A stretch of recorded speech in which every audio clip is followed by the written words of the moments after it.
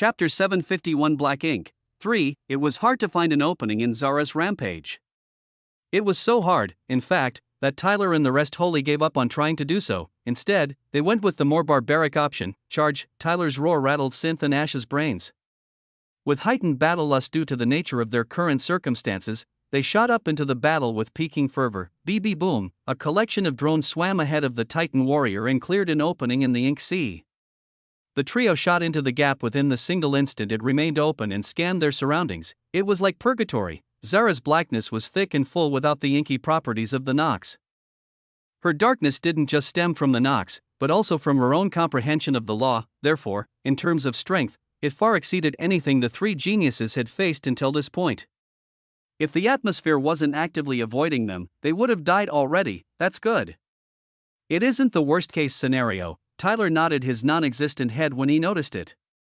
Their continued survival was proof that Zara hadn't completely lost her rationality. Unlike what her actions portrayed, the Titan warrior's body began to shift. A giant panther-like beastman covered in hell armor appeared in its place, charging out with speed that completely contradicted its size. Bang! The trio stood together as one and shot through the darkness until they found their first group of targets. There were 5 higher Nox standing together trying to escape Zara's confinement, but all of a sudden, they felt the blackness loosen, just as their limbs became free. Bang! Bang! Bang! Bang! They were struck by a slew of explosions that extended into the distance. A massive armored warrior appeared in their midst and swung its arms, utilizing the jagged claws on its fingers to shred into its enemy's flesh. Ah, how dare you! An array of exclamations left the group. However, they were quick to gather their sentences. Before the Titan warrior could execute its follow-up attacks, they'd already converged and begun their counter. 5 enemies surrounded the Titan warrior and blocked its paths of escape. Inky black mana that became invisible due to the atmosphere swirled around their bodies and formed various attacks. Now, Synth's fingers moved deftly across a holographic keyboard. As soon as she finished typing, the gadgets decorating Tyler's armored form whirred to life. Bang! Boom! The Nox shot forward as one. Twisting serpents and terrifying tidal waves congregated onto the warrior. The attack seemed simple, but contained an unorthodox fluctuation of death laws that allowed them to move differently. Flames of Nox mana combusted all around the Titan warrior. Sparks of black lightning danced around the air and focused on striking the warrior down, but Synth was already prepared. A shield made up of countless individual hexagons materialized around the warrior. Cracks immediately formed on its surface, but they were rapidly repaired by Synth's mana. Black lines began forming on the barrier's surface, indicating the amount of Nox mana seeping through the rapidly regenerating cracks. When the black lines encompassed half of the barrier, Synth's eyes narrowed. Attack now. Ash moved as commanded. Her fist raised up and shot out like a cannon blast. However, something was different about this attack. The gauntlets on Ash's hands pulsated with black light. As she threw one punch forward and slammed the other fist back, the pulsating light spread with the force of her strikes. At the same time, the black lines in the barrier faded as if they were being suctioned away. Boom! A ring of blackish-red mana spread from the gauntlets. A terrifying force impacted the 5 higher Nox, pushing their bodies back. One of the higher Nox let out a groan of pain. His body was split open by the sudden burst of mana. However, how could Nox mana hurt the Nox? He smiled cruelly as he thought about how he'd destroy the mech once he regener. His thoughts couldn't even finish before his body was bisected. Like a flash of light, a behemoth of speed appeared before each higher Nox and broke them into pieces. We have help. Tyler realized, taking on 5 higher Nox at once was an achievement even if they were using their combined power. But it was still impossible for them to do it so rapidly, one-shotting these terrifying beings who could become overlords of any lower world and even some of the middle worlds they came across? That was a joke amongst jokes. Only someone like Damien could do that, but what if they were to receive aid from someone who wasn't much weaker than that level? If Zara broke their minds while the trio simultaneously broke their bodies, how could the higher Nox put up a proper fight? Mental attacks are scary. With that thought as his last, Tyler shut off his awareness. The intelligent strategy was useless at the moment. Whether it was Ash or Zara, both were currently beings of pure force. So, wouldn't their cooperation flow better if they were allowed to showcase this mind state? Suddenly, Ash became the central controlling force of the Titan warrior. Synth and Tyler provided support and stuck within their roles, making sure that nothing could halt Ash's charge, and they did so perfectly. Bang! Bang! Boom! Ash's mountainous figure tore through the waters and blew the ocean to bits as she recklessly eviscerated any Nox being in her path. She was more than just a bulldozer, she was a horde of them charging together like bulls. Her fists were weapons of mass destruction alone, but her power was only enhanced by the support of her comrades. Tyler's control allowed her to freely switch between forms, and Synth's support made it easy for her to keep her mind focused without distractions. With every punch, a higher Nox died. With every roar, their fighting spirit fell even lower. The higher Nox were powerful, but they weren't powerful enough to face the sudden combination of force. With every higher Nox that died, Zara's domain would become even more powerful. As her domain grew, her cruelty became more prominent and the level of pressure she placed on her captives became mind-numbing. The higher Nox couldn't even see the trio coming, their minds were in utter chaos. Their heads were like televisions plagued with radio static, randomly receiving memories and images that confused their egos, a black space unlike the present universe, an area that existed outside of reality's bounds. A place that the Nox called home, their motherland. Scenes of this place flashed through their heads and confused their memories. It was a place that most of them had never visited, but it was a place they yearned for with all their hearts. As they basked in its existence, they found themselves freed of their mortal coil, their souls traveled to that blessed land for rebirth, and their bodies became a part of Zara's power. Rather than a terrifying illusion, Zara gave them irresistible temptation. The Nox were beings of desire, after all. Their weaknesses were far more varied than they'd ever dared to admit. Chapter 752 Black Ink 4. The skies were dyed black, the clouds parted ways to showcase the void that lay beyond. Focus, the heavens shattered, abandoning those on the earth. A cataclysm turned all life into ash. Focus, a man looked on with indifferent eyes, but deep within his pupils, there was a hint of morbid realization. This place. This was not. Focus. Zara's mind moved in and out of reality. She could hardly perceive what was real or fake. Her mental state was the exact same as the Nox she was influencing. In fact, despite the rest of the squad's assumption that she was purposefully aiding them, it was more coincidence than anything else. Zara stood submerged in black ink. She was cut off from the outside atmosphere completely, even unaware of the battle situation. Everything was being handled autonomously. The connection between her mind and the black ink sea reached an unprecedented level. Zara couldn't focus on the battle in her current state. Anyway, perhaps, if she joined the battle, a cold and damp environment. A familiar environment, a woman unlike any other, a woman with abyssal black hair, and next to her, focus. Zara snapped back to reality. Her head felt strange. She couldn't fight the wooziness overcoming her, but she did her best to contribute. Those guys doing good. Her thoughts were strained, but she was at least able to comprehend reality a little after waking up. Her hands moved deftly to control the black ink around her, using it to play a more active role in supporting the genius trio. The combination of the black ink and the Titan warrior was deadly. Compared to their previous dominance, the higher Nox currently weren't able to elicit the same fear. After all, they were separated. The main reason for their fearsomeness was their number. Their power itself wasn't high. Despite their bodies being as strong as a high-level 4th class, their power output was still only at the mid-levels, similar to Tyler and the girls, with Tyler, Synth, and Ash combining their individual advantages to create an exponentially stronger being. How could these higher Nox resist without their numbers? Zara smiled and withdrew her control over the ink. All she needed to do was contain the higher Nox and force them into a confused state so they couldn't regroup. The actual battle could be left for those who were in dire need of experience. Besides, didn't she reap benefits either way? A strange lullaby, eerie and desolate. It was the only thing that could cut through the blackness. What existed before creation, and what allowed creation to exist? A man walked alone through the ruined halls. His cape fluttered behind his back to bring sound to the pregnant silence around him. He looked up into the sky and wished for stars. He wondered when the madness would end. Why was his memory so filled with war? A planet the size of a universe, a world unlike any other. It was too appealing to stop. A world core draped in blackness that was swallowed by the void. A hand of jagged claws slashed through the air, painting the waters in black blood. Zara's eyes refocused. In her hand, she found a mutilated head that was slowly transitioning into ink. Her mind was a mess. She wanted to collapse and pass out to rid herself of the immense confusion in her memories. It would have been fine if the memories were coherent, but they were nothing of the sort. Countless fragments that lasted a mere few seconds would merge into one long compilation of nonsense that Zara couldn't understand no matter how hard she tried, and each one of these fragments held some sort of importance. She could feel it in her blood, in her veins, in the very core of her being. If she was able to piece together what she saw, It wouldn't only be her origins that she'd learn, she'd gain access to something game-changing. Just focus. Zara's mind was almost literally splitting into multiple pieces. It wouldn't be odd if she went insane as this feeling continued. Just when did her hands become stained in blood? Zara looked down at her shaking hands in confusion. The last time she checked, she was within the confines of a black ink field, protected from the outside world. Just when did she make her way to the battlefield? And just how many had she killed? What? Before everything, there was only darkness. However, this darkness was not darkness.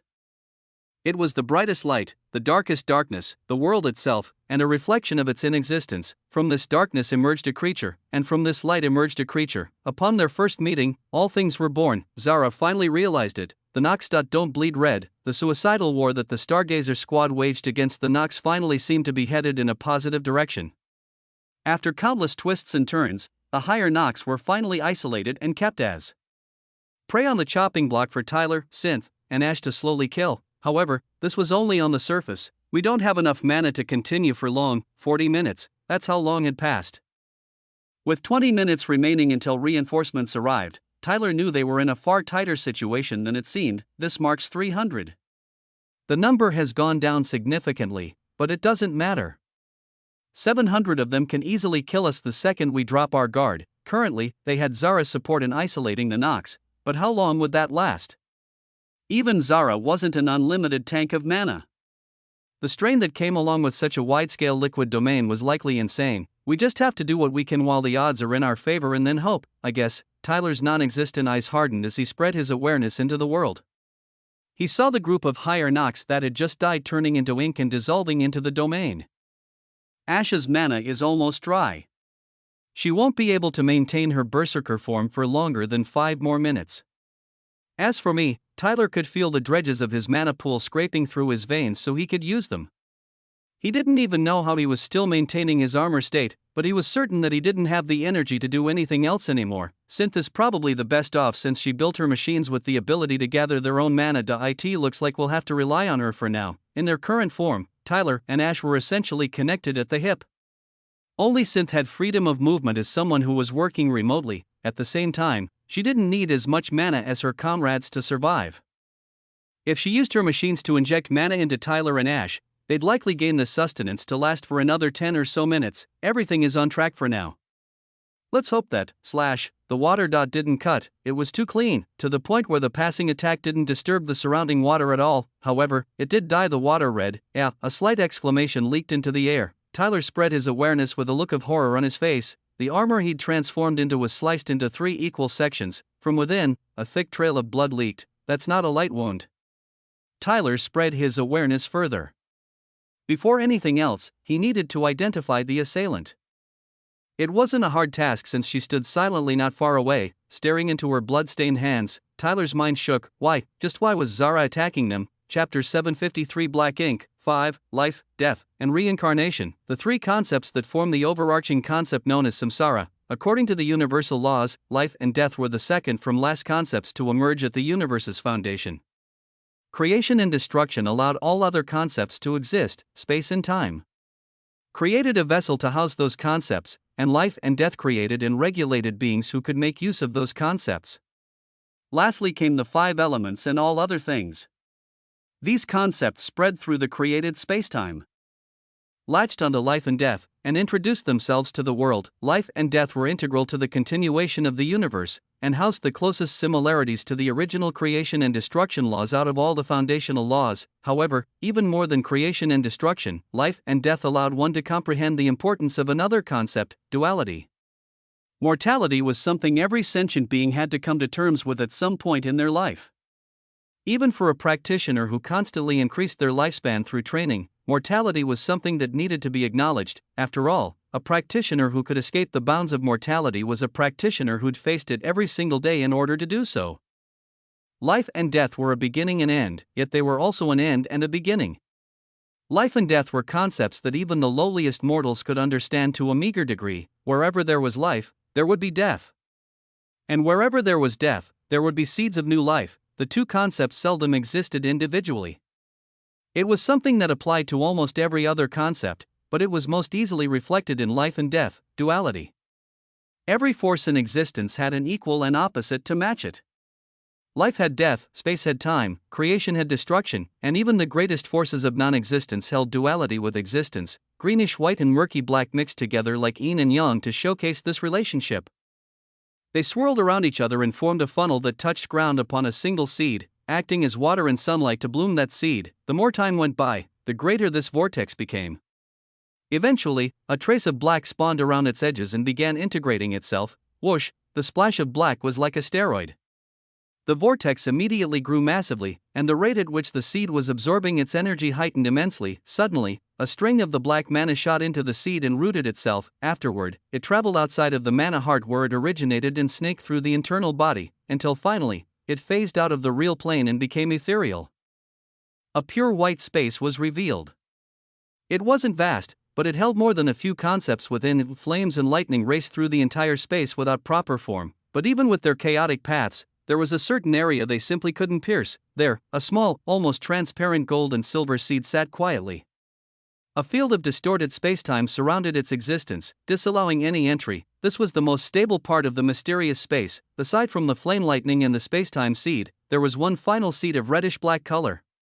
It emitted an extremely hostile aura, and whenever the flame lightning passed over it, it was converted into a different, far more destructive force. The black mana thread ignored this dangerous force and moved in the other direction.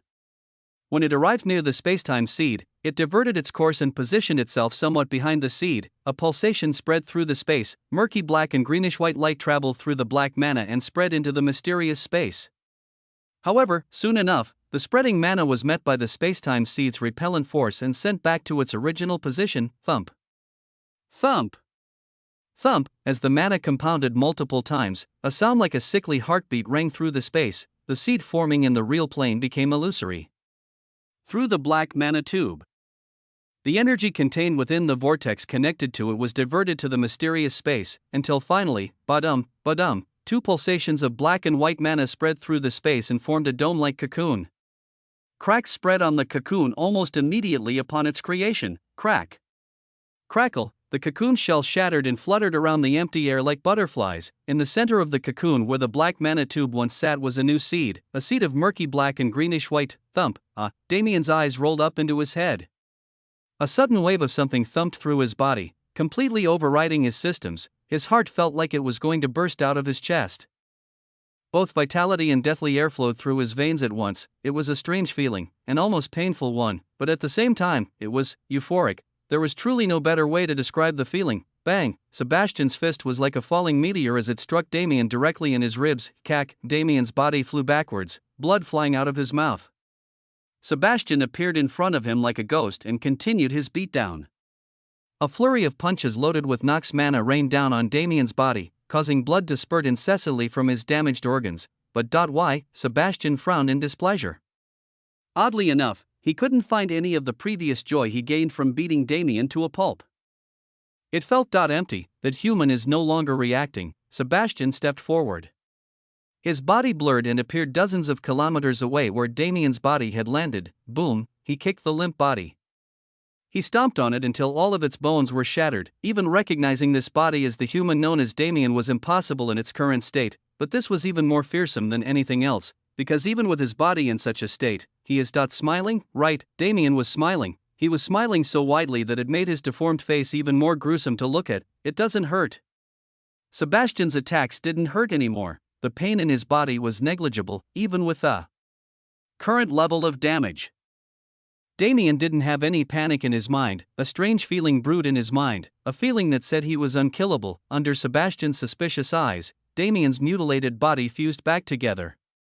His bones snapped, crackled, and popped back into place, his skin and muscles following thereafter. It was only a few seconds before he could stand up again. Don't be delusional, he reminded himself. Damien knew just how hard it was to fully kill him, but that didn't make him unkillable. However, he did feel something strange in his body. A new type of energy he'd never used before was laced into his void mana, and the seed in his mana heart had disappeared completely. Did the process finish? Damien clenched his fists in curiosity. He was expecting some kind of grand declaration of strength, but he didn't quite feel anything at all. I guess it needs a test drive. He smiled and cracked his neck. His eyes turned to the enemy standing only a few feet away. Well, this is pretty awkward.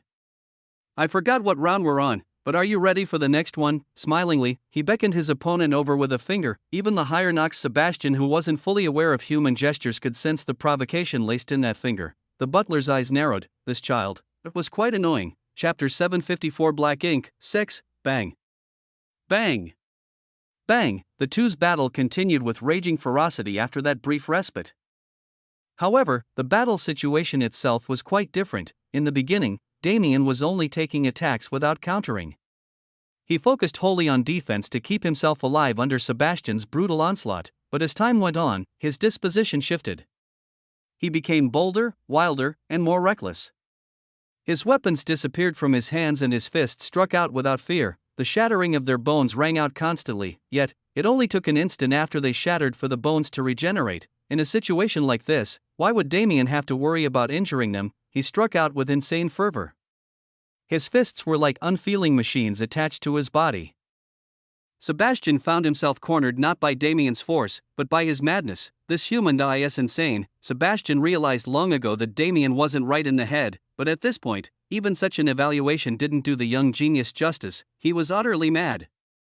There wasn't a single shred of rationality in that outwardly stable mind. No matter how he got hit, no matter how he got injured, and no matter how close he got to death, he always stood back up with a grin and continued fighting. In fact, his excitement only grew as he took heavier hits. Dark touch. Sebastian's hand struck out like a snake, his finger poking multiple spots on Damien's body. In the next instant. Pew! Pew! Pew! Pew! Pew! Whizzing sounds emitted from the young genius body as his joints collapsed and blood spurted from his pores.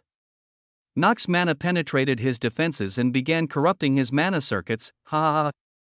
Damien laughed wildly. He could feel it. With every injury he got, the strange essence populating his mana stream was being further integrated with his body. Not only was his life force increasing, but his durability and power were also doing the same. It's a good power, something I need to explore more in the future. Before that, I'll just do what I can through this battle and hold this asshole back until reinforcements arrive. Damien grinned. At this point, it had to have been at least 45 minutes. 15 minutes was a long time, but it wasn't nearly as long as the time that had passed, and now, I have the qualifications to fight back. Perhaps he couldn't kill Sebastian, but living wasn't an issue anymore. Sebastian wouldn't be able to kill Damien as long as Damien's focus didn't waver, and how could it? There was nothing present to distract him. The Vineyard continent was nothing more than a collection of shards in the ocean at this point.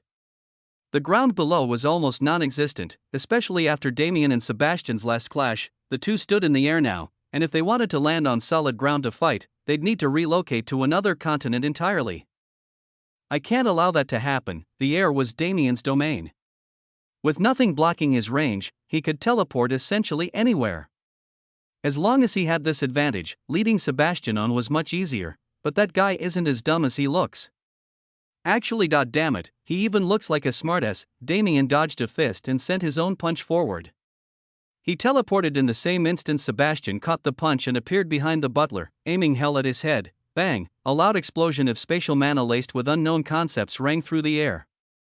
Space quaked and almost shattered from its impact. An iridescent blue stream appeared above Damien's head along with the spread of a domain.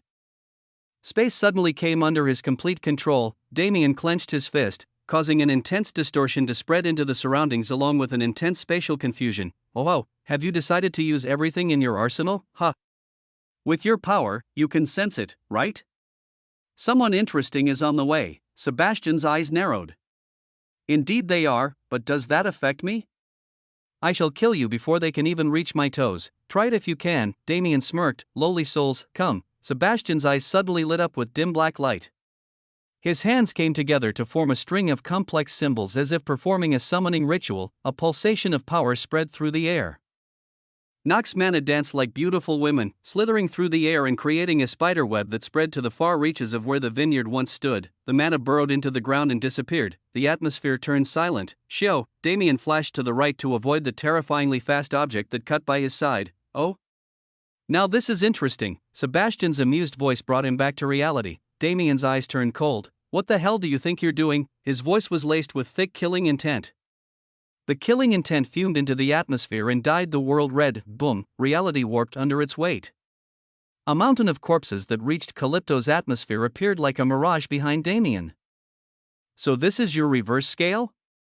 That's fun to know. Does it hurt to see? Sebastian's teasing voice went completely ignored. Damien's eyes were trained on the figure that just arrived, black hair like the dark skies revealed by moonlight at night, golden eyes that shone like beautiful gems above the mortal world, a crescent-shaped mark on the glabella that added a mystical charm to her appearance. Zara was standing next to his enemy submissively, her golden eyes gleamed with killing intent. A disgusting aura of blackness swirled around her like a swarm of bees. She's been corrupted. Damien realized it as soon as he saw her, but this only made him angrier. She's quite the specimen. Who would have thought one of our seeds would survive until this era? The soul summoning spell was meant to summon any Nox being with lower strength than Sebastian to fight for him as a puppet. When he used it, he expected to see a revived army of millions that would pressure Damien into a quick death, but instead, he summoned someone else. Someone who'd apparently devoured every Nox in the environment and remained as the last living Nox being. She was a specimen that greatly interested Sebastian. He looked at Zara like she was a precious doll, bringing his hand up to investigate her internals and mana circuit. Bang! A shot from hell exploded the space between Sebastian and Zara. Don't you dare touch her! Damien's cold voice rang out again. He was enraged. He was more furious than he'd ever been. Although Sebastian didn't say it out loud, his demeanor alone was enough of a tell. Zara had become his hostage. Zara had become his puppet. Oh ho ho, little lass, how about you show your worth by killing that human over there? Zara's body moved like a machine. Resistance was clear in her eyes, but her body evidently didn't follow her will. VOOM, a massive aura burst out of Damien's body. Space swirled into a mess, time lost its flow, and an aura of utter desolation spread across Calypto. He didn't care. He didn't care how it happened, and he didn't care why it happened.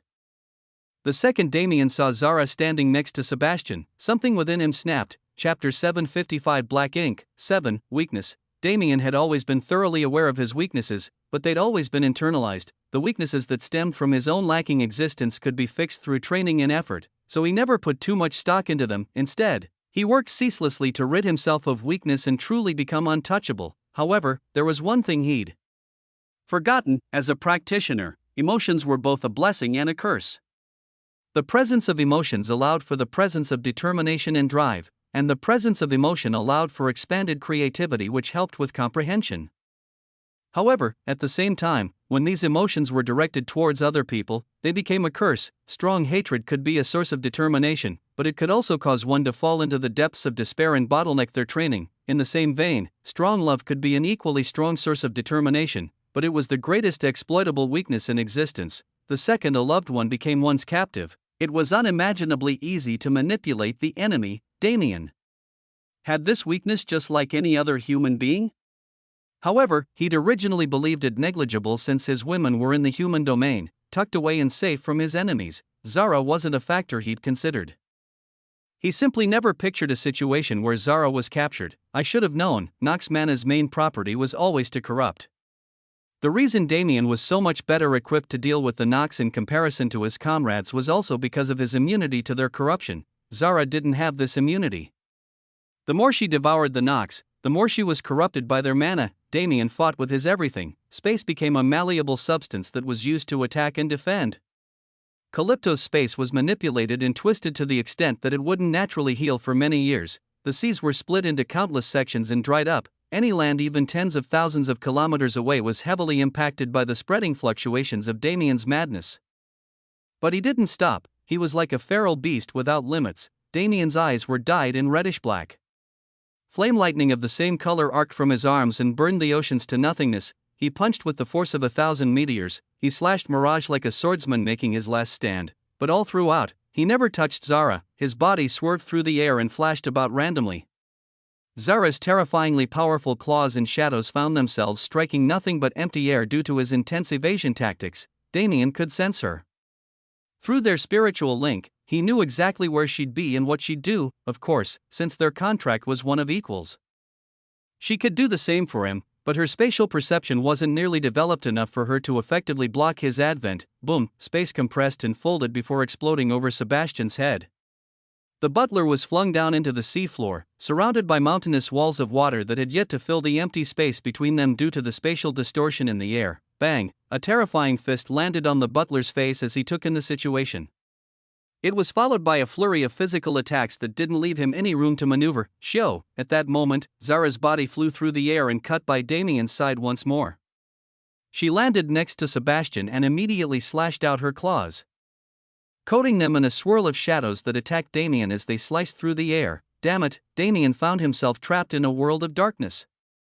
Everything around him became an enemy. Sticky shadows tried to restrict his movement. Shadow constructs of all shapes and forms charged at him and shot at him with harrowing destructive force, and Zara herself was like the world's most skilled assassin, attacking in the narrowest gaps that even Damien couldn't fully defend against. I can't fight them at the same time. 7 stars encircling the moon, a chaotic fist of countless different streams of mana combusted and shattered the surrounding darkness. Damien teleported away, grabbing Mirage and slashing with all his might. Void Sword Art first form, Bladeless, Void Sword Art third form, Dance of the Void, Void Sword Art fourth form, Spatial Collapse, Void Sword Art fifth form, Dimensional Severance. Mirage became a weapon of mass destruction. Massive gashes in space spanned thousands of kilometers and blocked in the battlefield. Damien's figure became a collection of afterimages as he danced around the constricted space and made his movements impossible to read. Boom, space collapsed around Sebastian and trapped him in a black hole spatial phenomenon. As the butler began to break the phenomenon and escape, a thin black line cut towards him at an incredibly slow, yet almost instant pace. The spatial collapse and Sebastian were cut together, but Damien wasn't able to see the end of this fight quite yet. Zara's body flew at him. The second dimensional severance left his blade. She tracked him no matter how he teleported and deflected his attacks effortlessly as if she knew their each and every weakness, and she might as well have. As the companion who'd stayed by Damien's side the longest, she was most aware of his bad habits during battle. Even if she wasn't consciously controlling her body, her instincts alone were enough to completely counteract him. No matter what, he couldn't harm Zara. It wasn't a matter of sympathy. If he could save her by defeating her completely, he'd do it in a heartbeat. However, he could feel it through their connection. Zara's current state was similar to his state moments prior. Some integral process was taking place in her body, something that could seriously benefit her if allowed to finish. I see. Damien finally understood. This is like a parasitic battle. Zara was being corrupted, but she was earnestly fighting for control. While Damien didn't know the details, he could at least understand the stakes involved in that battle. If she wins, she gains everything she's been working towards, but if she loses, her ego gets extinguished and she remained a puppet. Damien's fury almost raged out of control again. Sebastian must have known. He must have provoked Zara into attacking him because he knew that the second Damien struck Zara, he'd harm her progress. A puppet that couldn't be attacked. What better tool was there than this? I just need a single opportunity. If he had a single second to himself when Sebastian was unable to defend against him, he felt like he could turn the situation around. I can't kill him, but now that he's this weakened, I can at least. Damien felt it when he struck Sebastian. The butler's strength wasn't nearly what it was when they first started. After all, he wasn't an unkillable monster either. Even if he was too strong for Damien to affect him much.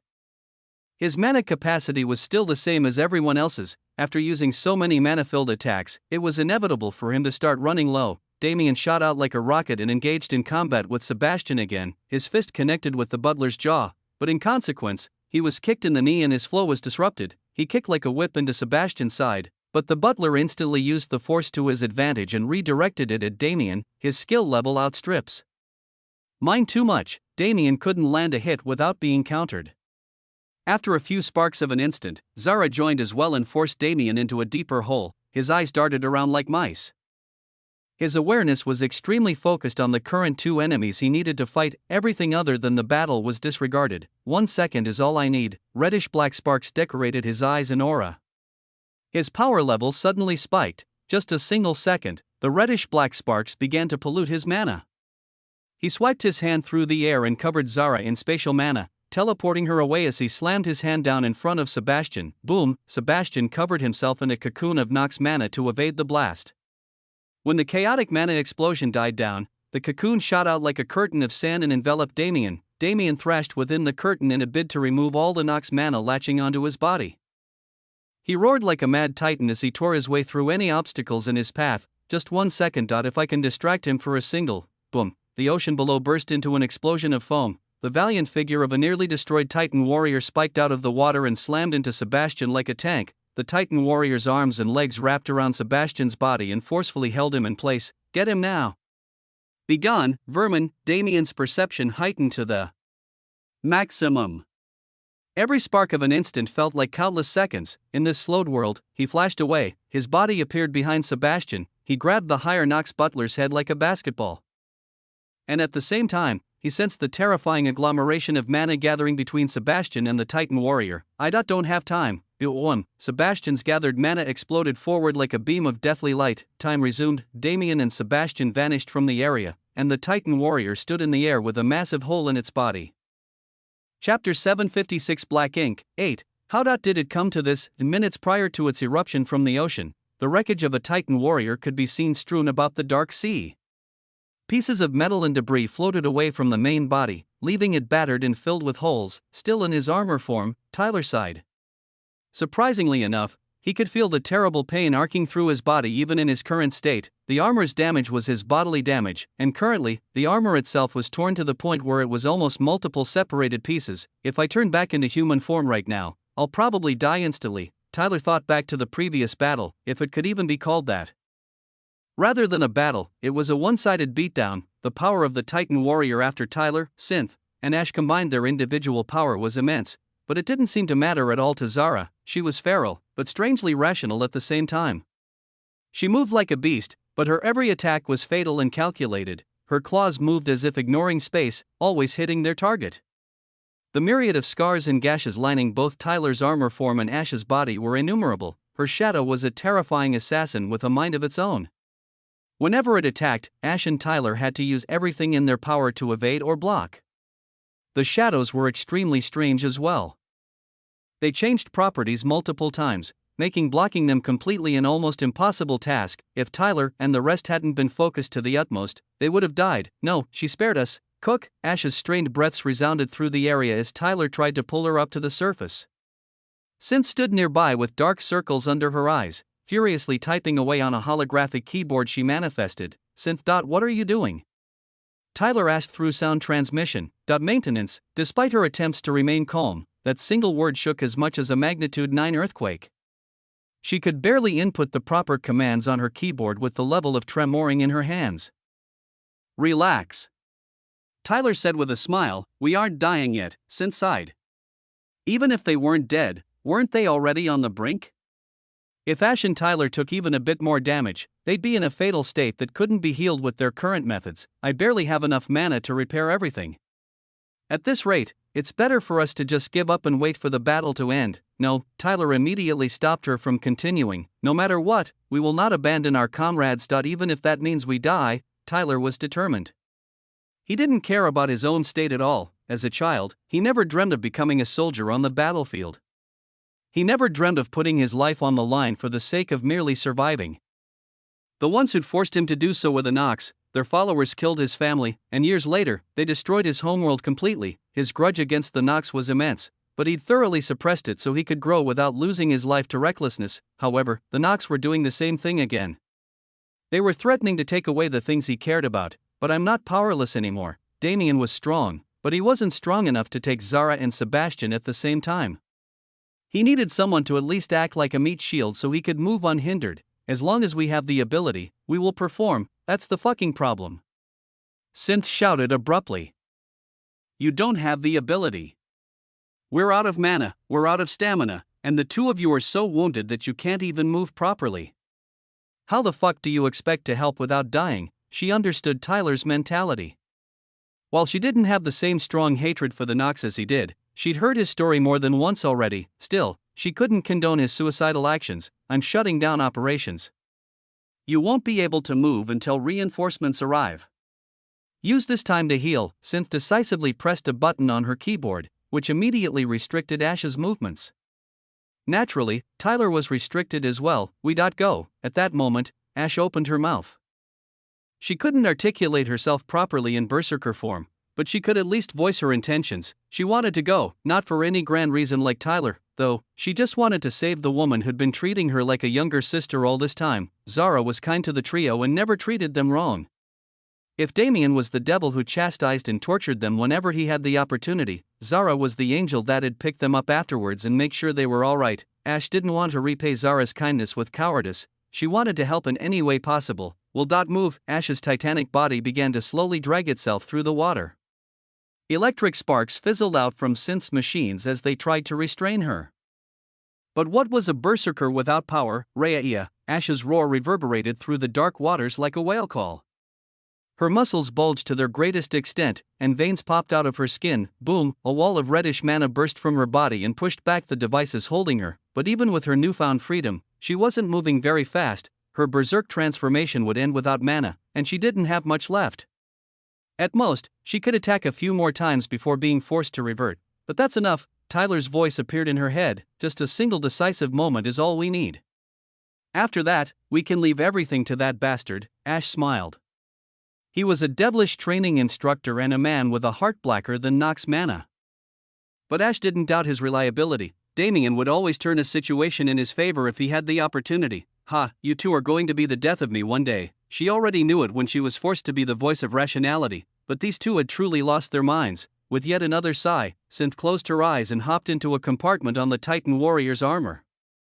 This was a space she'd made specifically for herself. Fine, then let's go. But if I die, I'm haunting both of you from the grave. Ash pushed herself through the water with Synth's technological support, and with that, the three made their way to the surface. You. Damien's shocked exclamation was jolting. Even through the pain, Tyler smiled. What do you think? Is this not enough to get acknowledged? There was a massive hole in Ash's torso. The bottom of her heart could be seen dangling from its top. Tyler was acting as Ash's armor, so the damage on his body didn't even need to be mentioned. He was just as fatally wounded as the berserker. As for Synth, the compartment she sat in exploded. Shards of thick glass flew through the air and stabbed into her coffee-colored skin, drawing a painting of blood upon her body. At the same time, the impact itself rattled her internals and caused countless ruptures within her body. If it wasn't for Synth taking a majority of this force, Ash's body would have completely exploded in that moment. The Titan warrior fell out of the sky, unable to continue operating, and those who piloted it, even if they were still alive now, their injuries already fated them with death. The reddish-black in Damien's eyes became far worse. The sparks crackling around his body started to shatter space itself with their presence. Everything was going wrong. Everything was falling apart. Because of one man. Damien's crazed eyes locked onto Sebastian, spewing hatred. That man had to die, even if it meant Damien would die with him. That was the only thought in Damien's mind as he dragged Sebastian into the void. Chapter 757 Rescue 1.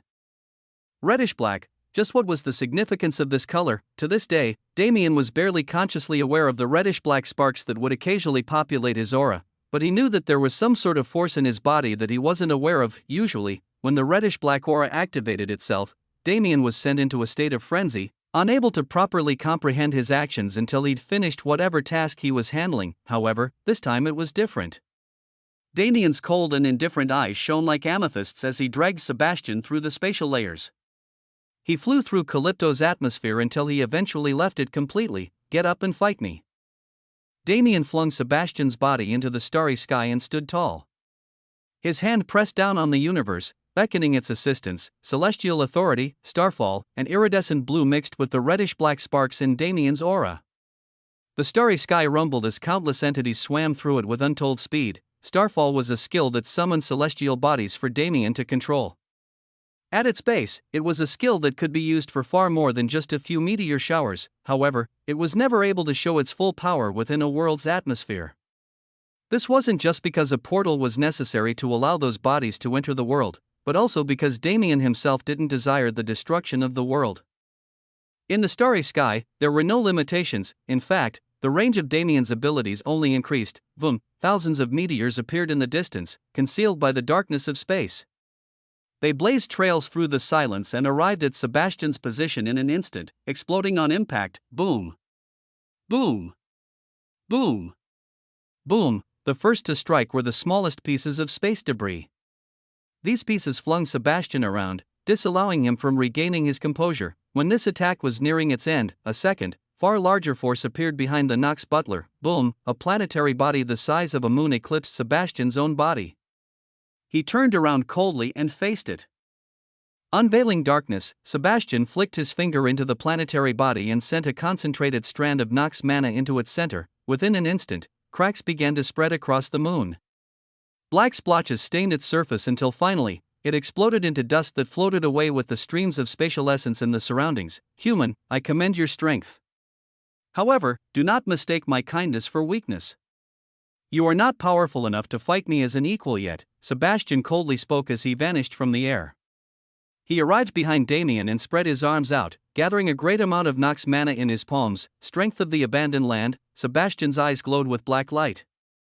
The mana in his palms spread across his body like spiderwebs. Boom, Sebastian's aura suddenly exploded, becoming exponentially stronger. I may have fought you, but you haven't drawn out even a portion of my skills yet. Lacking mana? If that was enough to make me fall, I would have died ages ago. Sebastian took a stance for the first time in the battle. He lowered his body and pulled his fist back, concentrating his power within it. His eyes shot open, his fist shot out. BBBOM, space cracked and tore for countless tens of thousands of kilometers.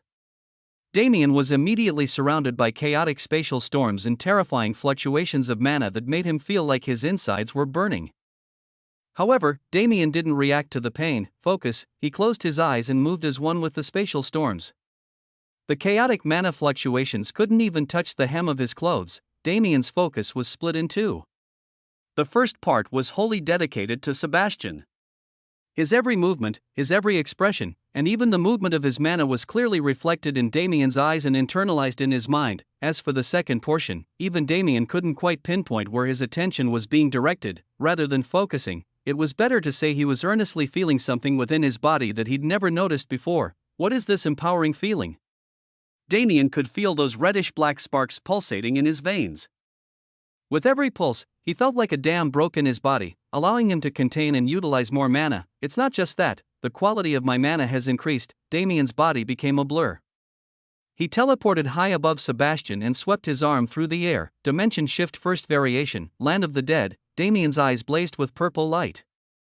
The aura of spacetime essence flowed through his body and altered the world. The dimension split in two around Sebastian. His body was bisected into the top and bottom half of the split, yet Sebastian remained unfazed. He formed a myriad of seals with his hands and pushed the formed runic symbols into the starry sky. Suddenly, the severed dimension began to heal. Unfortunately for Sebastian, this attack wasn't the same dimension shift Damien used previously. Crackle, reddish-black sparks appeared in the severed dimension. With their spread, the two halves that were almost connected once more split immediately, and continued to split into thousands of tiny pieces. Break, Damien clenched his fist. The reddish-black sparks connected into a strange spherical pattern and lit up like fireworks. The thousands of dimensional fragments collapsed at once.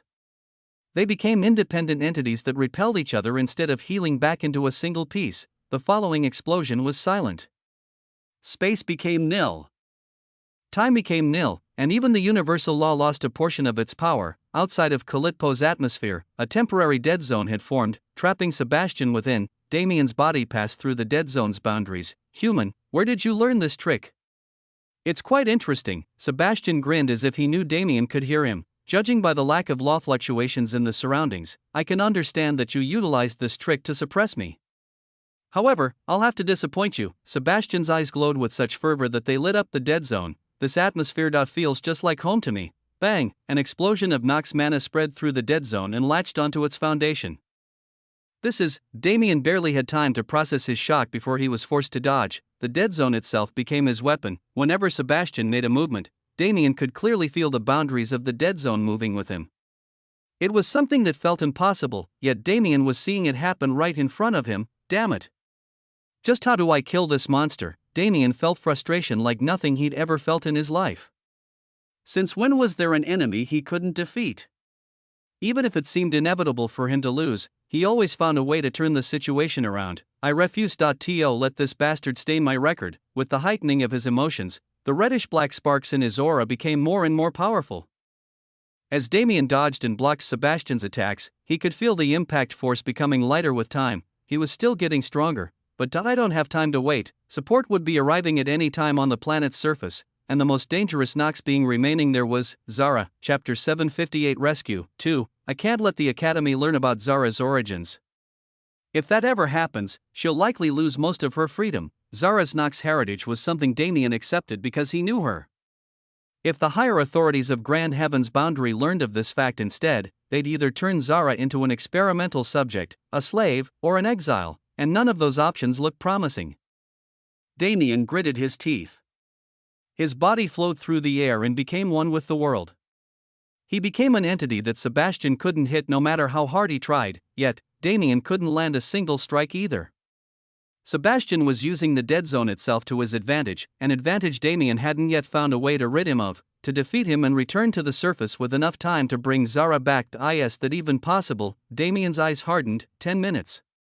I have 10 minutes at the maximum, 10 minutes until reinforcements arrived. In that time, Damien either had to force Sebastian back into Calypto, which would make his choice to bring the Nox butler to the starry sky negligible, or he could defeat the butler and head back to the surface himself. Damien calmed down the incessant thumping of his heart and cleared his mind of the strange buzzing he'd been hearing since earlier. Since it's come to this, it's time to be extreme, Damien sighed. He really didn't want to get blown to bits every single time he had an intense battle, but it seemed masochism loved him too much to let him go. With fiery resolve in his eyes, Damien charged forward without regard for anything. His body was like a guided missile. The dead zone around him tried to stop him with everything it had, suppressing his mana and laws, suppressing his body, and even directly attacking with methods similar to Zara's. Yet, Damien didn't waver. Damien's body was pierced by a tentacle of darkness. He could feel the hole next to his mana heart, a hole that would be lethal to anyone but him, but he didn't waver. Bang! Bang! Bang! Darkness sprayed over Damien's body like water, each droplet exploding and tearing off a chunk of his skin. He was closer to an undead than a human at this point, his appearance reminiscent of zombies from older movies, but he didn't waver. His left arm was torn to pieces by what looked like a beast's maw. His right arm became a bag of flesh after his bones were turned into powder by a blunt impact. His torso was riddled with holes and gashes, pieces of his internal organs flying into the starry sky as he moved faster and faster. But he didn't waver. He would never waver. He would never lose. Damien arrived in front of Sebastian's horrified face. He stood there for a moment to bask in the feeling of sheer terror that the Nox butler was feeling. Perhaps it wasn't fear of his power, but it was fear nonetheless. "You are utterly insane." They were the only words Sebastian could mutter before he found a fist in his face. "You Nox love to corrupt, right? So why don't I corrupt you instead?" Damien pushed forward without a care for his bodily condition. He trailed Sebastian and grabbed the butler's face once more. With a spirited shout, Damien pushed his mana with everything he had. Void mana penetrated Sebastian's body through his pores and spread like wildfire. 10,000 units, 50,000 units, 100,000 units. Every unit of mana Damien had in his body was pushed into Sebastian. Within the butler's body, a storm unlike any other was taking place. Sebastian felt panic for the first time since the fight began. Void mana traveled through his systems and infiltrated everything. His mana circuits were covered in foggy black clouds, and with their existence, Sebastian could feel a fierce devouring force unlike anything he'd ever. The mana was familiar, far more familiar than anything he'd ever expected to feel in Grand Heaven's boundary. "Who are you?" Sebastian roared through the pain he was feeling. "Who am I?" "The bastard who's going to kill you." "That's who." Damien responded coldly through gritted teeth. Void mana went into a frenzy. It didn't stop at Sebastian's mana, but instead latched onto every nook and cranny of his body. Unlike its usual silent yet rebellious behavior, the current void mana was like a starved beast. "What's going on?" Damien wondered in confusion. From the beginning, his only goal was to corrupt Sebastian's mana and cripple him so his advantages would leave him, but the current situation was completely unexpected. "The void mana is expressing desire," Damien roared out as he tried to control the rampaging mana. At the rate it was leaving his body, no amount of recuperating would recover it in a short amount of time. On the other hand, Sebastian's eyes almost popped out of his skull. "This mana is interacting with .no, it is actively following his orders?" How could this? This is inconceivable. Originally, Sebastian had been of the mind to kill Damien where he stood. While the young genius wasn't at the Saint King's level yet, Sebastian was already sure after fighting him, the Saint King could never win against Damien. When facing a genius of untold proportions, his first and main thought was to destroy the seed before it sprouted. But this seed was special. This seed, intense greed filled Sebastian's body. It was a sticky and hideous feeling that threatened to consume him whole. Excruciating pain hit Sebastian's body the second this emotion surfaced, somewhat bringing him back to his senses. "I must report this to Master." The terrifying mana was already encroaching on his vital systems. At this rate, even if he didn't die, Sebastian was sure to be seriously injured. But as long as I can get this information back to Master, a light of anticipation filled his eyes. Right, if it was for the Master, being crippled was nothing, fear was nothing, pain was nothing, it was all just an illusion to keep him from the peak. Hiya, Sebastian roared with all his might. He gripped Damien's wrist with all the force he had remaining in his body, and pulled. Rip, the gruesome sound of Damien's arm being torn from his body was especially prominent in the pregnant silence of the dead zone, yet, his hand remained latched onto Sebastian's face. Damien grinned. You think that's enough to stop me? A black mana thread connected Damien's detached arm to his shoulder. The current of void mana leaving his body was sustained by this thread, and even though he'd escaped Damien's grasp, Sebastian was still in serious danger, but he simply didn't care. Human. You have not seen the last of me, Sebastian roared as his body turned into a flash of light. He immediately shot towards the boundaries of the dead zone, molding it around him so that Damien couldn't catch back up. KHHHH, Sebastian's every breath was strained. Void mana suffocated him and clogged his throat, almost forcing him to vomit. Regardless of the pain, however, Sebastian didn't stop. He moved like a dying man attempting to fulfill his last wish, filled with blazing determination that seemed to have appeared out of nowhere. Did you think you could run? Just as he appeared at the dead zone's boundary, Damien's harrowing figure appeared before him. Those purple eyes sparked with reddish-black light and shone with overwhelming bloodthirst. I've already prepared your grave, so don't expect to leave it. Seeing the furious genius, Sebastian felt an unquenchable desire budding in his heart. What, did the loss of your little servant girl hurt you so much? Do not worry, for my master has never mistreated his servants. She will be well. Shut the fuck up and die. Damien spread his arms out and gathered his mana. He acted completely on instinct, ignoring everything he knew about mana utilization and following his heart. Reddish-black sparks spread through the air and interacted, igniting into a massive flame that emanated a deathly aura that even threatened Sebastian.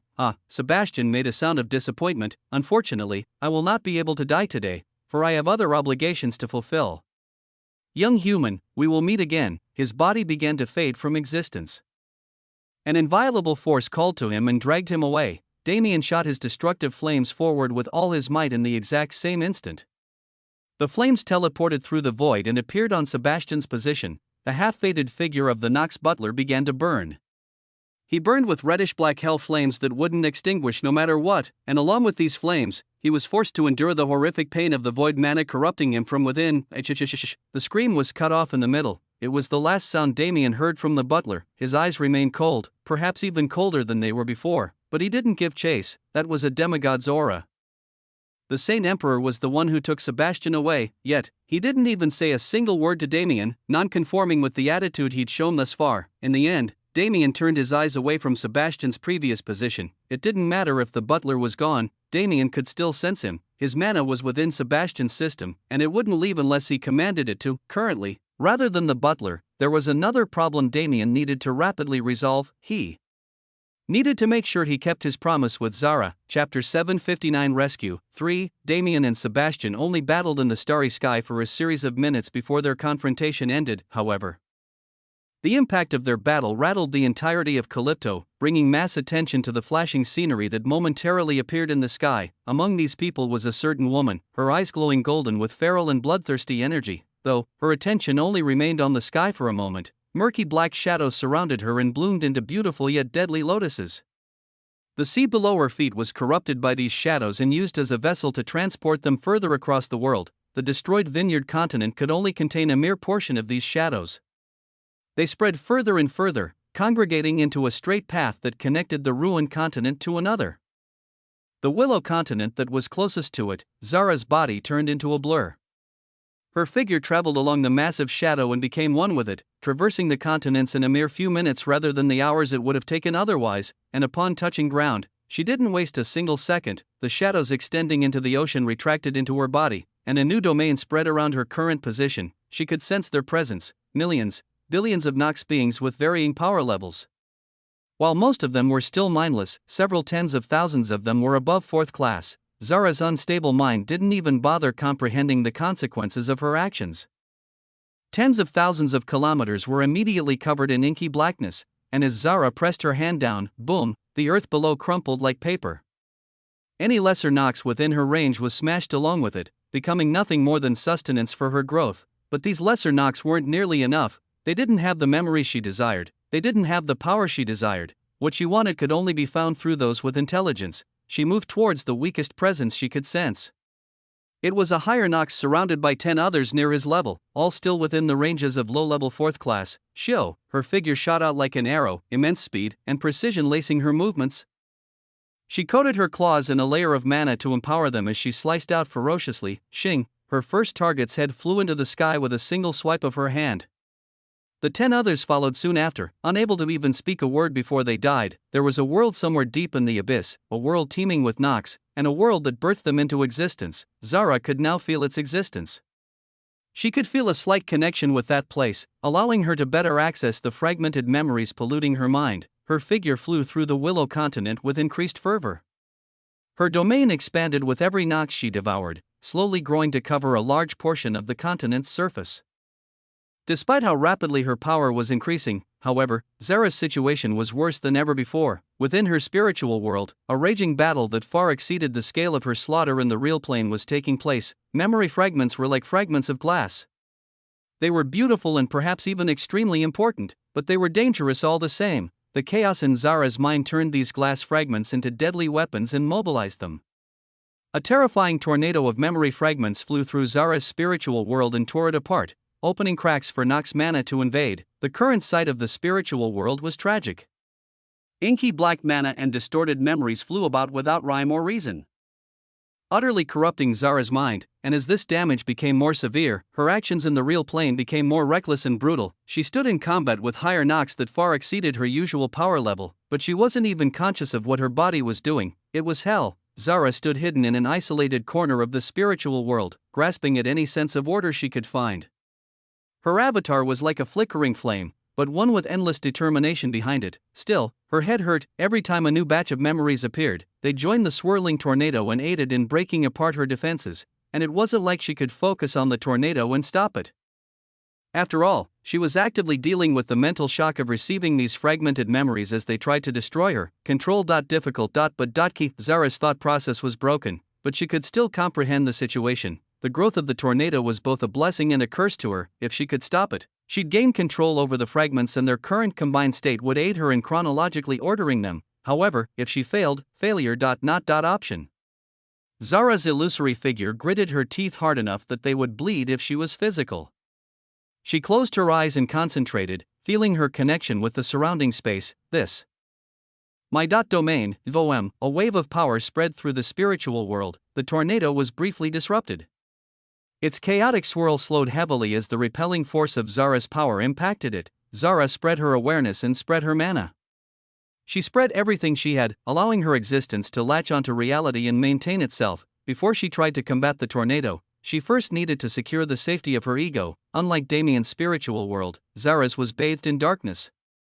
It was a darkness darker than black and darker than the abyss. However, she also had her own spiritual continent. Zara flashed through the spiritual world with everything she had.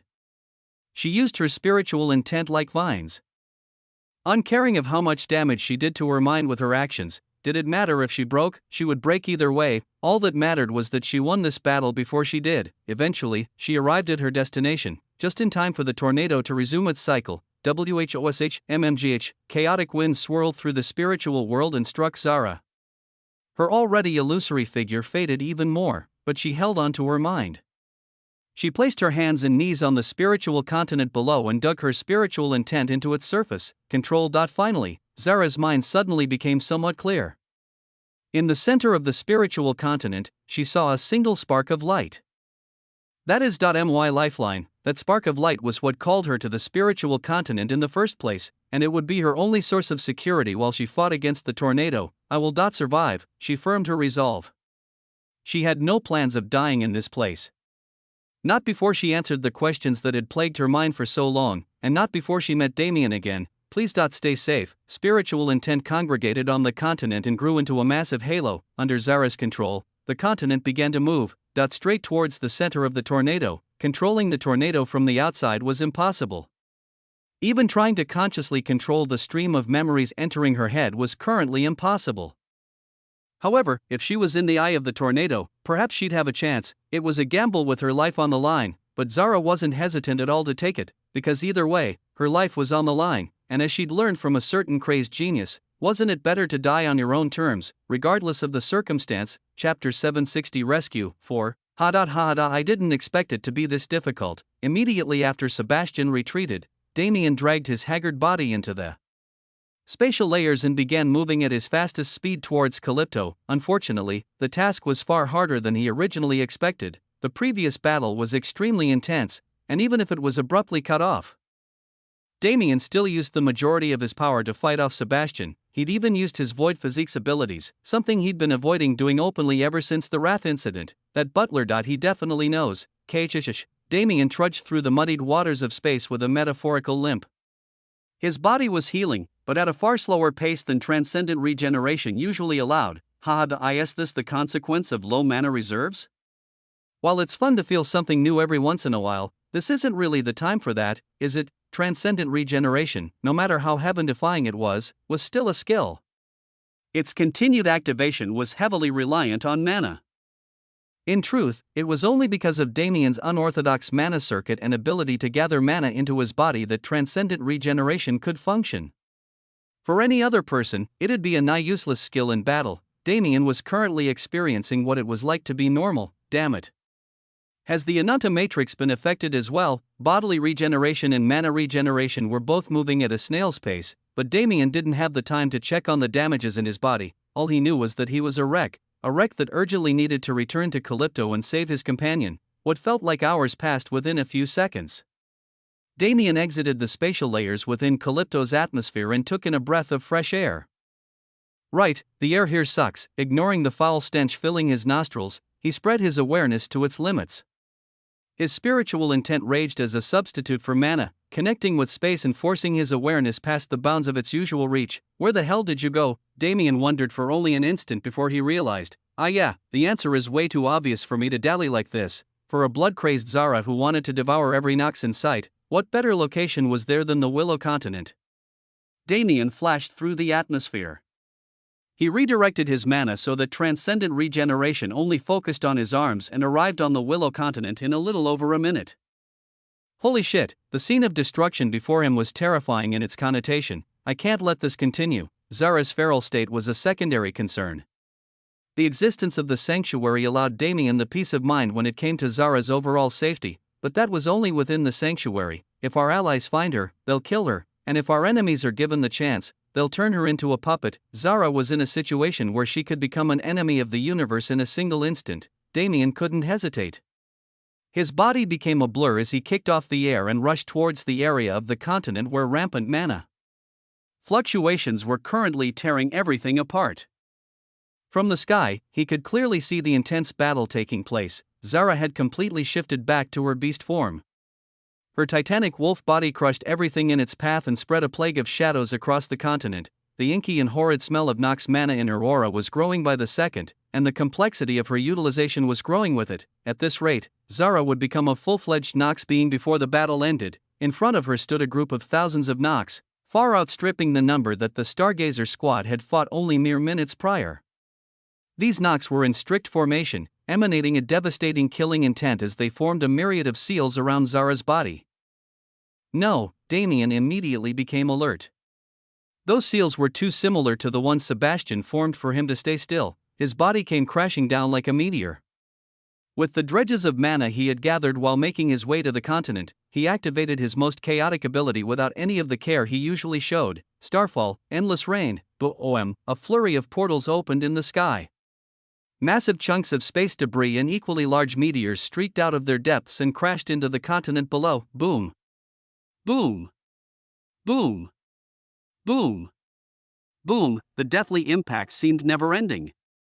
The massive Willow Continent was bombarded from one end to the other, with no land left untouched by the terrifying rain of celestial bodies. Damien's body blurred through the storm and arrived atop Zara's mountainous body. He slammed his hands down against her back and pushed any remaining mana he had to swirl around her. Yet, with his measly reserves, how could he cover a body spanning multiple thousands of kilometers? Fuck, Damien roared. His blood began to boil and burn, roaring alongside him. A second wave of power filled his body, but at the same time, he could feel himself weakening immensely. Still, his mana was doing what he desired it to do. Zara's body was coated in a thin filament of spatial mana that was slowly becoming more pronounced. It was at this time that Zara herself noticed his continued presence on her back. A whoa, a fearsome howl left her maw. A layer of shadow immediately spread across her fur and activated, turning every single follicle of hair into a blade to attack her enemy. The enemy, however, was her only ally in the current circumstance. RGH, countless thorns stabbed through every inch of Damien's skin. Even his heart was pierced, darkness permeating its core and interfering with its operation. Damien felt suffocated. Blood spurted from his body in fountains, dyeing Zara's black coat in red. Damn it. This hurts. The thorns piercing his body didn't stop after a single barrage. With every passing second, his worsening wounds were further aggravated by their continued assault. He felt the stench of death encroaching upon him, making him nauseous, but at the same time, this stench was invigorating. Death wasn't some new concept to Damien. He'd been living while teasing its keeper for years, and its presence only brought his attention to a new high. Something within his body came to life, empowering him further. A black and white seed hidden somewhere within him emitted a strong pulsation of light that filled every nook and cranny of his system with energy. I won't go down until I fulfill our promise. Damien bellowed through halted breaths, his blood burned brighter, reddish-black sparks enhanced his abilities, and his spatial mana finally succeeded in covering Zara entirely. Come on, he made his final push. He put all his focus into his connection with the sanctuary. With the smell of burning blood vitality, he used every ounce of power remaining in his body. His blood drained rapidly, his face turned pale white, his aura deflated like a popped balloon, but even then, he didn't have any mind to stop his actions. His spirited shout echoed through the world, and in the same instant, finally, he and Zara completely disappeared from its surface. Chapter 761 Samsara 1. A pair of eyes turned somewhere deep in the starry sky, their gaze focused on a land almost unseen due to its distance. An amused light lit up those eyes. Sir, is there a problem? A voice came from the side. The owner of the eyes smiled lightly. Nothing, I just noticed something fun. The man turned his attention back to the scene in front of him. Fire on my command. He lazily watched the preceding scenario from his seat. Behind him, a number of eyes watched with him through various devices. Though their attention remained mainly on the man, fire, he gave his command. Boom. Boom. Boom. 3 cannon blasts resounded with enough force that they could be heard from within the starship. Beams of brilliant white light shot through space and exploded upon contact with the nearest physical object. Rumble, space trembled upon their collision. The enemy starship caught flame and nearly exploded, but an illusory blue film surrounded its chassis and saved it from total destruction. Alpha Squad, move in. Beta Squad, watch the right. Their reinforcements have arrived, the man's voice sounded again, and the forces below him moved on his command. Hundreds of powerful auras lit up the starry sky as they charged into battle. The man's eyes suddenly closed. Using the starship as a medium to boost his range, he spread his awareness over 1 million kilometers, observing the entirety of the battlefield around him. It was a nightmare. The wreckage of countless broken starships littered the empty void. These pieces of debris were being further destroyed by the rampant mana spreading from the deployed troops from both sides. Hundreds of millions of lesser Nox infested the area like a plague, almost melding in with the surrounding blackness if it wasn't for their feral charging. Standing against them, an array of universe denizens fought with all their might, keeping the horde away from the main battlefield. There, tens of starships far eclipsing any others in the area faced each other. The Nox's main force of extreme peak 4th class experts also remained on this battlefield, fighting against the universe's experts. Chaotic explosions and spatial ruptures filled the starry sky and turned it into a collage of different spatial sections. The atmosphere was becoming so chaotic that a dead zone was already on the verge of forming. Watching this scene, the man's smile grew wider. Though it's annoying to maneuver, the creation of these avatars is truly a blessing from the Dark God. Not only am I able to crush these pests myself, I also got to see something quite interesting. He nonchalantly glanced into the corner of the command center where he sat. A man stood there quietly, his body half burned to a crisp. Yet, he stood silently without showing a single sign of pain. Does it hurt? The man asked. No, master. Since these wounds allowed me to bring you valuable information, they bring me bliss rather than pain. The response was instant. Sometimes I believe you might be too loyal, Sebastian. My loyalty was earned by master. It is an expression of the Saint Emperor's immense charisma. You should train your strength rather than your flattery. To lose so miserably to a human child, aren't you embarrassed? I will accept any punishment Master gives me. The Saint Emperor turned his head away without responding, facing Calypto once more. The child. Indeed, Dante will not be that boy's match if they meet too early in the future. Who would have thought that such a treasure would be buried in this measly section universe? The Saint Emperor's gaze was lit with greed, lust, and amusement. However, isn't this fun? Rather than an opponent for Dante, have I found a future opponent for myself? If I slay him after he grows into that power, the Saint Emperor clenched his fist. A wisp of pitch-black mana unconsciously swirled it. Hyuk, Sebastian coughed in the corner of the room. He felt something in his heart pound, forcing blood up his throat. Interesting, how interesting. His gaze turned cold. Sebastian, you understand what you must do? No, yes, master. I shall observe the human's growth and keep the young master from encountering him. Good. If you carry out your duties properly, I shall heal those wounds of yours.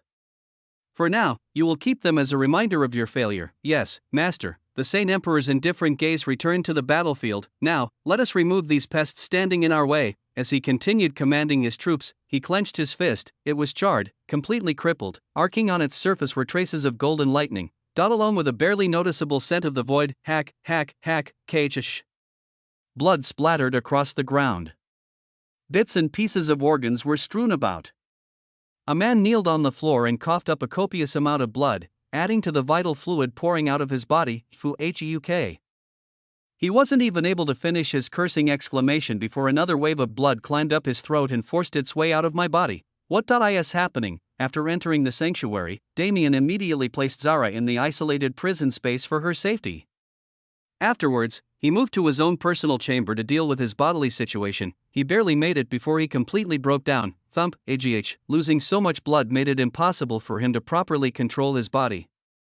He collapsed onto the floor and clutched his chest in pain. Badum. Badum.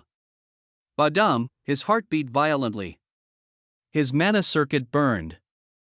The only stable area of Damien's existence was his spiritual world. Luckily, this meant that he could still access his awareness. Damien's perception spread through his ruined body. Every detail of his internals was revealed to him in full resolution as if he was watching through the most advanced camera in existence. It didn't make sense at all. The wounds in his body were bad, sure, but the main source of his trouble didn't stem from them. Instead, his body was actively rebelling against and destroying itself. His blood boiled up and forced its way out of his system. His mana circuits collapsed into each other and became a mess, and even his ethereal mana circuit began to lose function, desperately sputtering as it tried to evolve to cope with the current situation. Pooey. Damien spit out another mouthful of blood and dragged himself to a nearby wall. He propped his person up against it and closed his eyes, entering a semi-meditative state. The pain was unbearable.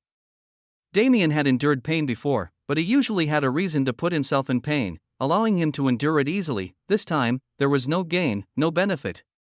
There wasn't even a proper reason for his situation. Sebastian had injured him greatly, and so had Zara, but neither of them had the means to disrupt transcendent regeneration and the Ananta matrix. Damien circulated his mana carefully, drawing in the atmospheric mana and converting it into his own usable mana, thereafter using this energy to cleanse his mana circuit.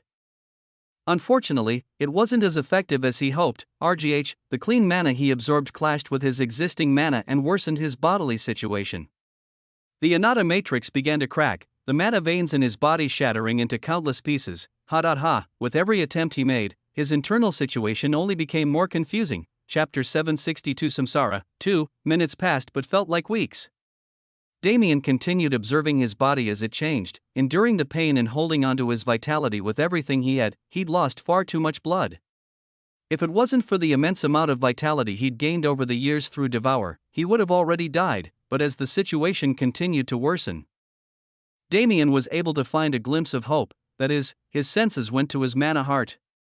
His gaze was attracted by a fleck of white and black that was hidden in one of the heart's crevices. That speck holds so much vitality. The amount of vitality in the small speck of light was enough to match an entire vial of Damien's blood. It was immensely stronger than anything he currently had access to. If I can reproduce it, I can finally get out of this fucked up situation. Damien was, quite frankly, annoyed. It didn't matter if he was close to death already. Since he couldn't feel its ghastly hands creeping across his skin, it meant that panic was unnecessary, at least, for now. His awareness concentrated on the white and black fleck of light, digging into its material and carefully observing its structure. It was only a full minute later that Damien finally came back to his senses. This thing it related to what happened before. The energy coming from the speck of light was incredibly familiar. As Damien became more in tune with it, he was able to realize where this familiarity came from. This mysterious and contradictory energy signature was the exact same feeling that spread through his body as he fought Sebastian. It was a result of the strange interaction between his mana and Sebastian's, something he still hadn't had the chance to completely explore. Nevertheless, Damien's comprehensive abilities were unparalleled in the universe. It didn't take him long to feel the origins of the energy, life and death. This is absolutely a combination of life and death laws. But how could two completely contradictory energies come together like this? Their duality is being destroyed. Damien's eyes widened. No, are they perpetually empowering each other? Within that tiny speck of light, countless mysteries of life and death swirled together in perfect harmony. They interacted, but they didn't merge. Their energies meshed, but didn't completely overlap. What a confusing state. On the surface, it contradicts duality, but in reality, it is the most foundational representation of it. When life and death come together properly, can they form such a beautiful cycle? When he thought about it, the relationship between these two concepts had always been like that.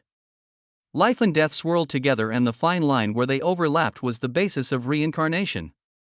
Together, these processes formed the cycle of samsara. Is that cycle being represented within my body? The situation changed immediately. It wasn't a physical change.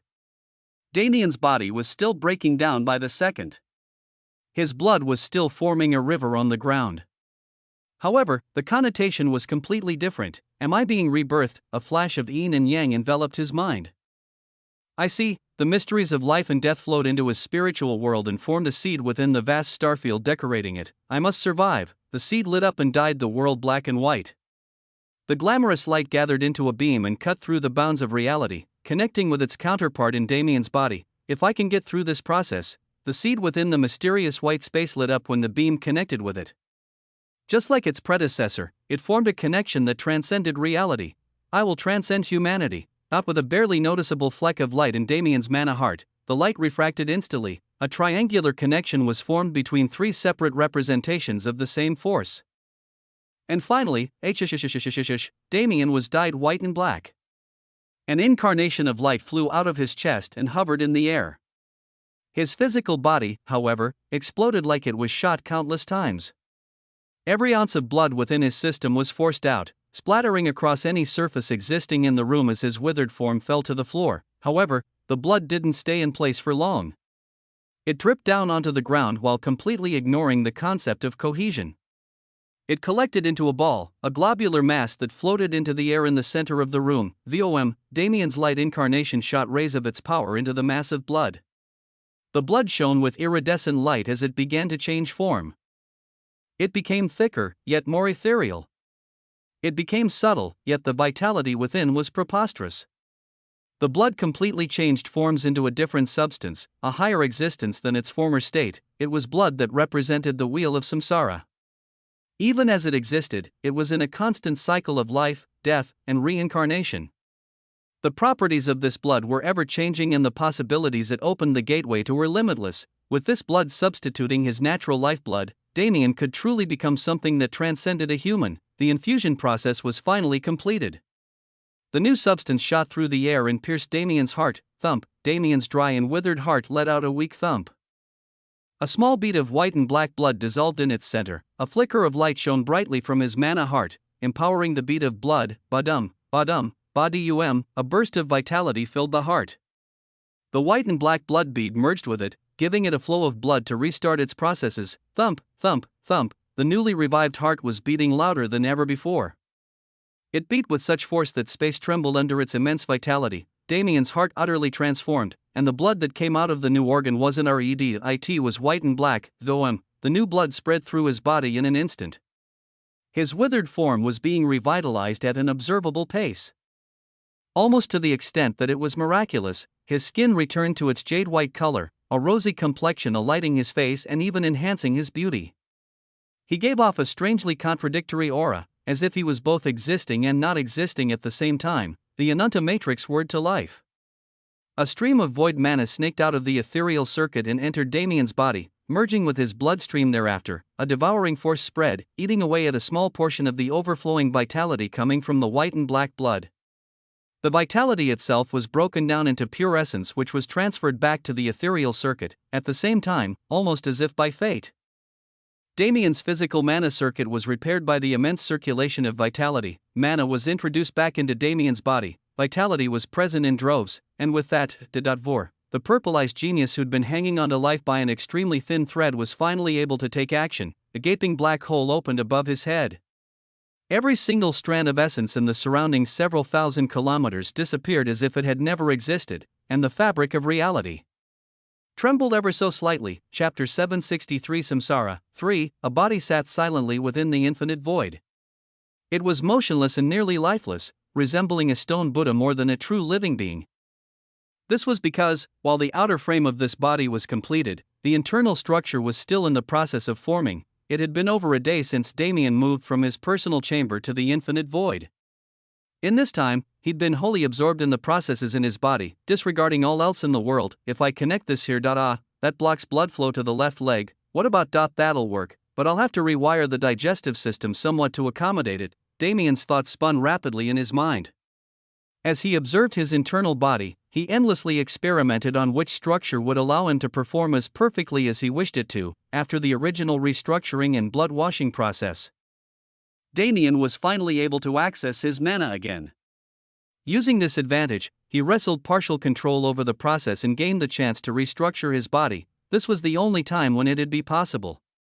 Using the immense overflowing vitality of the white and black blood that had yet to settle and consolidate within Damien's body as a fallback, he could ruin himself as much as he wanted without the risk of repercussions. Thus began a gruesome process of trial and error. Damien first played with his Ananta matrix, further increasing the cohesion between the multiple mana utilization methods he combined into the mana circuit. Even this process took multiple hours, but it was rather quick compared to his bodily modification.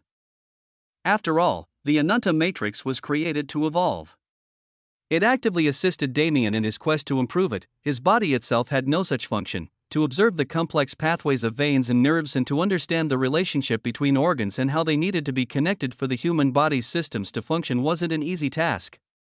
Before he could even start experimentation, Damien needed to spend multiple hours perfecting his understanding of how his internal body functioned. When he finally did, he began testing theories without a single qualm about the immense pain he was putting himself in. After all, how could this pain be worse than the pain of literal death that he experienced not long ago? With time, his body changed. The still form in the void became more complete, emitting a faint aura of strength that was hardly noticeable if one didn't focus on it. While Damien was making changes, he wasn't planning to change things too much. The human body was already designed with such beautiful precision that he didn't actually need to make many changes. For the most part, there were three factors he focused on. Firstly, he built his new body with a restructured system that revolved around his mana circuit rather than existing under it. More than just baking his mana circuits into his body, this new structure was far more efficient since it was assisted by the aura of mana emanating from the circuits. This new system also brought more importance to the bloodstream and allowed it to perform past the original abilities of the heart and blood vessels. The newly formed samsara blood was able to showcase its highest capabilities and adapt to any possible situation with this system, maximizing its potential. The second factor was the same path he'd been taking through Devour all this time. Damien optimized his body for battle, turning himself into a machine of efficiency and output that went unparalleled among those on his same level, and finally, he set up an entirely new system within his body. This system was a collection of dimensional spaces that existed in harmony within his body. These spaces were isolated, yet tethered to reality. Within each space was a vital organ. Through the newly implemented system, these organs were semi-separated from reality, which made it far harder to attack them. If an enemy happened to pierce his body and attack his vitals, Damien would have another layer of protection. Time passed with immeasurable slowness. The essence of time that permeated the infinite was almost negligible, making it difficult to understand how time truly flowed in this area. But if one thing was certain, it was that the time flow certainly wasn't the same as the outside world. With time crawling, Damien was given far more freedom in his actions, and finally, an entire week passed. A pair of eyes gently fluttered open and stared into the sky. Hong, the sound of an ancient desolate bell reverberated through the tremoring space. Hong! Hong! Hong! The bell rang continuously, and with every preceding ring, a materialization became more visible in the sky. It was a golden wool surrounded by white and black wisps of flowing mana, the wheel of samsara. Damien calmly looked at the forming manifestation. Even though it carried the appearance of heaven's wrath, he didn't show any fear. Come, he beckoned the wheel. Immediately upon his invitation, it began rapidly rotating in the air and shot towards him. Damien accepted it with open arms. The manifestation struck him and disappeared into his body in an instant, completely fusing with him. Finally done, the wheel of samsara's manifestation fully merged with his heart, and upon the completion of this process, Damien could clearly feel the white and black blood in his system activate. It finally seemed to melt into his body and become one with it. It finally conformed to the system Damien had built for it, accepting him as its rightful owner. Damien clenched his fist. Space trembled at this mere motion. If I fought that butler now, would he have the chance to escape? Damien was well aware of the immensity of his change in the past week. Even if it didn't look like anything more than an increase in vitality on the outside, it was far more significant than that. The power of life and death flowed through his veins. It wasn't a power he needed mana to access, it was a power that was one with his body itself. Maybe I should integrate spacetime laws into my body this way as well. Damien had a somewhat nonsensical thought. Even if it'd be great, when would he get the chance to do so? The titanic vitality from the white and black blood was now a part of his body and couldn't be used as wantonnly as before. The chance of him coming across another situation where he was overflowing with wasted vitality was nil. Well, it isn't a problem. If I'm right, then I got more than just a few benefits from this new blood. Namely, status, Damien Void, male age 27, level 240, Voidbringer, Celestial, experience value, 246,000/380,000, titles, Bearer of the Void Physique, Evolver, Affinities, Spacetime, Samsara, Physique, Void Physique, Magic Power, 250000, STR, 5500, AGI, 5330, Def. 5000, INT, 4500, DX, 5330, Skills, Dimensional Magic Level 8, Transcendent Regeneration Level 6, Void Art Level 6, Devour Level 8, Dragon Transformation, Demon Transformation. Awareness, Celestial Authority, Reality Shift Level 2, Sea God's Descendant, Void, Spacetime Intent, Samsara Intent, Traits, All-Seeing Eyes Level 8, Dragon's Breath.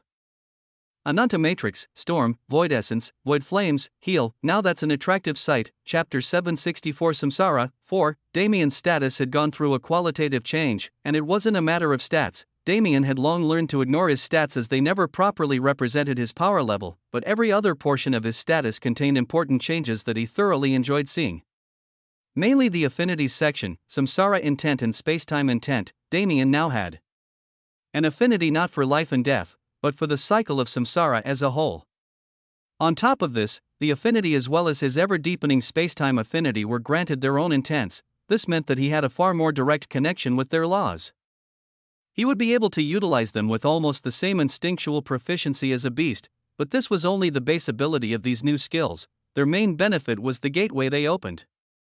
Through these intents, Damien would be able to carve his own path into the universal law, growing independent from yet connected to the existing system, becoming an existence that stood on equal terms with it. This was a level similar to what demigods reached. This is my path to divinity. The introduction of samsara into his abilities was sudden and abrupt, but it came as a tiding of fate. Comprehension of the concept flowed into Damien's mind with the same smoothness as spacetime, almost as if telling him that he was always meant to tread this path. I have comprehension of samsara, but I have yet to digest it enough to use it in combat. However, my potential has increased yet again. By the time I master this ability, will I truly become unparalleled under heaven? A delusion of grandeur filled Damien's head. The thought of crushing demigods under his feet like trash was incredibly enticing, but even with all this, my rebirth seems to be a gift that keeps on giving. What could this possibly be? Damien's eyes went to the holographic notification floating in the air before his eyes. The flow is an embodiment of the natural law.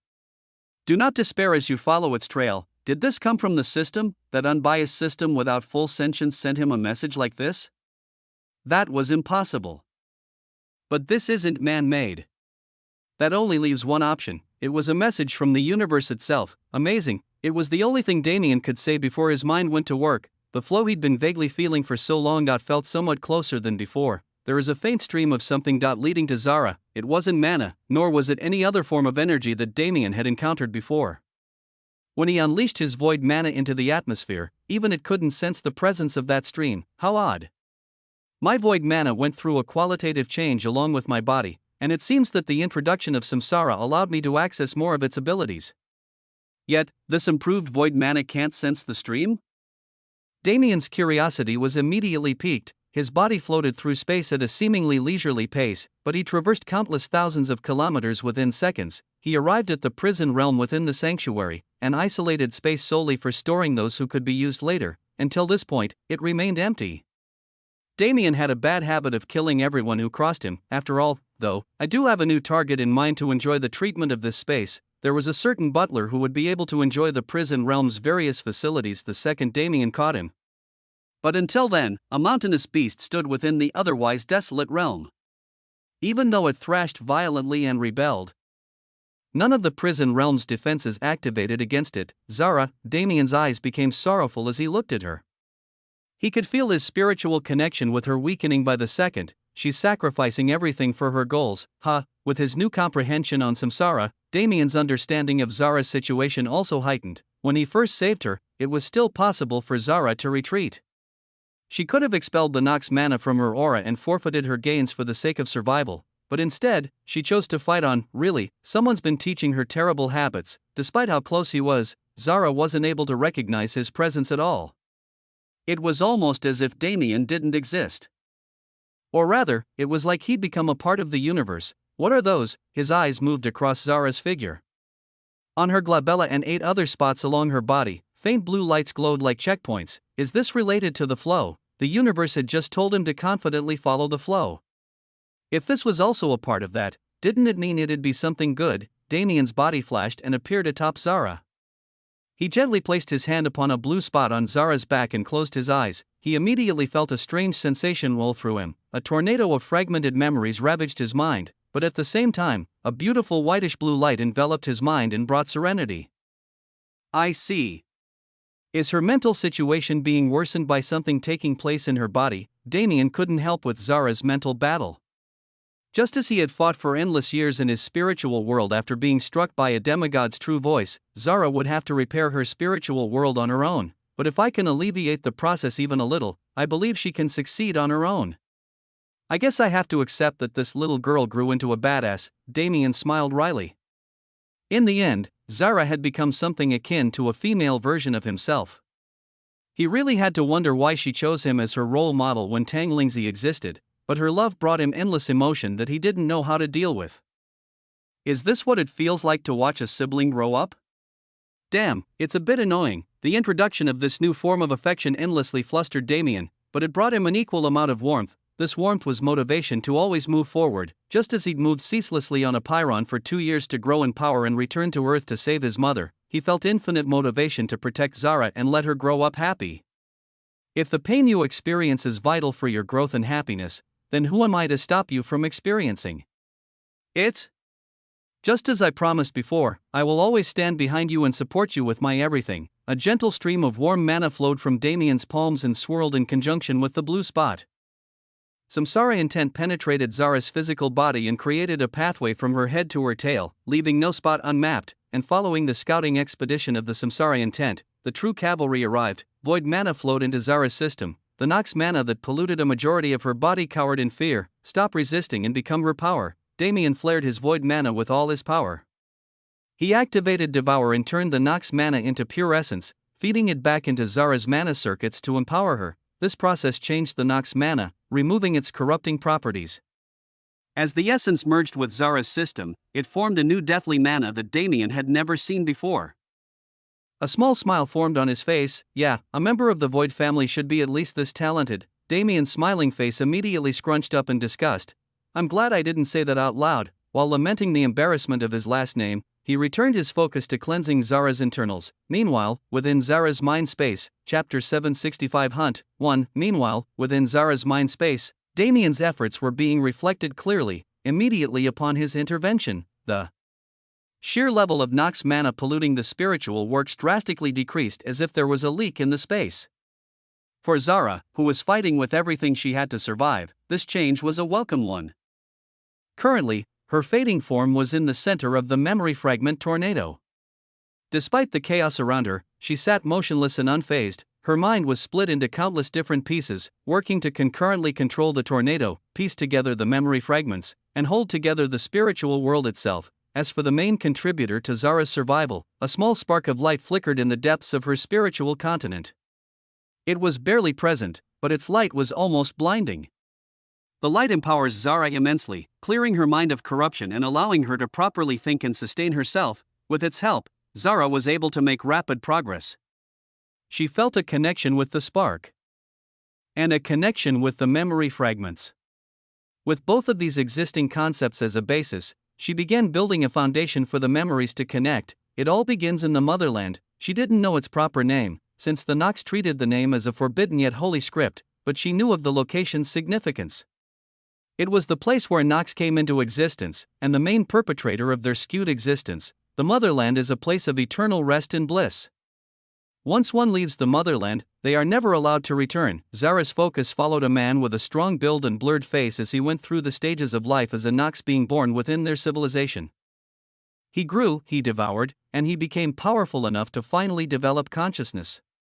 After this, he finally left the motherland and set out on his own journey. However, the results of this journey were far different than he originally expected. The events he experienced weren't made known to Zara through the memory fragments, but she was able to view the result. The man rebelled. He rebelled against his own race and fled to the grand heavens boundary, eventually making his way to a small world where he lived in hiding for many years. Zara's understanding of the man's life was limited. Rather than his actions, the memories focused more on other facets: his power, his goals, his techniques, his skills, his mana utilization methods, and other factors such as these were prioritized over history.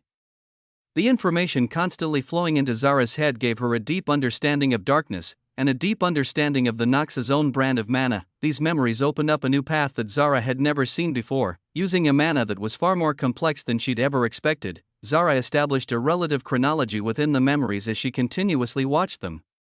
She was able to organize them into different categories based on their usefulness and contents so that digesting them was easier. She didn't know how long it had been, but she knew that her previous hopeless situation was no longer a problem. Something was guiding her. A warm hand reached out to her in the dark and showed her the way forward. Following it felt like the most natural action in existence. At the same time, another warm energy comforted Zara. The spark of light in her spiritual continent settled within her chest, glowing dimly. Immediately upon feeling it, she sensed the connection it formed to a location unknown. There were multiple factors rooting her to reality, and with their help, Zara didn't have to concentrate on maintaining her existence. She put everything into offense, fully taking control of the tornado. The massive chaotic tornado began to slow. Its energy flow was wildly disrupted by multiple forces, and it wasn't able to maintain its momentum. Zara didn't waste this opportunity. Her spiritual intent meshed into the tornado and painted it in her aura. Slowly but surely, it was becoming a concept under her control. In the outside world, Zara's feral physical body also began to calm down. Damien walked along her back and gently untangled the strange blue spots populating Zara's back and wings. Her tail swung from side to side, becoming strangely powerful as the pain in Zara's body was alleviated. She's been growing new tails with time for a while now. I don't know why I didn't realize that they're a manifestation of her power. A nine-tailed wolf wasn't a common species. In fact, Damien had never encountered another wolf species with tails like Zara's, which resembled a fox more than a wolf. Thinking these idle thoughts, Damien slowly made his way to Zara's head. His actions were like a relaxing massage, allowing her body to lose its aggression and calm down. By the time he made it to her glabella, she was already laying down on the ground, somewhat unresponsive. "I know you're awake in there. When you come back to your senses, I'll give you a little surprise." Damien smiled lightly. Zara had an immense affinity for darkness and anything related. It was to the extent that her mana would passively observe the properties of a strong enough darkness that it encountered. The same way it devoured and incorporated the Nox. Then, if Damien used his new samsara intent to inject her mana stream with clean death mana, wouldn't she become even more powerful? With this thought in mind, Damien placed his hand on Zara's glabella and began slowly unraveling the final knot he could see. The strange blue spots that the flow showed him were almost completely gone. The glabella, however, was a gateway to the spiritual world. The damage in this area far exceeded anything else Damien had seen in Zara's body. I guess I'll also get an opportunity to practice, he thought hesitantly. Samsara intent flowed from his hands, emanating a strange and contradicting aura. Life nourished and death decayed. Reincarnation acted as the glue between these opposing forces that allowed them to work in conjunction. Life mana brought power to Zara's body and healed her. Her mana flowed smoother, her bodily systems were cleared of impurity, and her mind received yet another burst of clarity. Death mana was the cavalry. It moved to directly attack the traces of corruption in Zara's body, clashing against the variation death mana as if it wanted to prove its superiority to the latter. And finally, as these two laws worked on attack and support, the essence of reincarnation covered defense. A swirling vortex of reincarnation laws acted as a master of redirection, disallowing for any negative energy to gather and become lethal. This is good. The prison realm's atmosphere must be helping somewhat. The amount of resistance is far less than what was present in the real plane. Damien sighed in relief as he supported Zara. If things continued on this trajectory, there wouldn't be a problem with bringing her back to peak condition, but as he was thinking, he suddenly remembered the outside world's situation. We've been gone for a bit now. I wonder if the reinforcement team ever arrived. A majority of the situation was already cleaned up by Damien and his squad, but reinforcements couldn't hurt, right? The only thing that worried Damien was how they'd react to his disappearance. I guess I should head back soon. There wasn't much else for him to do in the sanctuary after healing Zara. The time to return to reality was rapidly approaching. Zara will need to rest for a considerable amount of time to digest her gains this time, and I still have a mission to accomplish. Damien's eyes briefly turned cold. Previously, he didn't have any personal stock in his task. However, the Nox had decided to change that. With a new vendetta fueling his actions against them, he surely wouldn't hold back. Calypto's end was already on the horizon.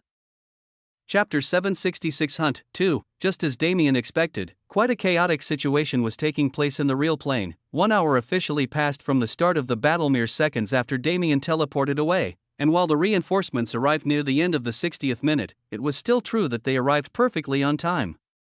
A group made up of students and teachers alike appeared at the vineyard where the original battle took place, only to be faced with a mind-boggling scene. The Continent.is gone. The leading instructor, a subordinate of the commander, looked around, baffled. It wasn't a matter of the power required to destroy the continent. Most fourth classes, especially those using large-scale attacks with immense mana behind them, possessed the capabilities to destroy a continent. However, the vineyard's state was past mere destruction. It was utterly annihilated, and even the waters that rushed in to occupy its former place were divided and morphed by the residual mana from the clash, disallowing the ocean from returning to its natural state. Right, the previous vineyard was nothing more than a sinkhole of untold proportions, and within that harrowing atmosphere, barely any life signatures could be felt. There are a few weak life auras deep in the ocean, but other than that, has everyone died? The instructor was unable to understand the situation based on what he could see, spread out and track down the source of any life auras in the vicinity. If you find allies, bring them whether dead or alive. The instructor gave a command and the forces under him immediately complied. As they searched, Hong Vumum, a terrifying fluctuation whooshed past them. Judging by its sheer size, which was far greater than the previous vineyard continent, an even more catastrophic battle was taking place. That direction, is the Willow continent. The instructor murmured, Roaring Tiger Squad, Silver Moon Squad, Dragon Elephant Squad, follow me to the Willow continent. As for the rest of you, continue the search. If you find anything, report to base. If you encounter survivors, take them back to base and let medical deal with them. Yes, sir. A collective affirmation followed his words. The 3 squads he called for appeared beside him, and without hesitation, he activated a device on his wrist. Spatial fluctuations spread to cover his group. In the next instant, they disappeared. The teleportation technology was a perk allowed to instructors so they could appear at any location to assist when necessary, but they weren't given to students as they'd allow the students to bypass many difficulties they were supposed to experience on this trip. Yet, as the instructor reappeared in reality, he had a slight feeling that this restriction didn't affect the Stargazer squad at all. Almost every continent had been cleared with their help. And more than that, they'd made a true impact on the war situation. Their presence allowed the Allied forces to push forward without worry, and even greater a contribution was their ability to remove Sebastian from the battlefield. as the Saint Emperor's personal butler and closest aide, Sebastian was a unit that the currently deployed forces on Calypto couldn't deal with. The ones who had that kind of power were preoccupied in the starry sky, fighting a harrowing war against the infected source world's main force, but now, that same Sebastian is missing, and Calypto, is this really something a student can accomplish? The instructor had been standing in the air above the Willow continent for many seconds without moving now. After seeing the sight below him, how could he? The entire continent was littered with evidence of a battle that had just ended.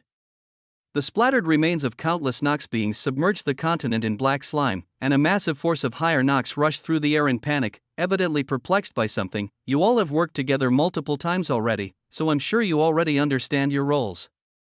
Go, fulfill your duties and bring glory to our universe. Yes, sir. The three squads immediately descended onto the Willow continent and began to scour it. Their jobs were split in three, while the Roaring Tiger and Dragon Elephant squads covered offense and defense. The Silver Moon squad went to work gathering information and understanding past events based on the residual mana in the air. While the squads worked, the instructor quietly entered the continent as well. His form shifted, his skin turned ashen gray, and his mana took on a sticky black property it didn't usually possess. The instructor appeared in front of a higher Nox being in his new form. What's happening? What is this panic? He shouted in apparent confusion and anger. Did you just arrive? A precious seed has been stolen by the enemy. We must find it and convert it before the enemy reinforcements arrive. The higher Nox spilled information without concern for its recipient. In his current form, the instructor was identical to the Nox. I see, so something like that happened. Quickly help us see. The instructor's hand shot out. The higher Nox was bisected and killed in an instant. I guess that's all he could provide. Shall I find someone of higher status? The instructor spread his awareness over the continent. From this first target, he already heard multiple concerning words and phrases. The Nox have a variety of different seeds with different connotations. I have to find out which one they lost. Even the safety of the illustrious Stargazer squad wasn't as important as finding the existence of a seed, of the multitude of seeds. The Dark God seed is the highest, the Yin Yang Heaven seed is second, and the Empyrean God seed is third. The Empyrean God seed is the Saint King, but the other two have yet to show themselves. Among the Nox seeds, these two were particularly special, not for their rankings, but the connotations behind their abilities. From what Heaven's army had gathered thus far, if the Nox found those two seeds, they'd acquire enough force to decimate the universe without opposition. Even if he was a low-rank Nox, he should have still known about the seed rankings. For that level of panic, the seed they were searching for was at least part of the 5 greater seeds. I must find that seed and end its existence before it can bloom. The instructor's eyes turned cold. The Stargazer squad, according to that Nox, the seed was stolen by the Stargazer squad's leader. From what the instructor knew, that boy was sent by a higher-up for some important mission. I should learn more about him. If he is hostile, then I will have to eliminate him as well. At that time, the instructor received a transmission from his academy emblem. Sir, we have found survivors.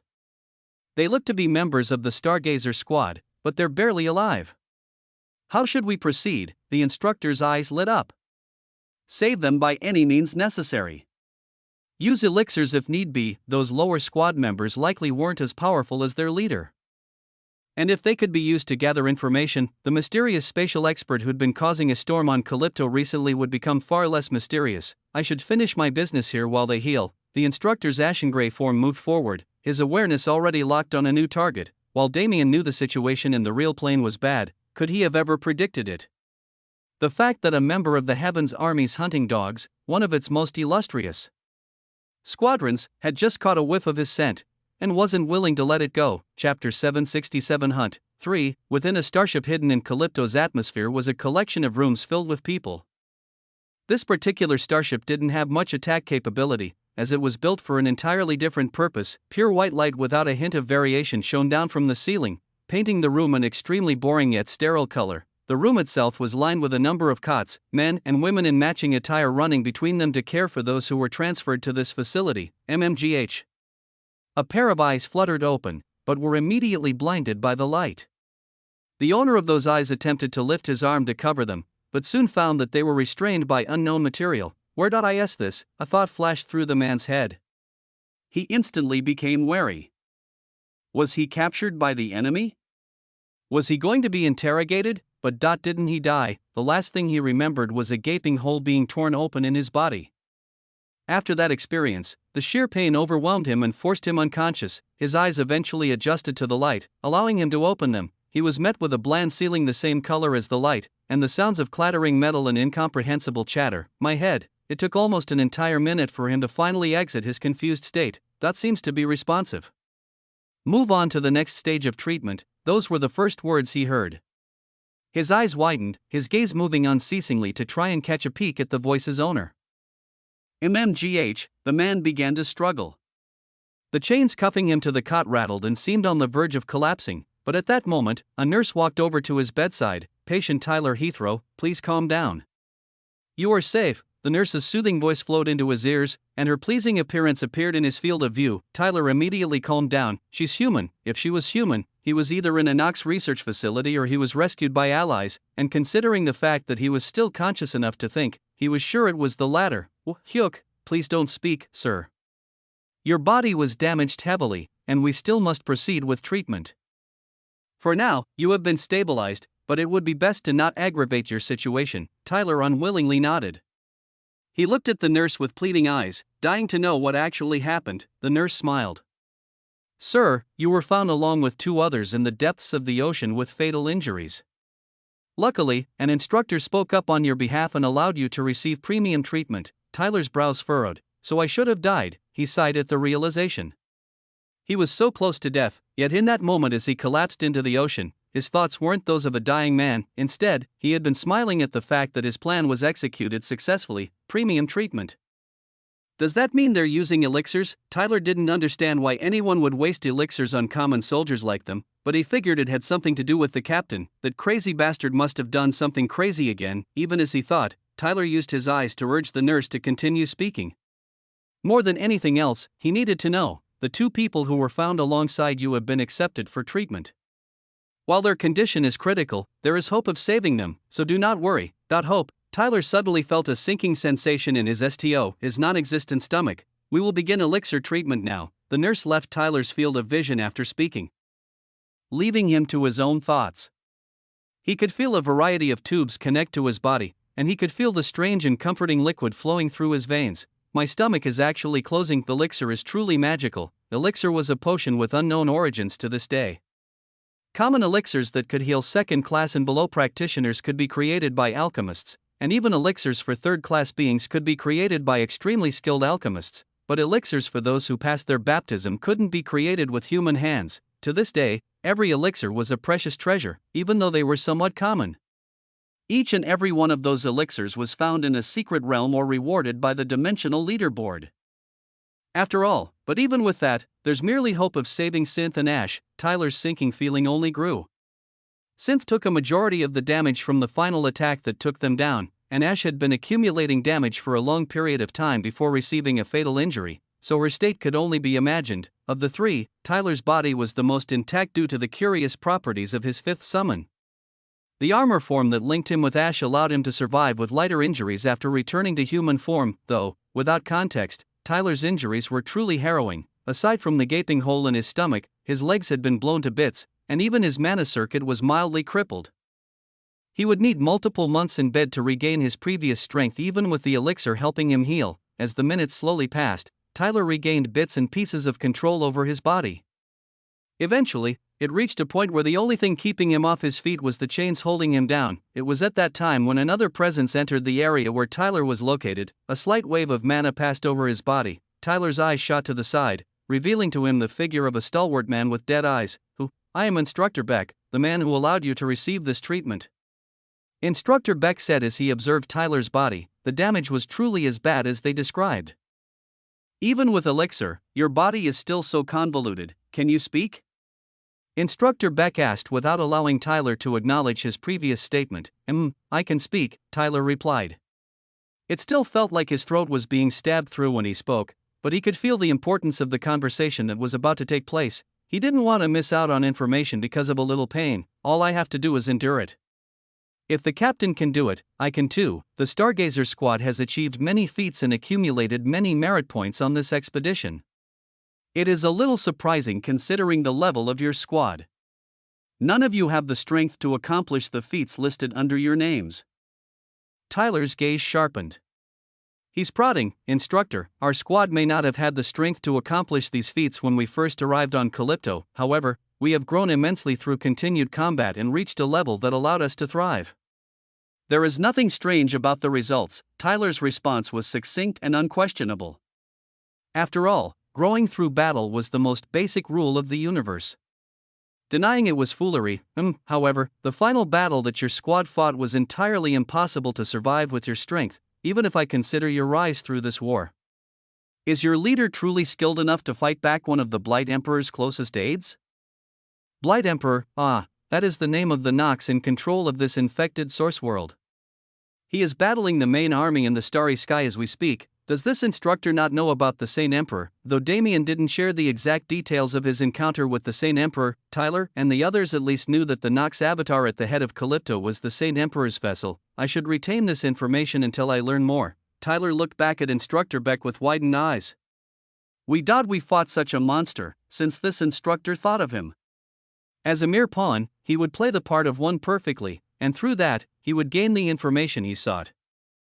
Tyler had been submerging himself in battle for so long that he almost forgot how fun it was to use his brain, but this haughty instructor who viewed him as an ant even while trying to get information from him really brought out Tyler's manipulative instinct. Chapter 768 Hunt. For, we fought such a monster. Instructor Beck Wujin, frowned at the terrified expression of the ant before him. No, it should be like this. He is someone who got this far by latching onto someone else's coattails, so his mentality will naturally be weak. Beck Wujin was an instructor who dealt with cadets every day. He already understood how weak these soldiers to be were. He was an avid supporter of sending them into war for this exact purpose. Your leader must be extremely strong to deal with such a foe. I heard he was able to force the higher Nox Sebastian to flee with his tail between his legs. Really? Captain is so strong, but I guess the Nox are strong too. It's a shame that Captain couldn't kill him, though, fool, your captain could never be powerful enough to kill such a being. It is indeed a shame. What's more of a shame, though, is the disappearance of your captain. Disappearance? Right, he seems to be in danger. He completely disappeared from our radar, and even the last known location of his academy emblem is a desolate wasteland now. See, can you save the captain? He must have been extremely injured during the battle or else he'd never get caught. I don't know if you know, but Captain is a god of space. Oh-ho? Calling him a god is a bit of a stretch. No, of course not. Captain can teleport hundreds of kilometers with ease.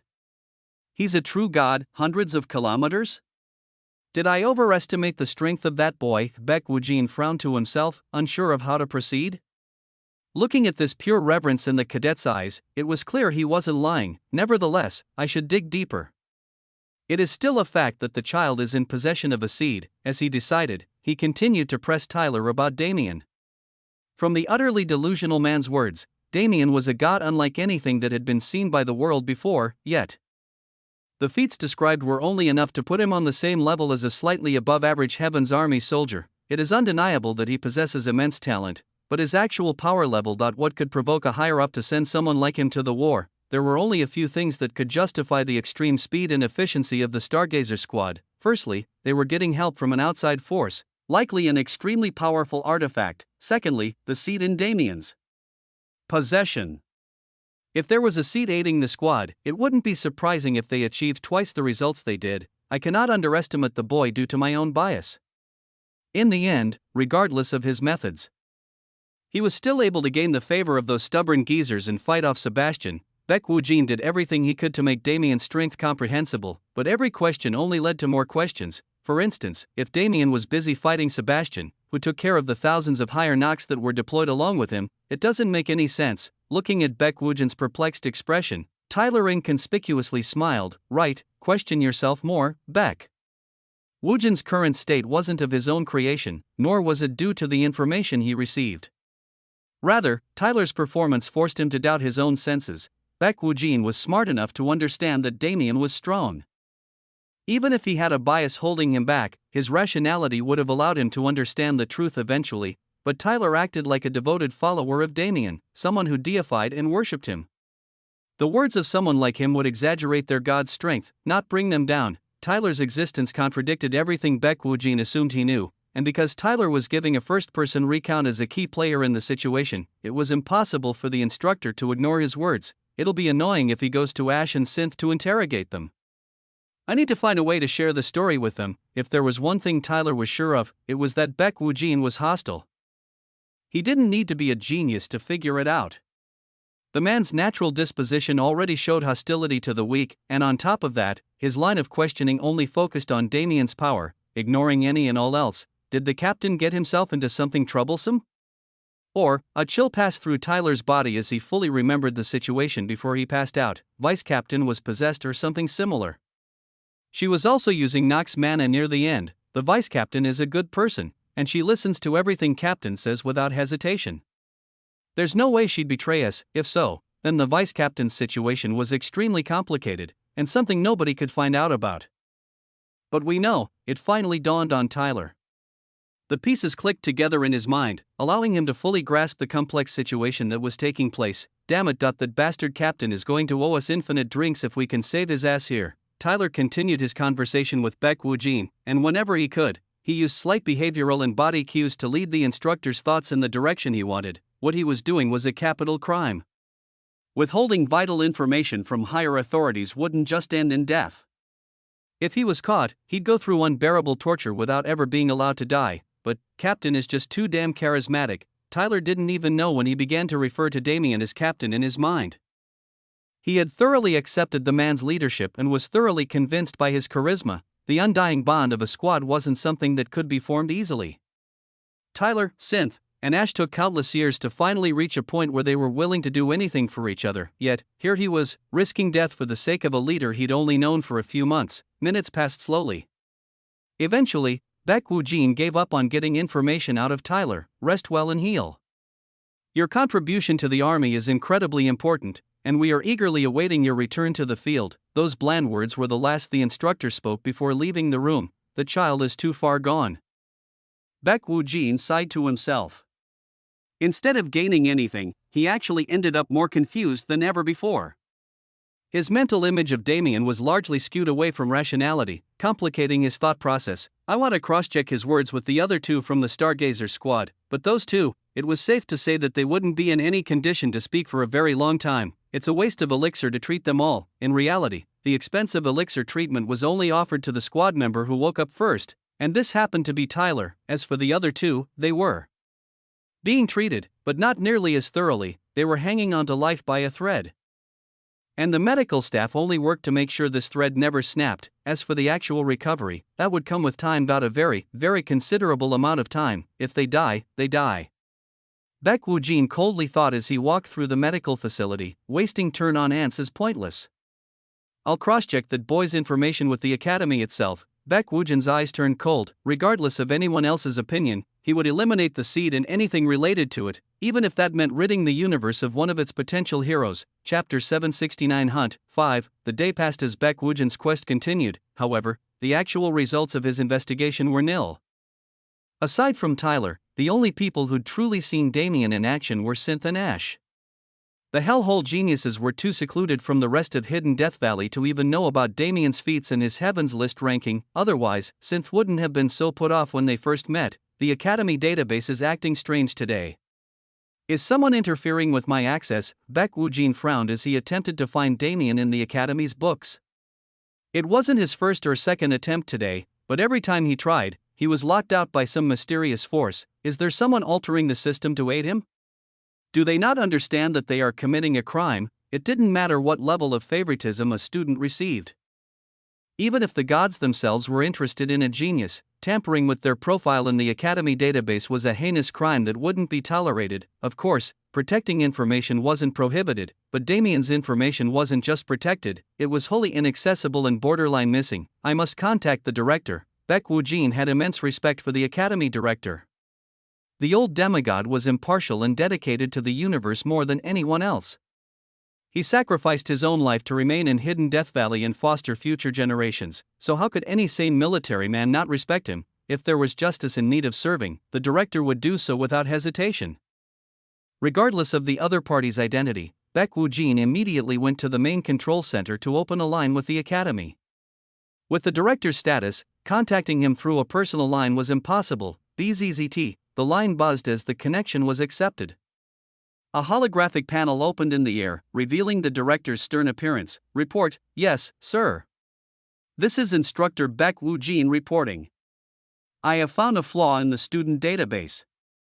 It is evident that someone is tampering with it. Oh, the director's face turned even colder than it naturally was. Indeed, this is a proper reason to contact me.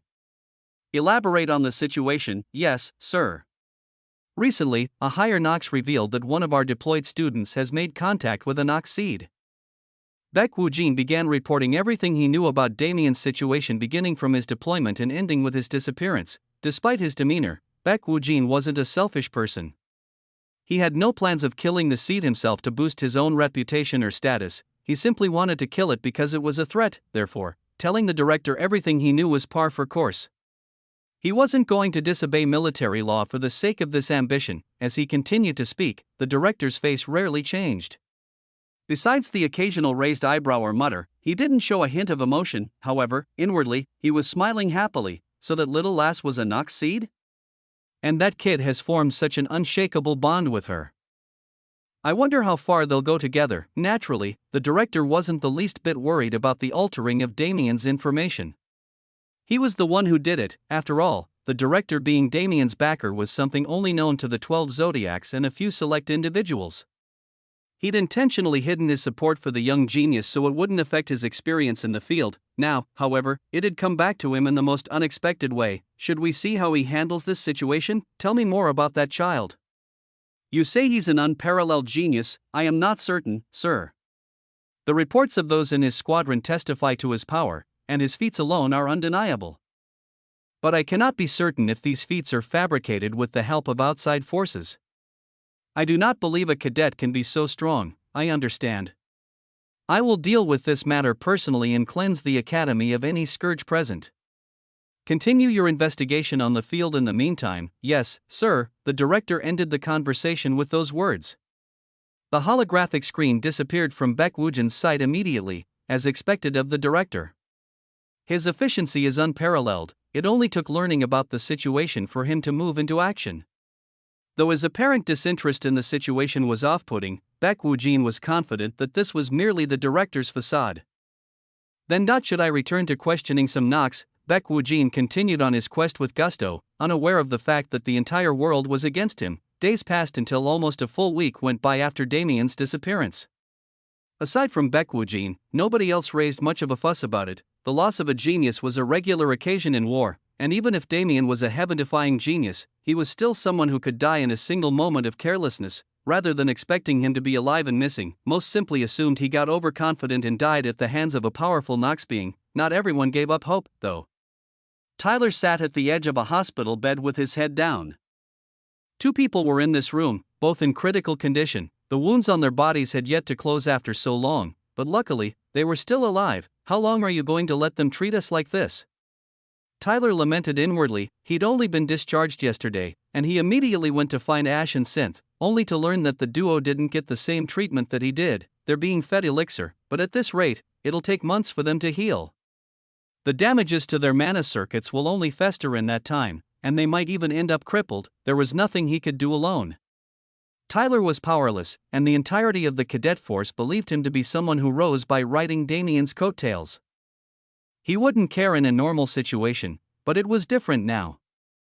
The envy of others was causing his comrades to suffer. Captain, only you can fix things now. Terrifying strength, a domineering oppression that shut everyone and everything up. These were the things that described Damien. If you could just take care of that Beck Wu Jin bastard, I can handle the rest. Okay, but who's Beck Wu Jin? A voice responded from behind. Tyler's heart skipped a beat. When he turned around, the visage of a certain purple-eyed genius entered his sight. Captain.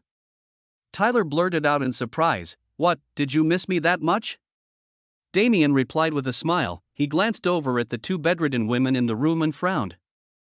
Let's talk later. First, I'll deal with this situation. Pure white essence leaked from his fingertips and coagulated into drops of milky fluid that dripped onto Ash and Synth's bodies. The fluid glowed with a dim and mysterious light as it permeated, covering the 2 in the same light, and immediately, they began to heal. Their organs regrew, their bones reconnected, and even their mana circuits were fortified. Against the effects of pure life laws backed by the wheel of samsara itself, how could elixir even compare? Chapter 770 Hunt 6. So that's how it happened. Damien and Tyler sat together in the hospital room in silence. Many minutes had passed since Damien's arrival, and he'd been completely informed of the situation in that time, so that Baek Woo-jin guy is the main one investigating me and Zara and the rest are just following his command. The lot of you have been isolated and shunned because of your connection with me and because they think you're all freeloaders with no power, and the overall situation on Calypto has been in a stalemate for the past week. Did I miss anything? Tyler shook his head. That's the summary. There have been rumors about the Saint Emperor terrorizing the main force in the starry sky, but they're unconfirmed. Nobody in our cadet division is allowed to get near the main battlefield, and what about Calypto itself? What are the Nox forces here like? After Vice Captain's outburst, most of the higher Nox on Calypto have either left in search of her or holed themselves up in hiding. For the most part, Calypto itself is secure. I see. The situation was, for the most part, as Damien expected. Originally, the plan was to send Zara into the sanctuary and return to the real plane to handle the aftermath, but because of his sudden body metamorphosis, he was unable to follow through on this. He already predicted that Zara's status would be outed, and he already predicted that everything he was trying to prevent would go wrong. This was why his first move after returning to the real plane was to find Tyler and the rest. He wanted to at least make sure his squad was saved by the reinforcements that he'd requested. Luckily, things didn't spiral into mayhem, and the squad members were relatively safe. This Baek Woo-jin is a lone wolf type.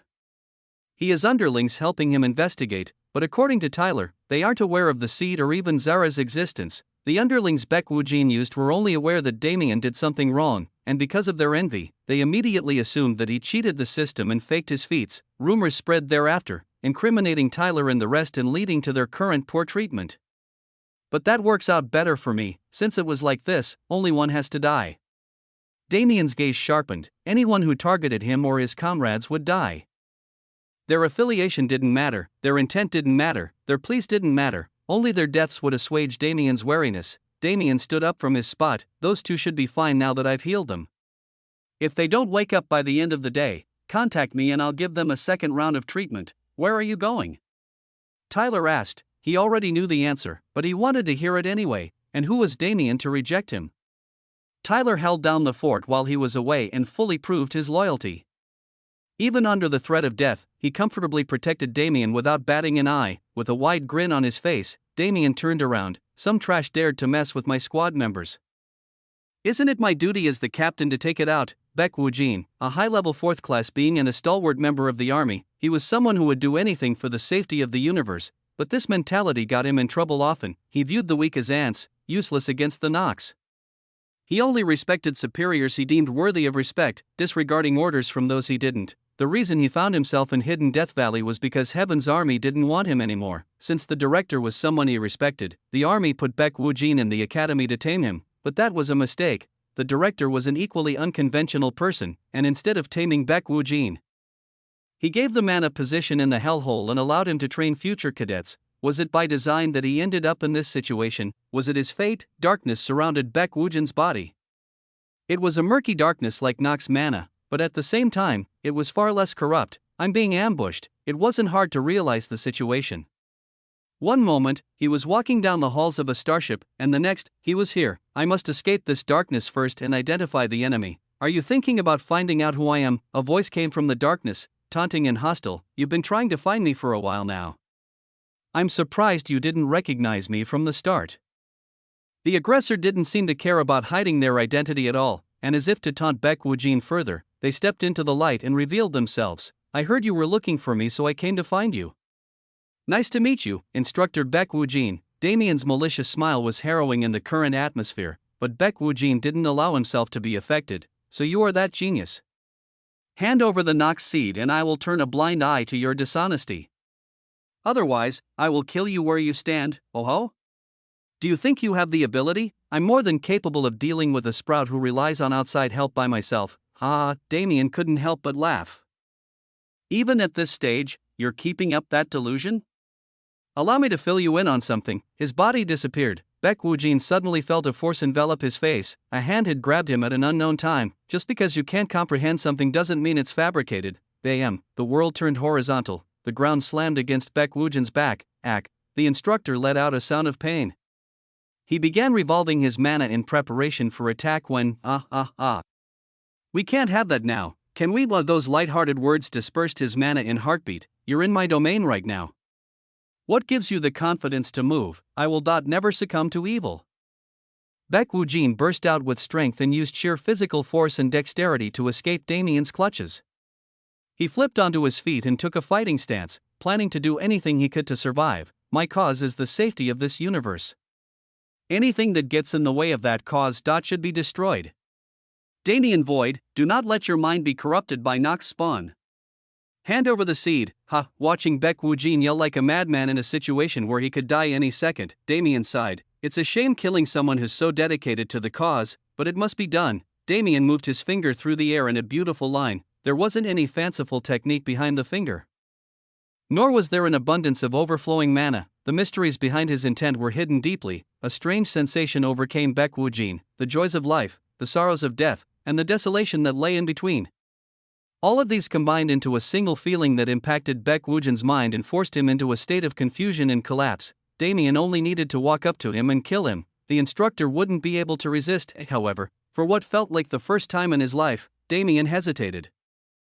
Chapter 771 Hesitation 1. Hesitation was a strange feeling for someone with Damien's self-confidence. When it came to the battlefield, Damien never regretted a decision that he made. To kill someone was to save himself. If anyone who antagonized him was allowed to live, he would be the one to die instead. It had been this way since the beginning. Even the smallest creatures in the first dungeon has the power to rip him to shreds. Back then, the past molded Damien into someone who didn't care about the potential benefits keeping someone alive could bring if it meant keeping a loose end untied. To feel it now was strange. Baek Woojin. Damien did his research on the man after talking to Tyler. Baek Woojin was a decorated member of Heaven's Army, a part of the Hunting Dogs, and a defender of justice to the bone. Objectively speaking, he was the most upstanding citizen in the universe. His only flaw was his black and white sense of morality. In a sense, he thought similarly to Damien in how he dealt with threats first and consequences later. Did I feel sympathy for him? Damien scoffed at the thought. It was impossible for him to sympathize with someone who targeted Zara. Then, he'll be useful in the future. That was the only explanation for his hesitation. Damien's instinct had grown ever since he started acting intelligently. The previous sense he possessed was unrefined and feral. But as he grew, his sense became more rational as well, to explore other possible futures. This was the ability Damien gained. I've only heard about how prestigious the hunting dogs are, but I've never actually heard anything about them. This guy is a high-level 4th class, but he's weak. Likely, he's not a very high-ranking member. He might have been dropped from the squad since he's an instructor at the academy now. Will the director be pissed if I kill him? Damien's thoughts spun. He began to realize the number of problems he'd bring upon himself by wantonly killing a member of Heaven's Army at the moment. I don't have any status in the universe, and since I've been inactive on the dimensional leaderboard for a while, my name has pretty much been forgotten by the masses. I can't wantonly kill without justification. It was the exact trouble he avoided countless times in the past by finding an influence to back him. Zenith Academy, Celestial Star Palace, White Dragon Grotto, and even Shadow Garden were prime examples of this. Hidden Death Valley was extremely respected as an academy, but it was a neutral force. Damien couldn't simply use its name to get himself out of any situation. What should I do with him? Regardless of the risks, Damien couldn't let Baek Woojin continue what he was doing, and he couldn't allow the rumors about his squad to continue propagating. So brainwashing is the way to go?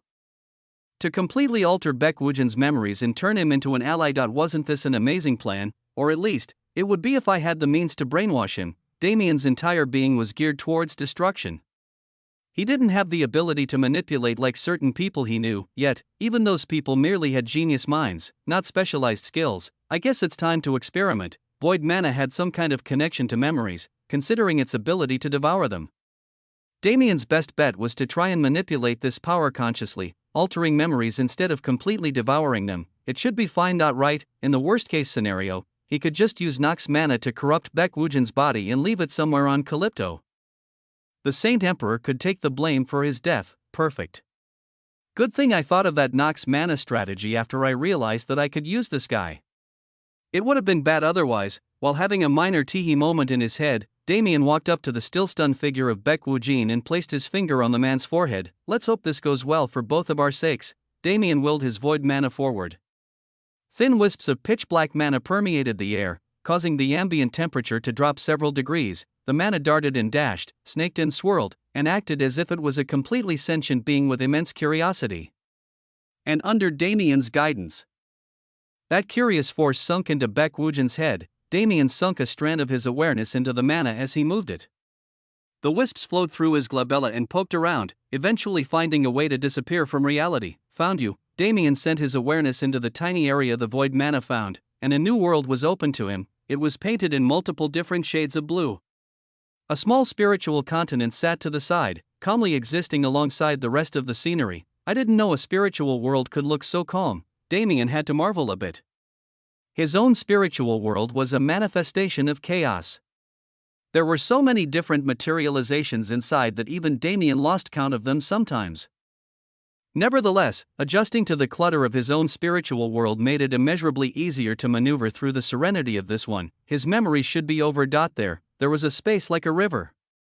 It flowed and painted countless pictures, illustrating the life of a man who constantly fought adversity and climbed to the top. It showed his pain, and it showed his struggle. As if he was devouring the man, Damien was able to learn an incredible amount about him, so it's a revenge thing and a hero complex at the same time.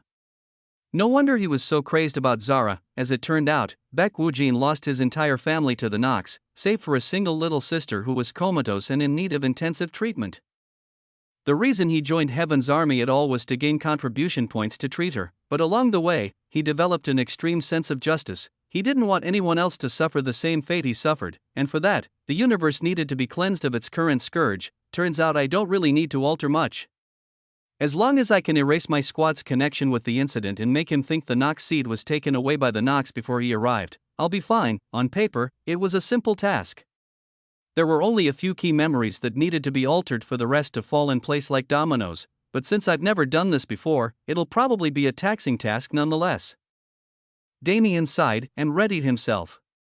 He cleared his mind and focused on his void mana. As long as I've known it, the void has only showcased properties of devouring, but that's not all there is to it.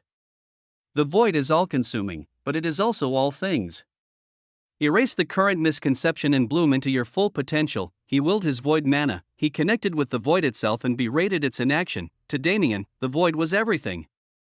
It wasn't just the entity that gave him the opportunity to become strong, it was the entity that birthed everything he ever knew and loved. He was well aware that devouring was only the most basic of its abilities. Samsara helped him realize it.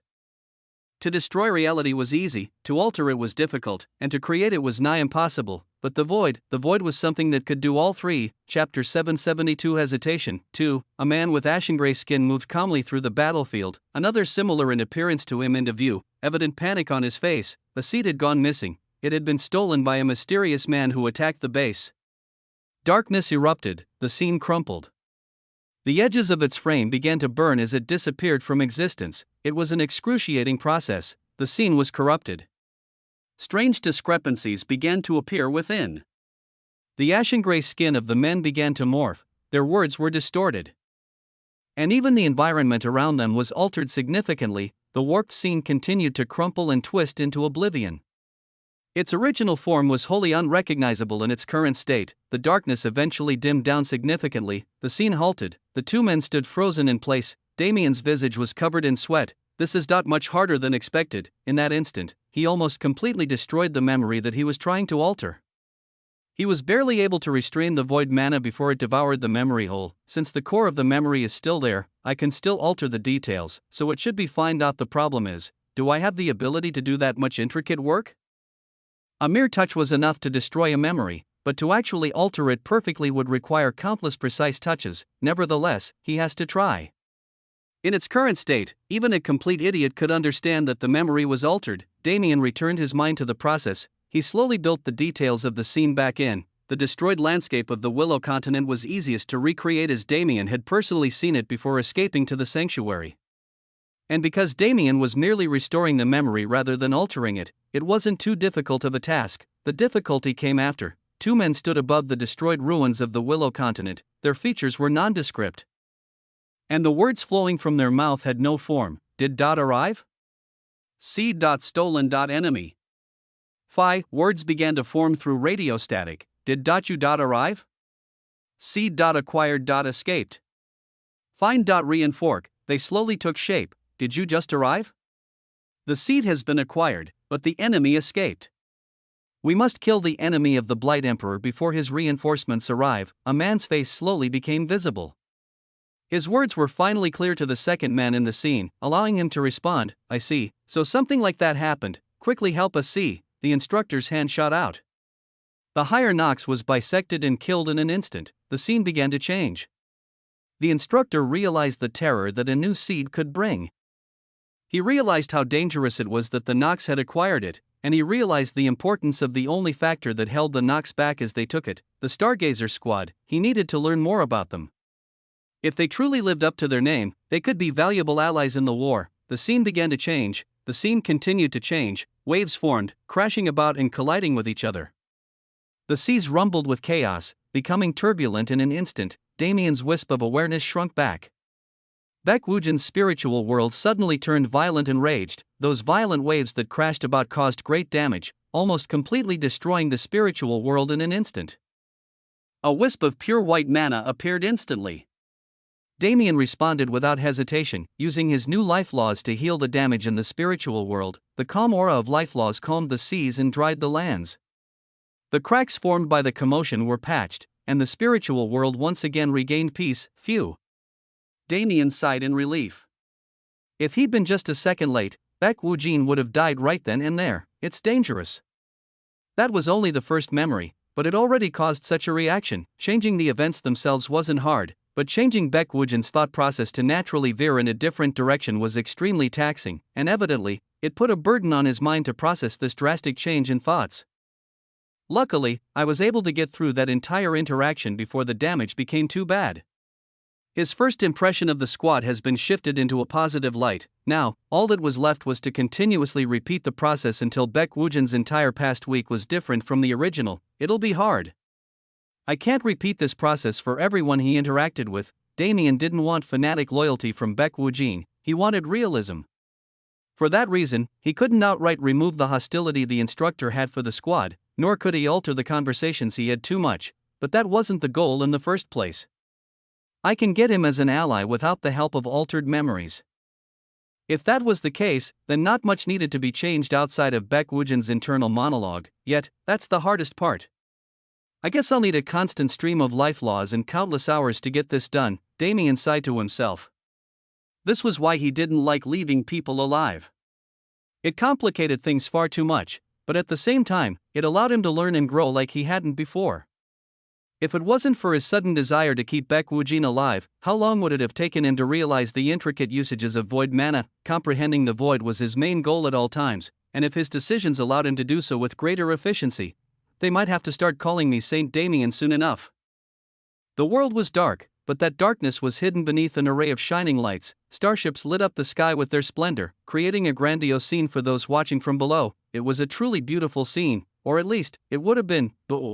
Countless smaller ships raced through the air in fierce combat with each other. Dazzling bursts of mana lit up the night sky like fireworks and rainbows, but at the end of each rainbow was a dead man. Boom. Boom. Boom. Boom, heavy artillery fired from the sky above, rocking the ground with force greater than any earthquake. Shockwaves spread through the world, incinerating those they passed through. The land itself was cracked and sundered beyond repair. Almost razed down to the mantle, the scenes of terror were numerous, and they didn't just exist on this one planet. This planet only signified a smaller battlefield within the large-scale war zone that was formed in the area. At least 10 different planets of the same size were experiencing similar scenes, but the main battlefield was elsewhere, on a world of equal size to Calypto, yet this world was already in pieces. The entire world had been destroyed at some point, leaving only a murky black ball of ink that substituted its world core. Two sides stood against each other and fought with ferocious brutality. It was a scene where not a single soul was safe from the clutches of death. It was the battlefield of Thro, where Heaven's army was making a stand to reclaim the universe's lost land and drive back the invading scourge. Chapter 773 Thro, 1. What's the current situation? Someone report. Deep within Thro, A squad of elites stood stranded and unable to contact their peers. They had been part of a strike team sent out to assassinate a few important members of the Nox's home base on Throw, but before they could even reach the base, they were met with a terrifying ambush. A woman clutched a radio device and screamed into it, hoping for a response from her squad members, but she was only met with silence. Her eyes sharpened as she lifted her injured body off the rocks. She held a large gun in her hand, evidently possessing plenty of firepower on her own. She ran through the desolation of Throw. This deep into the planet, there was nothing but endless desert and cracked dirt. The heat was almost unbearable, especially in the armor that these Heaven's Army soldiers were wearing. Reporting to base, "We've been ambushed." I repeat, "We've been ambushed. Send reinforcements as fast as possible." The woman yelled into her radio one more time before raising her gun and cautiously making her way out of the imploded area where she was stuck. After climbing out of the wreckage, she found a new landscape in front of her. Underneath Throwa's surface was something terrifying. Something that Heaven's Army wasn't prepared to face. The woman was quiet. She didn't even dare let a single breath leak from her mouth. That thing was right in front of her. The imploded ground created an opening in its quarters. If she moved even a little, this is base reporting. Unit 67, are you still there? I repeat, Unit 67, this is base. Do you copy? Despite her own personal desires, the woman was unable to reach for her radio. After all, something appeared before her. It was present yet not present at all, alive yet showing no signs of life. It was a contradictory existence that should not be allowed to exist in this world, and that existence was facing the woman head-on at the moment. "Base, I think you just got me killed," the woman spoke with a wry smile, and that was the last expression to ever surface on her face. Something whipped out at her, and her existence was erased in a single instant. The only remaining proof of her presence was the final message she sent to the base. A control operator panicked.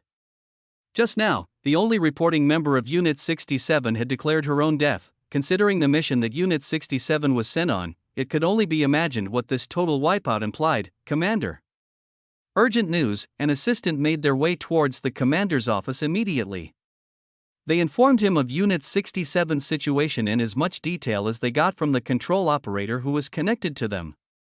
The commander frowned. There is something within the planet. It wasn't as surprising as it was unexpected.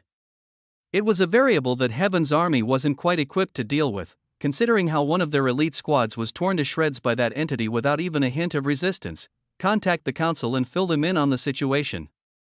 In the meantime, Units 34, 27, and 66 should be summoned to my office, and Units 22, 15, and 53 should be sent to General Struss for further instruction. The commander's assistant moved instantly. It only took a little over a minute for everyone to gather where they were supposed to be. Attention! Our 3000 Lightning Palace will gain infinite prestige in this war. We have just found an entity of unknown proportions and power beneath the planet. Before we can message the association and inform them of its existence, protect the planet from its wrath and keep it contained. Do you understand? Yes, sir, the three squads he summoned to his office shouted in unison. While they were busy containing the entity, the three squads under General Struss would lead a second expedition into the cave to capture footage of that entity so it could be analyzed. You may die on this mission, but you will die with honor. You will die as protectors of this universe, people who allowed it to persevere during these terrible times. Are you prepared to make this sacrifice? Yes, SIR. An enthusiastic response followed his words, carrying enough momentum to shake the world. The commander smiled. Good. Then, I wish you all good luck, and don't make me write home to your families. I owe you all drinks when you get back. The deployed squad smiled wryly. The commander's method of cheering them up wasn't the best, but his intent made them smile every time. Without hesitation, they teleported from the starship and landed on Throw. The commander sighed from above. Just how many of you will I have to send off before this war ends? He lamented their fates, but he could do nothing to stop them. He wasn't lying about the importance of their sacrifices. Now that we've discovered something so horrendous, we can only hope everything else works out in our favor. If the infected source world's forces appear, the last information he heard about the infected source world was that a group of cadets was going to take charge of it. Of course, the instructors above them and even some Heaven's Army troops were overseeing them, but it still remained that the main operations on Calypto were being handled by inexperienced kids. If they can hold those pests off until we finish up here, I'll swear my loyalty to them as a whole. I'll even become a dog if it means containing the situation that's already out of our control. The commander sighed once more. Unfortunately, he didn't have the freedom nor the jurisdiction to know the overall situation with constantly updating details. He could only hope that fate would be on their side. In another starship far away from any ongoing battlefield, countless individuals swarmed about as they carried out their individual tasks. This starship was the main control center, the starship that linked every part of the battlefield together, and here, they were able to receive information from all across the universe. Most of Calypto's forces have been wiped out by the Stargazer squad.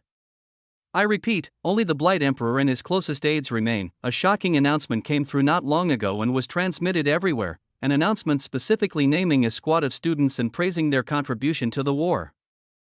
According to the operator, this squad essentially swept Calypto's surface single-handedly. A man raised his brows in appreciation when he heard the news. What's the current situation of this squad? 2 are crucially injured, 1 is still recovering after elixir treatment, and 2 are missing. That alone was enough to shock the man, but when he learned of why they were in such a predicament, my gods! Who knew we still had such courageous youths entering our ranks? He let out a shout of anticipation. He couldn't wait until these brave students joined him on the true battlefield. Only people like them were worthy of becoming hunting dogs. Speaking of, isn't little Jean over there? How's he doing? Instructor Baekwu Jean is currently investigating the Stargazer squad for unknown reasons. The cadets have speculated that he suspects them of fabricating their feats. That boy was always too stubborn to recognize others. I hope it doesn't end too poorly for him. Indeed, however, sir, this is not the time to be thinking about that. Your troops await your command, right? Then shall we get going? The man smiled and stood up from his throne. An ornate blue robe signified his high status, and the scholarly aura emanating from him made even the most belligerent fool feel tranquility. He stood on a balcony overlooking 100,000 troops, all lined up in undeniably perfect formation. Men. The man shouted with all his power, "Tonight, we feast on the blood of our enemies. Tonight, we kill until we're killed." The response was beautifully glorious. The soldiers chanted as one unified mind, with no doubts in their minds about the success of their mission. Pro was a battlefield where countless different squads and sects fought together while simultaneously competing. It was an environment of brutal war no matter how many thousands of kilometers away one went, and in this environment, the only way to survive was to contribute. As contribution points stacked up, the guarantee of safety would increase as well. For these fighters from smaller sects, and even those from major influences, who came to the battlefield for glory, each and every battle was one of fierce survival and competition. Chapter 774 Throw 2. The Stargazer squad's contribution to the battle on Throw wasn't to be underestimated. Even without the discovery of the entity beneath the surface, Heaven's army was still stretching its forces in this battle.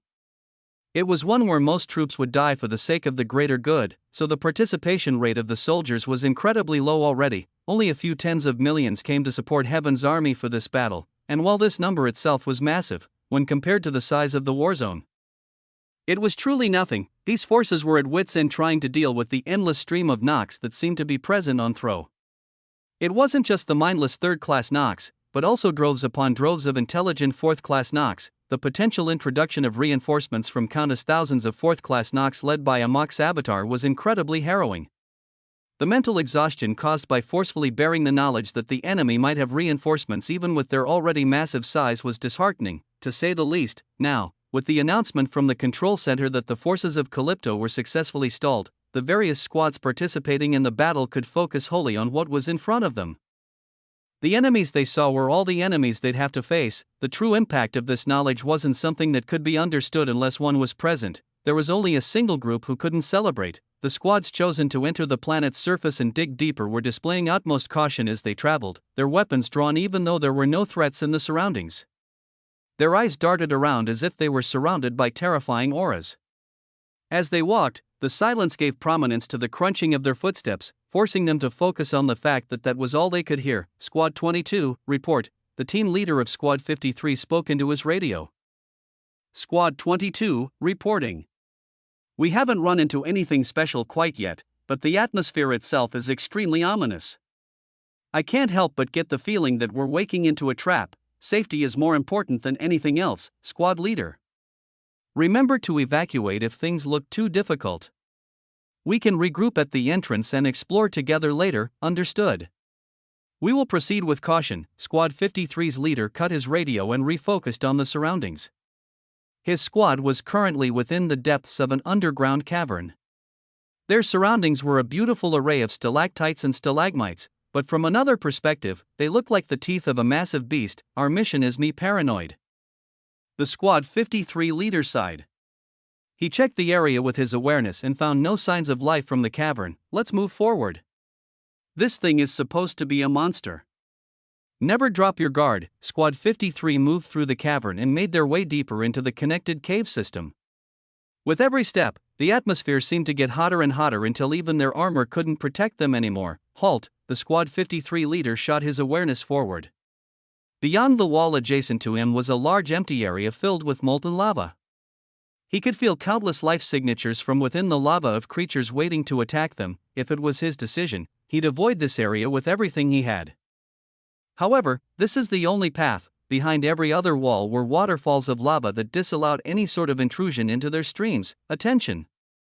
The next section will be incredibly difficult, so be prepared. Only after making the announcement did the leader finally begin destroying the wall. The squad walked into the empty spaces. The heated breaths of the lava below brushed against their skin and burned them with every touch. Watch out for the beings below. Let's go. The leader immediately hopped onto a nearby protrusion of rock and began hopping his way across the large expanse of lava. Any free land was a valid landing point. Squad 53's members gradually followed their leader's footsteps and made their way across the lava sea. However, save me, not everyone could remain standing in the tiny rock protrusions. The one scream led to a cacophony. Out of Squad 66's hundreds of members, at least a few tens of them died. Squad 22, do you copy? Squad 15, are there any changes on the outside? Squad 22 reporting in, we haven't come across any changes. We just crossed a lava sea and are making our way deeper into the tunnel system. Squad 15 reporting in, there are no major changes on the surface. Nox forces have passed through the area, but none have been allowed close to the site. Understood. Squad 15, be sure to constantly watch our footage in real time so you can support us when the time comes. I have a feeling that we'll run into the entity soon enough. Roger. The radio conversation ended and the squads began moving once more. They moved so much that they almost doubted the original report about the entity, at least, until they ran into it personally. It turned dark in an instant. Squad 53's leader realized, even their scrunching footsteps could no longer be heard. Where is it? He wondered. Out of curiosity, he raised his gun and fired a burst of mana bullets into the air. Scree, a mild sound of pain reverberated through the room. So that's how it is. The Squad 53 leader smiled wryly and raised his gun once more. Boys, we've already been swallowed. Let's go out with a fucking bang. Who? Squad 53 let out a spirited and unified bellow as they raised their weapons. The section of the tunnel system was lit up with various colors of mana. Squad 53 was already in trouble, yet they hadn't even met the main body of the enemy yet. There were only 5 squads working together for this operation. To either destroy everything or get as much information as possible was far too hard, but this was the exact type of challenge that they joined for. If they couldn't even get past this much, how were they supposed to thrive in the universe? Heaven's army was full of opportunists, and the reward system made it infinitely easier to connect them, when so many people desperately waited for their opportunities. The intensely competitive environment was always maintained. Squad 53, Squad 22, and Squad 15 all fought with their everything and recorded footage of the being they faced, but despite their immense advantage in technology and firepower, Squad 22 was wiped out in an instant. They didn't even live long enough to send apologies to their loved ones. The last thing visible in the choppy footage was a single eye, an eye bigger than even some smaller beginner worlds, the existence of an unknown planetary being was confirmed at that moment. The command center was lit aflame with solemnity as those within tried to find a way to take the entity down. However, as someone who was facing it directly, the Squad 53 leader understood just how idiotic the idea was. His body roughly slumped against a nearby wall. We really are fighting an unwinnable war. Chapter 775 Throw. 3. It was far away from Throw, but not far enough. Something levitated in the starry sky. It scaled enough to eclipse an entire world. It was the most terrifying thing a Heaven's Army soldier could see, a starship of untold proportions equipped with weaponry and innovation enough to match its size. This destroyer starship was currently inactive, but it had the potential to be activated at any time, becoming an integral part of the Nox's plans to destroy the universe. However, not everyone showed fear in front of the destroyer. A woman far too beautiful for the bloody battlefield entered the destroyer ship like a shadow. Her pale green skin reflected off of its metallic outer shell as she made her way into the guts of the ship. The team she brought entered with her. They spread out immediately upon entry without a single word, as if every step had been planned from long ago. Their bodies turned into elusive blurs as they began moving to complete their task. Small seeds around the size of a marble were distributed to every corner of the starship. They had various colors and patterns decorating their surfaces, outlining the variety in their effects. The beautiful plant race woman closed her eyes as she stood in the center of the starship. Feeling for each and every seed that had been distributed, Aaliyah, remember your origins. Do not allow that disease to continue spreading. I can only help you this much. I hope you know what to do. She remembered the message she received from a little fairy many months ago. That fairy was carrying a bag of these seeds, and even though Aaliyah had never seen them before, she had a vague guess about what they were. Holy Mother, Aaliyah shook her head in denial. As far as she knew, the Holy Mother was dead. She died protecting the plant races long ago during the ancient eras, and only vestiges of her will remain. But wasn't it okay to hope? Aaliyah could feel the beautiful complexity within the seeds. Just the fact that they were all seemingly tailored to be handled by her was astonishing enough. When their intended effects were taken into account, luckily, the Nox have not decided to use the starship yet. If it was active, we would have far too many issues to deal with to cleanly deal with the situation. Unfortunately, the concept of jinxing didn't exist among the plant races. Aaliyah couldn't have known any better. The sound of a pressurized room depressurizing was so loud that it resonated throughout the massive starship. The plant race beings who invaded the ship froze. Their bodies were concealed and hidden within the crevices of the ship, areas that would never be checked. Their leader, however, Aaliyah's eyes widened when she heard the door opening. However, she couldn't move. In order to spread her awareness evenly and control all the seeds that had been planted, she needed to be in the middle. Thump! Thump! Thump! The sound of footsteps slowly got closer. It wasn't just one pair, but instead enough footsteps to form a small rumbling sound as the group walked. A door depressurized. A group of people entered the central control room. I absolutely deplore the scent of plant race experts. I can't believe their blood aura has become so thick that it even permeated through Leviathan. A woman sneered, ahaha, and why is that? The plant races might be strange, but they taste quite good. How should I say this? They have a bit more sweetness that those who diverge from nature don't possess. A man responded with a smile as he sat down in one of the nearby seats. Each seat was linked to another control module, with each operator working in tandem to control the entirety of the ship. For a ship on the planetary scale like this one, single-handed control was nearly impossible. Only a demigod had the mental strength to actually pull off such a feat. The current group of 6 higher Nox beings who chatted casually as they took their places amongst these seats didn't look like professional starship operators. In fact, they didn't look like they deserved to be in the war zone at all. Their skin was smooth and beautiful, their faces were perfectly proportioned, and even their bodies looked sculpted from the finest clay by a master craftsman. Compared to the majority of Nox beings, they were on another level, but at the same time, they were extremely young. Aaliyah watched from her concealed spot within the roof of the central control room. The most she could do was hide herself quickly before the group entered, so it was a miracle she was even able to get this far. She didn't dare to use her mana for fear of being discovered, but she knew that the second the starship was activated, will be found in an instant. Aaliyah's eyes hardened. Let's wait it out for now. The group that arrived was clearly filled with experts, judging by their ability to play with the starship's controls so freely, but none had taken the helm yet. These 6 merely sat at subsidiary stations, taking their rightful places and waiting for the one who would lead them. It didn't take him long to appear. Light footsteps that almost disappeared into the void preceded his entrance into the room. He was lithe and almost womanly, his appearance possessing such a powerful feminine charm that even men around him were forced to look away with red faces. His movements were graceful and filled with poise, unmatched by 90% of existences in the universe. Are you all ready? He asked slowly. Ready, let's rev it up, Captain. We've been waiting for this moment for years already. The team responded enthusiastically to his words, causing the captain to smile. He walked to the helm and took his seat. He stared out the massive holographic window of the starship that reflected the starry sky outside. I will surpass you, father. The womanly man sharpened his gaze. Aaliyah's heart skipped a beat. That is, she knew this man's identity. While she'd never seen him in person, she'd seen countless pictures of a face that almost perfectly resembled him. Even the most basic inference abilities could comprehend his identity. He is the Plague Lord's only son, Thaddeus Church. A chill ran through Aaliyah's body. The feeling of immense opportunity as well as immense disaster flowed through her at once. There aren't many of them, but with the ship's systems, the 6 of them possessed the fighting force of an entire army both internally and externally. Even within the ship's interior, there were countless weapons to deal with intruders. It would be instant death for the guerrilla squad if they were caught. Aaliyah took a shaky breath as she watched Thaddeus Church turn on the starship's various systems. With every click, every whir, and every ding of confirmation, her heart skipped a beat. The timing was off. She had a single chance, if Thaddeus Church didn't deign to inspect the ship before launching. The guerrilla squad would be able to accomplish a feat far surpassing their original intention, but if he performed the inspection as he was supposed to, Cherry Blossom Squad, prepare to fall, as their name suggested, they would become one with death, and use their deaths to spread desolation to their enemies.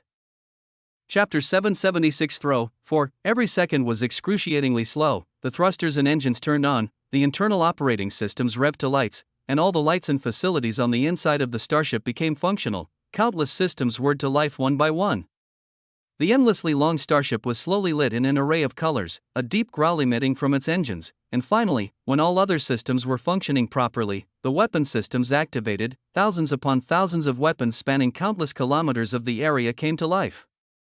Diagnostics were run immediately after, showcasing the perfect condition that the weapons were in. Thaddeus Church manned the ship's helm not as a young master who wanted to prove himself, but as a trained soldier carrying out orders. The starship came to life. There was only one final step left before launch, but it was optional. It was something of a customary measure to scan the internals of the ship before launching, specifically to avoid any rats sneaking on board where they weren't supposed to be. How pathetic. No mere lower being from this universe has the courage to stand against Father. Even without an inspection, nothing will happen. Thaddeus scoffed. He truly had so much pride in his father. Even if he didn't run a final inspection, he was confident in his ability to succeed, but at the same time, if I am not thorough, he will not acknowledge me. Thaddeus moved. He entered a command into the ship, and as the scanning wave of mana spread through the ship, boom. Boom. Boom. Boom, Aaliyah's heart dropped to her stomach. Countless loud explosions rang out from various points in the ship. When Thaddeus checked the ship's security system, he found tens of intruders hidden in unreachable crevices and hidden areas within the ship, so this is why Father said to constantly maintain awareness. Rats have far more courage than they can handle. Thaddeus indifferently clicked a few buttons on a holographic touchpad nearby, activating the internal security system. If you truly wish to die, then do it usefully by becoming my sustenance. Don't detonate that precious life force so easily. The ship's intent was changed from kill to capture. Binding spells and formations, along with physical binds made from mana-suppressing material, shot through the ship's interior, but they couldn't get to everyone. Aaliyah controlled her breathing as best as she could, but her hyperventilating was barely calmed. Every time a distant explosion went off, another one of her comrades died. Every time the inspection light shot out and the defense system activated, another one of her allies was captured as a torture subject, but Aaliyah couldn't move. She forcefully held back the tears in her eyes so they wouldn't cloud her vision. She forcefully calmed her breaths so they wouldn't attract attention. She closed her eyes and focused on the inconspicuous seeds that were scattered around the starship, seeds that weren't detected by the inspection light because they had no life within them at all. I won't allow your sacrifices to be in vain. Aaliyah gritted her teeth. Every explosion led the inspection light further away from her. Every time one of her squad members died, they did so to protect Aaliyah. As long as Aaliyah survived, the mission could still be accomplished. The squad understood her intent perfectly, and they'd been ready to die for her cause from the beginning. A man ran through the starship's hallways without fear. Lasers and beams of light chased him everywhere he went, and countless trap formations tried to capture him from the front, but he always managed to slink his way out of any situation like a conniving rat. Ha ha ha ha! He ran like a wild man, his laughter echoing through the ship's halls like roaring seas or dragons. Even with the entirety of the ship's defense system against him, he had no fear. Get Captain. I'll be cheering you on from hell. He burst through the door in his path and arrived in a room filled with large machines. Without a single second of hesitation, he gathered all the mana in his body to his chest and detonated his life force. Boom! Flames raged through the machines, burning and damaging them. Immediately, a few red alerts appeared on Thaddeus' screen. Damn it! They took the navigation. Why doesn't this ship's system work faster? He slammed his fist against the arm of his chair in annoyance. I refuse to be defeated before I even begin my advent. Focus all defense systems on the bugs in the ship and eliminate them. Take power away from unnecessary systems if need be. We won't leave until we've exterminated these pests. Thaddeus' cold orders were followed immediately. The lights in the ship shut off, and many of the recreational facilities closed down as well. All the power directed towards maintaining them was put into defense, and the change was obvious. The Cherry Blossom Squad didn't have the power to resist such a terrifying onslaught. Especially after Thaddeus abandoned any thoughts of keeping them alive, how could they subvert the defense systems of a ship with demigod-level power? No screams of agony rang out, only cries of pride and honor echoed through the starship, but each cry meant another death. Aaliyah clenched her fists and bit her lip until it bled. Sacrifices were a part of war that she could never accept, but they were a part of war that she was forced to cope with. Even with the current plan, there would be countless more sacrifices needed in order to destroy this starship once and for all, but Aaliyah would have to bear it. For the sake of her people and for the sake of the universe, she would have to bear it. The explosions died down after a few minutes. The few tens of squad members were all killed, not a single body left behind to bury. Thaddeus released his deathly grip on his chair and leaned back. They are finally gone. Turn off that annoying inspection light and redirect power where it's supposed to be. Find out which systems are damaged and send the automated repair machines to work on them. We won't have navigation for some time, but I can operate just fine without it. Is everyone prepared for launch? All systems go. We've been ready since the beginning. Let's just go kill some fools already. With the lively responses of his comrades boosting him, Thaddeus took control of the ship. The massive starship began to shift its position. Its movement was slow, but every second it moved allowed it to change position and angle by multiple thousands of kilometers. Thro wasn't that far away. At most, it was a few 100,000 of kilometers to the east. With the starship's capabilities, crossing that would only take a few minutes. After that, a massacre will begin. Aaliyah mentally prepared herself. At the same time, her awareness formed bonds between the countless seeds spread through the starship's interior. Even if her squad mates were dead, vestiges of their existence remained in the universe. They would forever be remembered as the saviors of countless quintillions of existences, the beings who destroyed the destroyer of worlds. She wouldn't let their hard work or their sacrifices go to waste. The gift of the Holy Mother and my comrades, I'll be sure to deliver it in full. With zealous determination in her eyes, Aaliyah quietly hid and patiently waited. When her one opportunity came, she would grab onto it with everything she had. The battle for Thro would go down in history as a monumental victory for the universe's denizens. Everyone affiliated with Heaven's army was doing everything they could to make sure of it. Chapter 777 Thro 5. Considering every battle taking place on Thro and in its vicinity, not many could trump Aaliyah's position in importance. However, there was still one final battlefield with this honor. Yet, that battlefield was the most peaceful of them all. Millions of kilometers away from Thro, a man sat quietly in the void. His eyes were closed and his form was at ease. His environment, however, didn't reflect his calmness. Swoosh, spatial winds whipped through the starry sky as a multitude of auras converged on the man's position. Despite his non-aggression, those around him wouldn't allow him to sit casually. The prospect of infinity, was it a lie? From humans, it is expected. He spoke in oddly worded sentences, almost as if he was moments away from an epiphany that he could never reach. His eyes remained closed at all times. It was rumored that any place his gaze touched would be overruled by desolation. Tens of beings surrounded him. Even the weakest of them had just reached extreme peak 4th class. Among them were a few familiar faces, including the little girl who originally proposed the plan they'd used to lure the Plague Lord so far away from Thro. Infinity is not something we can reach in this realm. As someone who reached the unattainable already, you should be aware of this. Still, you decided to answer our provocation. The little girl spoke as the group's representative, speaking to the enemy as an equal. However, the enemy wasn't an equal. The enemy was a true demigod, reached. Unattainable? I answered provocation, for prospect of infinity. Prospect of infinity. I said not here. A terrifying gaze landed on the little girl, sending a shiver down her spine. The Plague Lord's head sharply turned to face her, and although his eyes weren't open, it was like his gaze was piercing through reality to reach her. The little girl's eyes sharpened as well. Plague Lord. You must be a part of the Inhuman Emperor's forces. He is still locked away in his dog cage, isn't he? What gives you the courage to act so wantonly? Master is not sealed, he is merely waiting for dead men, tell no tales. Plague Lord's eyes opened. A swarm of locusts flew out of his sockets and clouded the air, millions upon millions appearing all at once. That number slowly grew into the billions.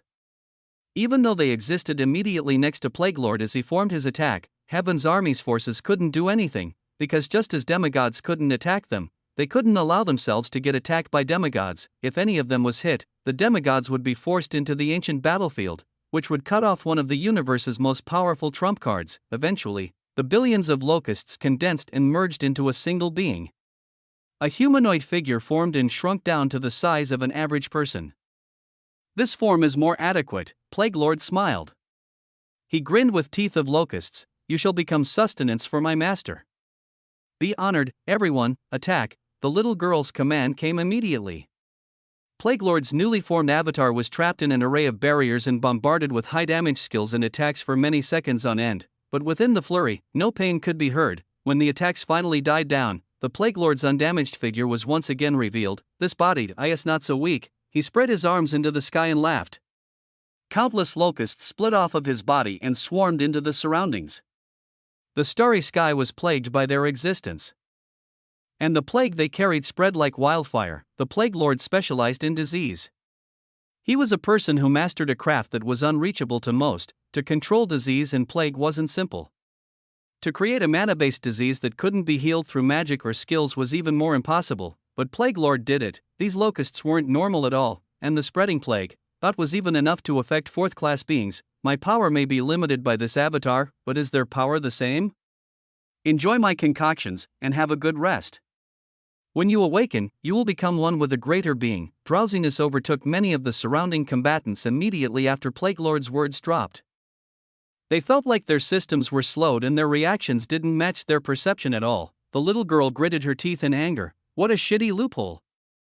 You know, universe?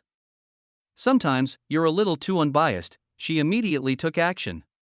She brought her hands up to her chest in a praying position, moving her fingers incessantly to create numerous patterns in the air. Her eyes glowed with infinitely blue light. A hexagonal diagram formed behind her. It was filled with countless patterns, with 5 stars forming a pentagon inside. The rest of the space was filled with unknown text, as well as numerous interlocking rings of various sizes. It was a strangely populated symbol. As if it had weathered the rivers of time for eons and been changed multiple times, the little girl spread her arms out and chanted. Strange words flowed from her mouth.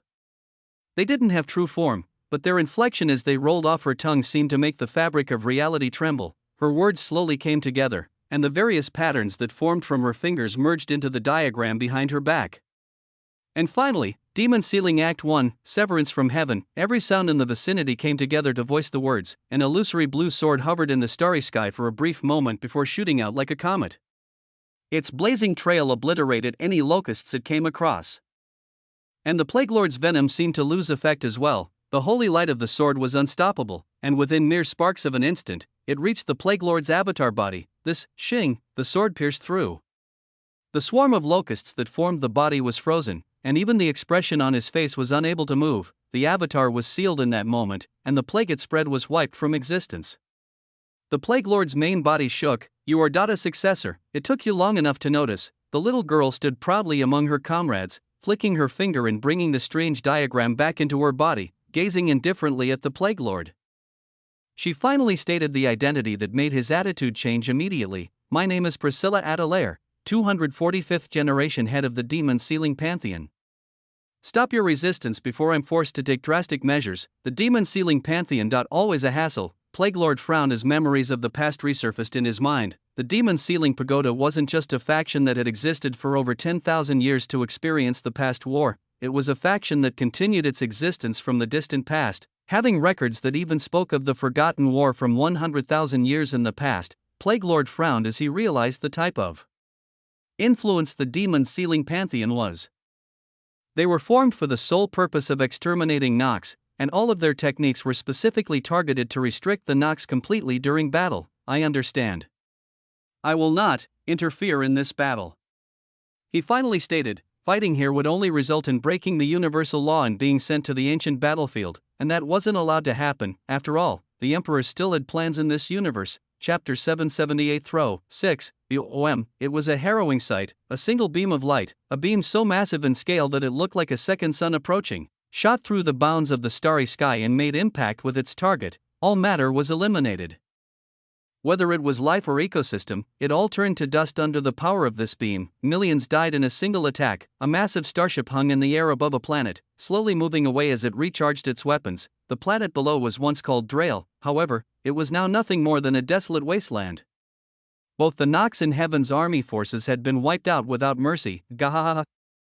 This is so fun. Thad, you didn't tell us you had something so fun. A man celebrated as he looked back at the damage. Of the six, he was the most vocal. His name was Theo, and while he had a seemingly charismatic and happy-go-lucky personality, he was an insane individual who took almost sexual pleasure in the deaths of others. The rest were 2 women and 3 more men. The women were mostly silent, but Aaliyah already knew all the men's names and their general habits. If she had to put it in one word, scum, there was no better way to describe them. Aaliyah had the feeling that the only reason these 2 women remained unviolated by them was because they were too strong. The strangest part was the fact that this group of lustful and disgusting degenerates was friends with Thaddeus Church. From what Aaliyah could see, Thaddeus was different. He was calm and calculating, and even when he showed emotion, it looked like he calculated it beforehand. Thaddeus gave off a strangely artificial feeling that Aaliyah couldn't quite put her finger on. But it disgusted her all the same. When the first shot went off, Aaliyah was almost tempted to immediately act to take down the starship, but she had to hold herself back. Her position was extremely sensitive, and any extraneous movement would expose her. Though a single shot caused a genocide, Aaliyah was still forced to wait. The time wasn't right yet. Judging by the starship's trajectory, it would arrive there soon enough. Please wait. Just a little longer. The starship made it to its next target. Instead of a singular beam, thousands of smaller weapons appeared, bombarding the targeted planet until it collapsed in on itself. Just a bit longer. Aaliyah didn't know how many times the sentence went through her head as she watched the ongoing massacre. News spread rapidly through the battlefields. Heaven's Army's information network was one of the best in the universe. A star destroyer joined the war. A massive ship with the combat power of a demigod was now terrorizing the battlefield. Did Aaliyah fail? A green-skinned woman wondered to herself, no, if she died, I would have felt something. Since she's still alive, she's waiting for an opportunity to strike. A man nearby finished her sentence. The woman nodded. If the plan went downhill, the best place for an opportunity to reverse the scale would be. Her eyes went to a nearby map, scanning it in detail. Here. She pointed out a spot. It was the most obvious location on the map. Yet one of the most improbable. If she wants to turn the situation around and gain ground for our troops, her best bet would be to make her move in the ruins of Throw. The only remaining piece of land is the world core, which cannot be damaged through ordinary means. Other than that, the space is largely populated by Nox and common foot soldiers. In terms of losses to the army, this is where we'll take the softest hit. However, Aaliyah wasn't the type of person to sacrifice anyone, let alone so many troops. If she was truly aiming for Throw itself, she's planning to die with them. The woman's eyes hardened. That cannot be allowed. Aaliyah is one of our plant race's final geniuses. Her fate determined the fate of our people. Assemble multiple teams. We're moving towards Throw for an emergency mission. The woman nodded at the man beside her, and he sighed wryly in response. It wasn't like he could stop her, nor was her decision wrong. Within minutes, thousands of troops had assembled at the woman's command. They entered a smaller starship built for speed and rushed towards Throw. Meanwhile, the starship made its way in the same direction. Father always emphasized the importance of world cores, but why? Why must we harvest them with such vigor? Thaddeus was a curious person from birth. World cores were always prioritized by Plague Lord, and even the emperors would show favor to those who presented world cores as gifts. The value of the item seemed immense in Nox society, but was barely ever mentioned in the universe. Thaddeus wanted to know why, and there happened to be a world core at the center of the battlefield. I can investigate the object to clear my suspicions, and those fools can continue their mindless slaughter games. If I must entertain them, then I will do so in the least bothersome way. 6 useless sacks of flesh were needed to get this starship operational, and these sacks were the least useless of the ones Thaddeus knew. Their personalities are vile. Our race is truly disgusting. Thaddeus' indifferent eyes remained on the starry sky as he operated the starship. Humans, angels, demons, Nox. Everyone dies the same. We fool ourselves with the illusion of rebirth, but in reality, we are merely being swallowed by a greater ego. Is that the proper way a life should end? Thaddeus despised Nox culture. Cannibalism was the path to strength, and being cannibalized was the only path after death. Humans are the most interesting. How were they able to build such a complex society without inborn affinities for mana? Unfortunately, they are too weak. The weak didn't deserve to live. This was the truth of the world that Thaddeus knew. If only he could meet an adequate human, he'd finally be able to build some understanding towards the race. But for now, Father has given me this task, and I must not fail him. If that happens, Thaddeus shook off the thought and returned his attention to the starry sky. From within the ceiling, Aaliyah watched his every move. His expressions were strange, almost as if even he was aware of how disgusting his company was. But this was merely a curious fact. Aaliyah didn't care at all about what Thaddeus could possibly be thinking. She knew that there were only a few minutes until she needed to flip the switch, and at the same time, there were only a few minutes left of her life. Multiple forces converged near Thro as if they were waiting for this moment. Both Nox and Heaven's army alike gathered. A final large-scale battle to end this chapter of the war once and for all was brewing.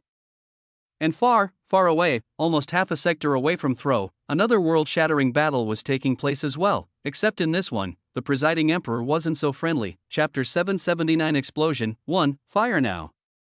Do not hesitate. A furious roar echoed through the starship. The speaker's vigor was mirrored by his troops, as within a second, thunderous booms were being emitted from the ship's weaponry. Tens of brilliant light beams shot through the starry sky, impaling countless smaller starships and even landing a hit on the large enemy command ship behind them. The ship suddenly veered to the left, narrowly dodging a light beam that almost pierced its hull. Xiu. Shio. Shio. Shio. The whipping sound of energy attacks flying past was the only thing that populated the ears of those who fought on it. Small fighter ships whizzed through the starry sky and created an array of dogfights within the space between the larger starships. A few thousand kilometers away, individual troops fought the Nox with their bare bodies exposed to the terrors of deep space. The chaotic spatial essence in the starry sky swayed as if it was alive, threatening to collapse under the stress of the combined attacks. Currently, the situation wasn't looking optimistic for the Allied forces. The Blight Emperor was far too powerful and cunning. The way he moved his troops was extremely unconventional. Almost as if he was playing games with the Allied forces. Sadly, even if he was playing a game, there was nothing that could be done about it. There were barely any among the current soldiers who could face off against an extreme peak 4th class Nox avatar. In the first place, this was supposed to be a diversion mission, not an elimination one. The Blight Emperor's sudden decision to stage a full-force offensive was a great surprise, and one that forced the currently limited forces to face off against the powerhouses of the infected source world. The Blight Emperor is a cunning man who will attack when we least expect it. We've already lost a third of our troops to his mere few thousand. If the situation continues like this, we will not make it out alive, nor will we accomplish our mission objective. Something needs to be done. The commander of the operation, the same man who accompanied Damien and the rest to Calypto, stood with a stern look on his face. From his vantage point, he could view a majority of the battlefield, and rarely did he see the Allied forces pushing forward properly. Their numbers are too great for these forces. We need elite squads here to deal with the present Nox completely. It's at least a positive that the situation on the surface has calmed down. The commander severely regretted his lack of action during the Stargazer squad's crisis. But there was truly nothing he could do at the time besides wait and watch. BZZT, a holographic screen appeared before the commander as he was stuck in thought. Commander, Instructor Beck Wu Jin reporting. The figure of a stalwart man with tan skin appeared before the commander. He had bags under his eyes as if he hadn't slept for many days, but overall, he didn't look in bad condition. Report, yes, sir. The situation on the surface has completely resolved itself, and I have cleared any suspicion of the Stargazer squad fabricating their achievements. However, there is bad news as well. The Nox were able to acquire another seed. The seed's current growth is unknown, however. It is sure that they will deploy it on the battlefield within the next few years. The commander frowned and rubbed his temples. He didn't need this kind of pessimistic information at the moment. The inclusion of a new seed into the already perilous situation, he didn't want to think about it. Commander, there is one more thing I must report. Luckily, Beck Wu Jin didn't plan to let him. The situation that may change very soon. What do you rumble? A shiver ran through the commander's body as a terrifyingly loud rumble spread through the starry sky. Don't tell me, Calypto itself was shaking. A few minutes ago, I see, so that's how the situation is playing out. Damien's voice rang out solemnly. Currently, he was in conversation with Baek Woojin about the battle for Throw, indeed. My squad is also participating in that battle, so I am able to get real-time updates on how the situation is progressing. It's concerning. With the battle reaching a pinnacle soon, the troops will need something to boost their morality, both those in Throw and those fighting the Blight Emperor here. Damien knew about the importance of morale in a battle with so many troops. If anyone was able to strike a major blow against the Nox in this moment, the zealousness of all troops would skyrocket, and their fortified minds would allow them to fight without fatigue. If we can, Damien's mind spun as he thought of ways to change the overly pessimistic situation. It didn't take long for a light bulb to go off in his head. It may not have been possible before, but I've been reborn. Instructor Beck, contact the commander and fill him in on Throwa's situation. Also, tell him to prepare himself. I'm about to do something major. Baek Woojin's eyes narrowed. I don't quite understand your intent, but I will convey it to the commander. I will watch over your actions. They will be an adequate measure to see whether or not you can hold up your end of our deal. Damien grinned. Don't worry. I'll put on a good show. He teleported away immediately after saying his goodbyes. Within the spatial layers, he sighed to himself. Baek Woojin's mind seems stable, and he doesn't seem to notice any anomalies in his memory. As long as I can follow through on my promise, I'll gain an important ally. Still, while the Allied forces in Calypto are still in the dark about Zara's identity, the Nox are not.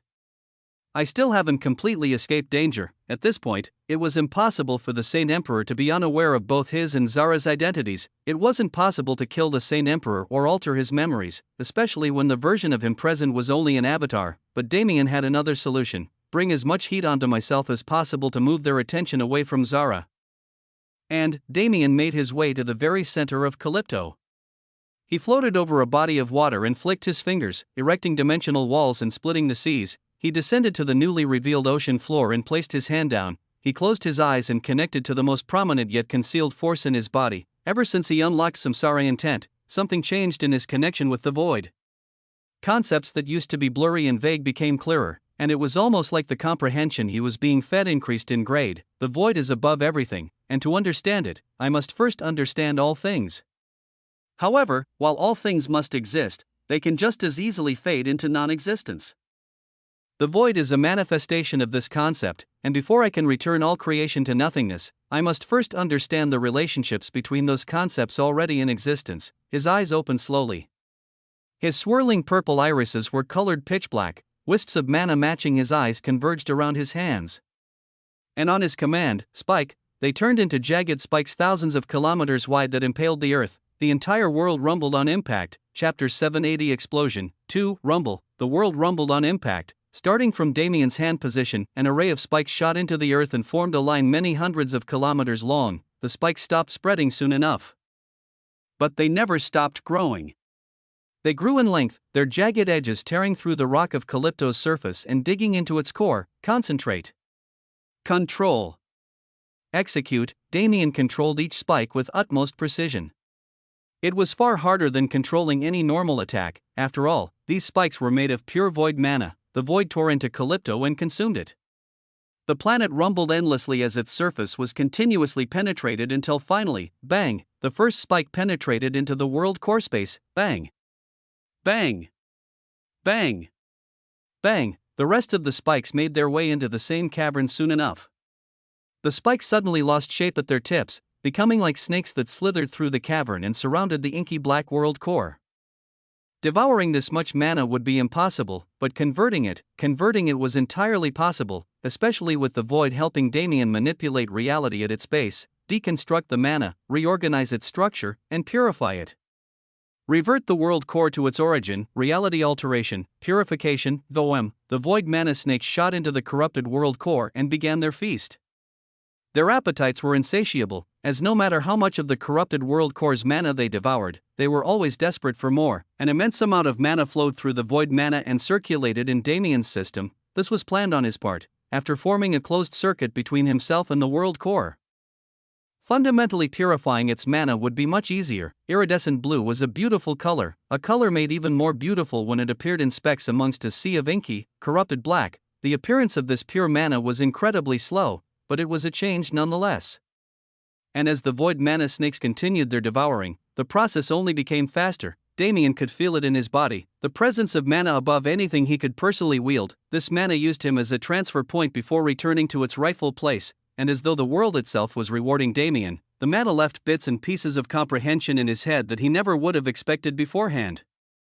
His power as a celestial was enhanced immensely, and at the same time, he was able to achieve the unimaginable. If I can revert this world core and bind it, this new method to strike blows against the Nox would become integral in his future endeavors. I must focus and continue. I cannot move from this spot until the entire world core is purified, otherwise, my efforts will go to waste. Damien was taking on an immense job, but he needed to complete it as fast as possible. After all, despite the fact that the process only just started, the Saint Emperor had likely already caught wind of what he was doing. Ha! Ha ha ha ha! Bellowing laughter boomed through the starship. Contradicting the heavy atmosphere shared by its other residents, the Saint Emperor sat on his seat at the helm of his starship and laughed uproariously. He almost couldn't believe it was true. That kid is bold. To think he would directly attack me like this.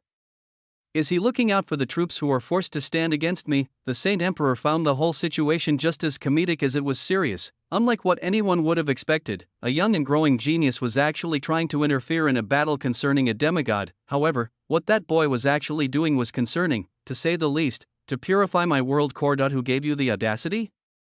Did you not learn last time? The Saint Emperor smiled lightly and closed his eyes, projecting his consciousness into the world core. He immediately felt the specks of purity corrupting his form, disgusting him. Boy, what made you decide to take my kindness for granted? If you keep acting like this, I'll have to kill you, and what makes you think I give a fuck? Damien responded with a grin.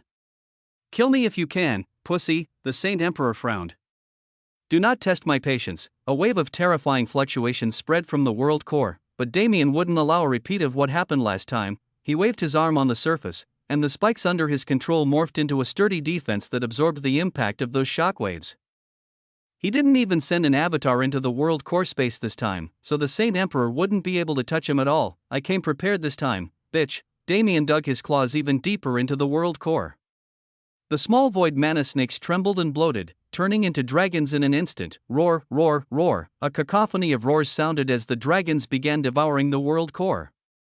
The amount of iridescent blue within the corrupted world core slowly began to increase. The Saint Emperor frowned. That was undoubtedly the dark god's mana. The world core will not be able to emit enough power to shatter its veil. Damien's mana contained the most powerful devouring force in the universe. Even against a concept like a world core, the mana would hold its ground. Only an immense difference in usable strength would be able to break through Damien's mana. I must go down myself. There were few things that matched the importance of a world core in the eyes of the Nox. Even if all of Throa's forces were eliminated, as long as Calypto's world core could be saved, there wouldn't be any repercussions to the Saint Emperor's units for leaving their allies to die. The Saint Emperor sighed, but it was a strangely happy sigh. This is quite fun. The human race's hero of this generation. Will he grow into a worthy opponent? The Saint Emperor's avatar disappeared from the starship he occupied without a word. He moved towards Calypto at untold speeds. His movements were extremely concealed, and even though countless forces were observing him with extreme precision, they couldn't sense his movements. Only a single person on the battlefield witnessed his exit. Something grand is about to happen. The commander immediately connected the dots between the strange set of events he'd experienced. Without hesitation, he stepped down from his commanding position and established a new chain of command for the Allied forces so they could function properly without him. After this was finished, he immediately left the starship in chase. He needed to see what was going on, and if someone or something on the surface was truly doing something that could even distract the Saint Emperor himself.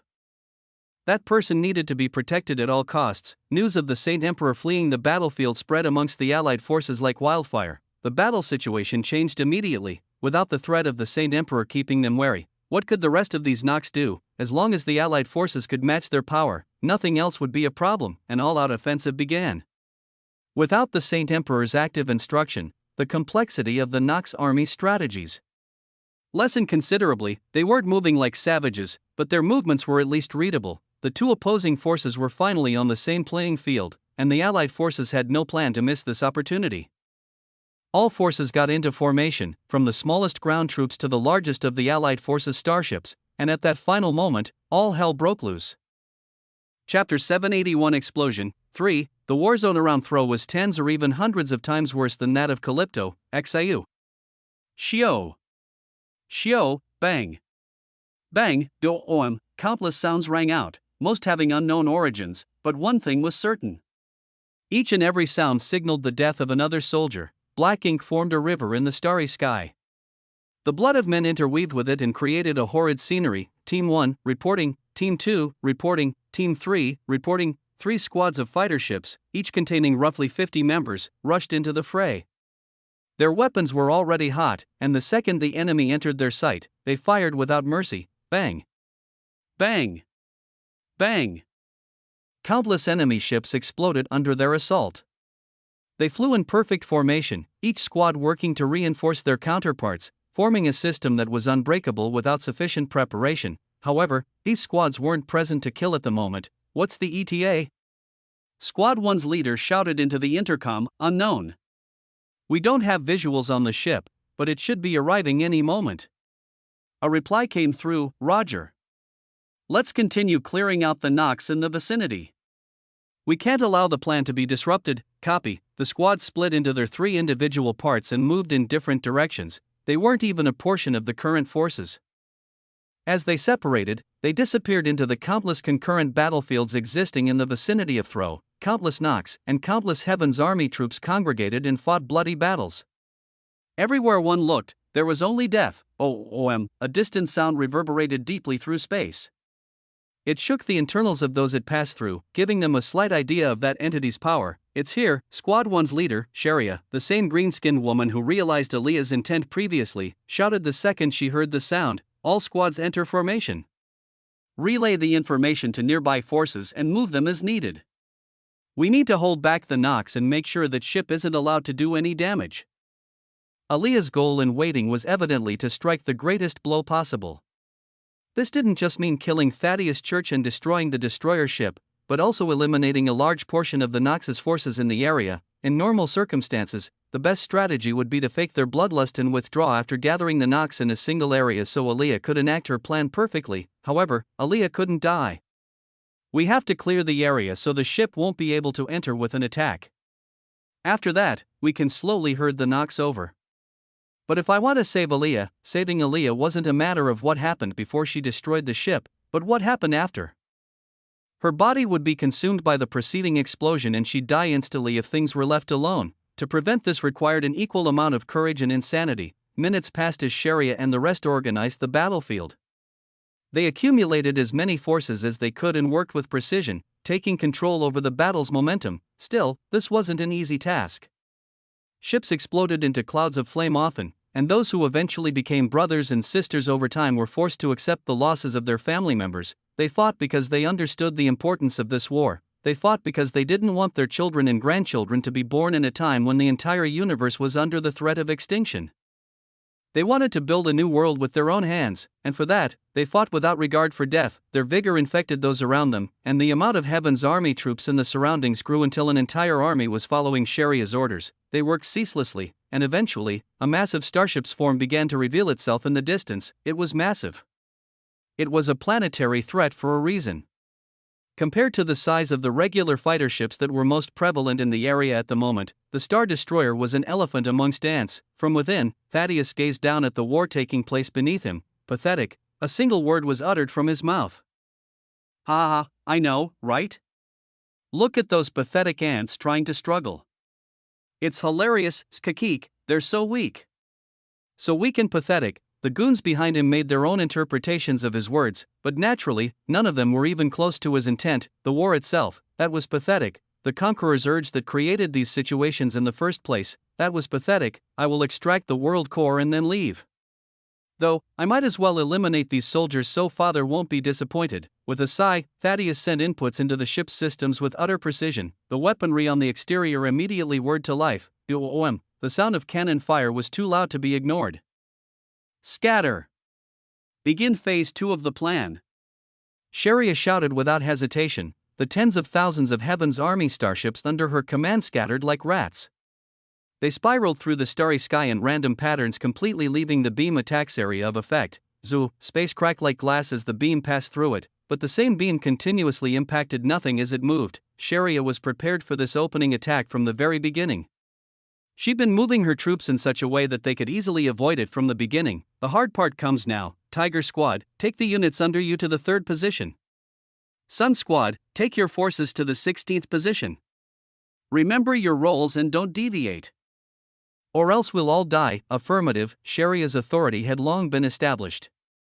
The squad she commanded didn't even question her as she directed them. Squad 3, watch out for cannon fire.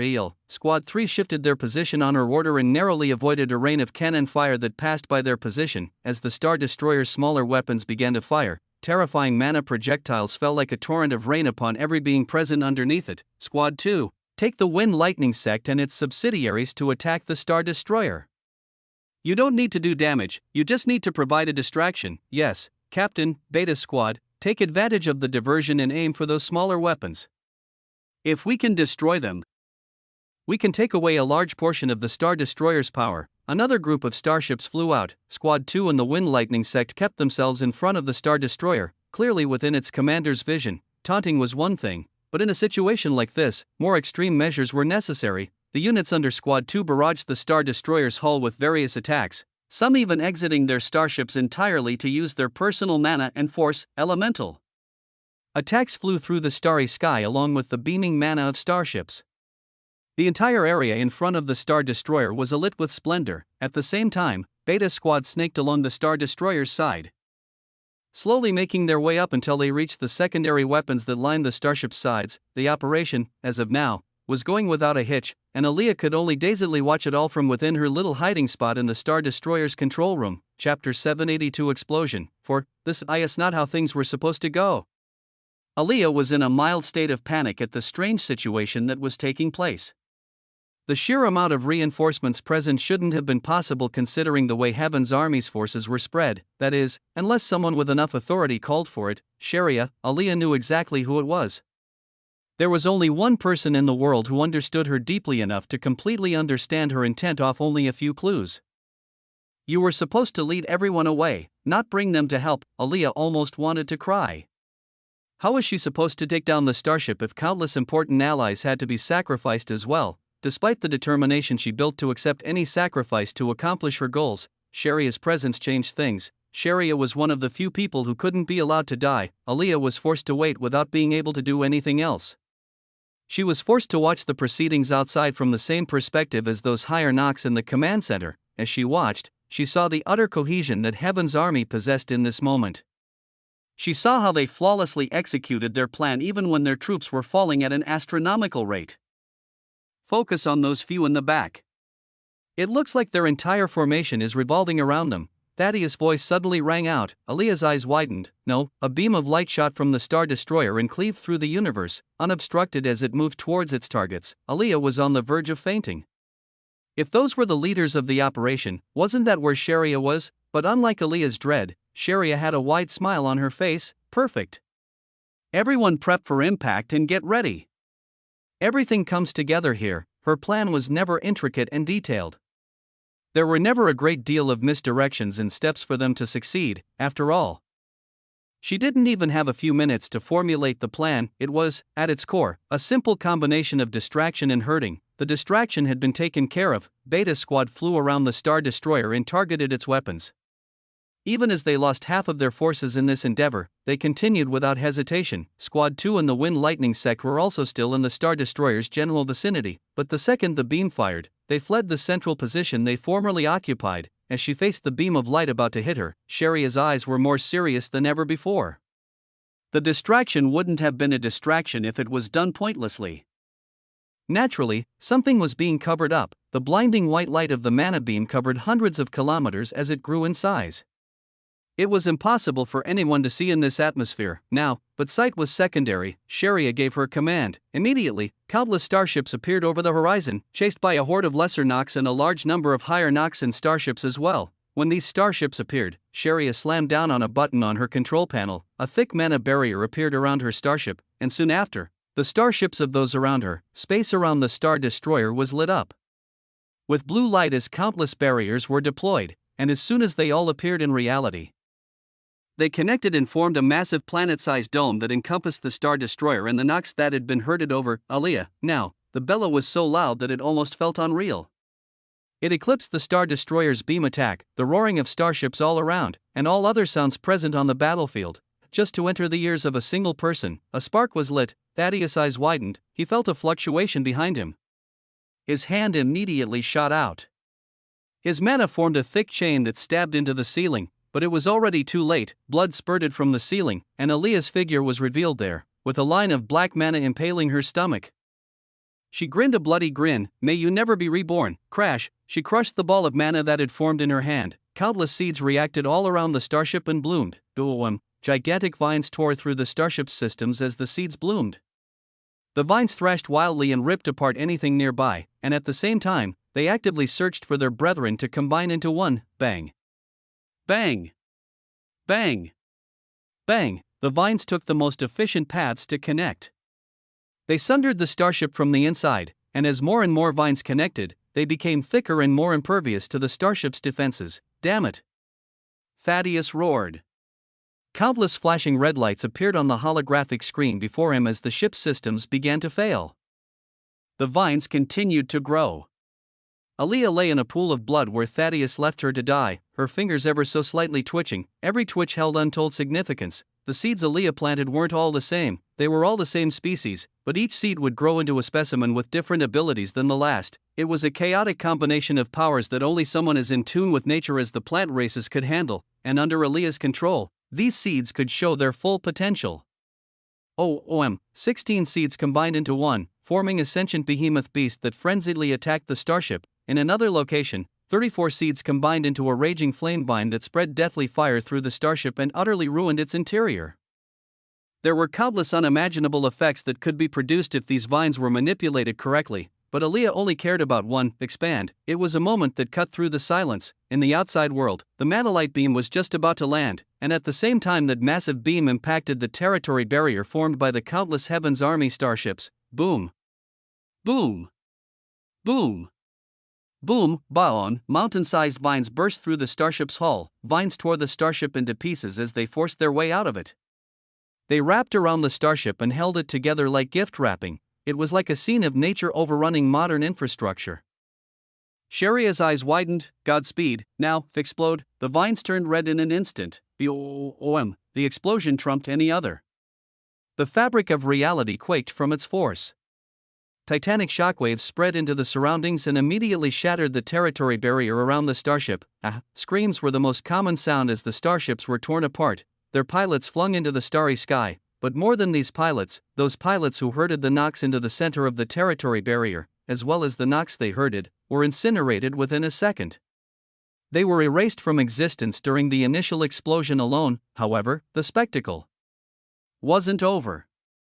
The massive Star Destroyer was subject to countless chain explosions.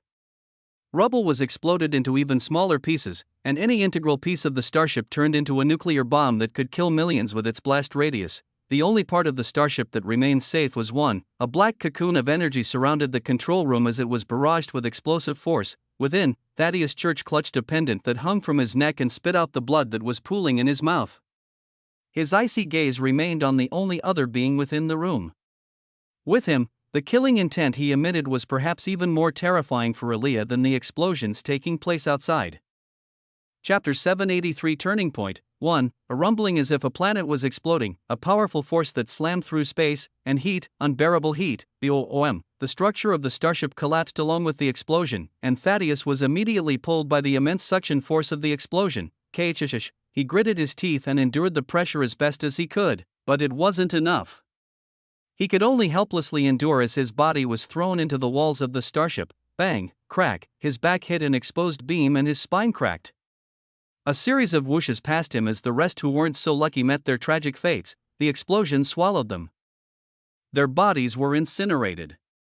Their flesh and bones were seared away brutally, and even the black ink they transformed into evaporated into nothingness. In that final moment before Thaddeus could join them, the protective charm left to him by his father activated, and a thick barrier enveloped the entire control room, protecting him. He understood why he survived, but why did she?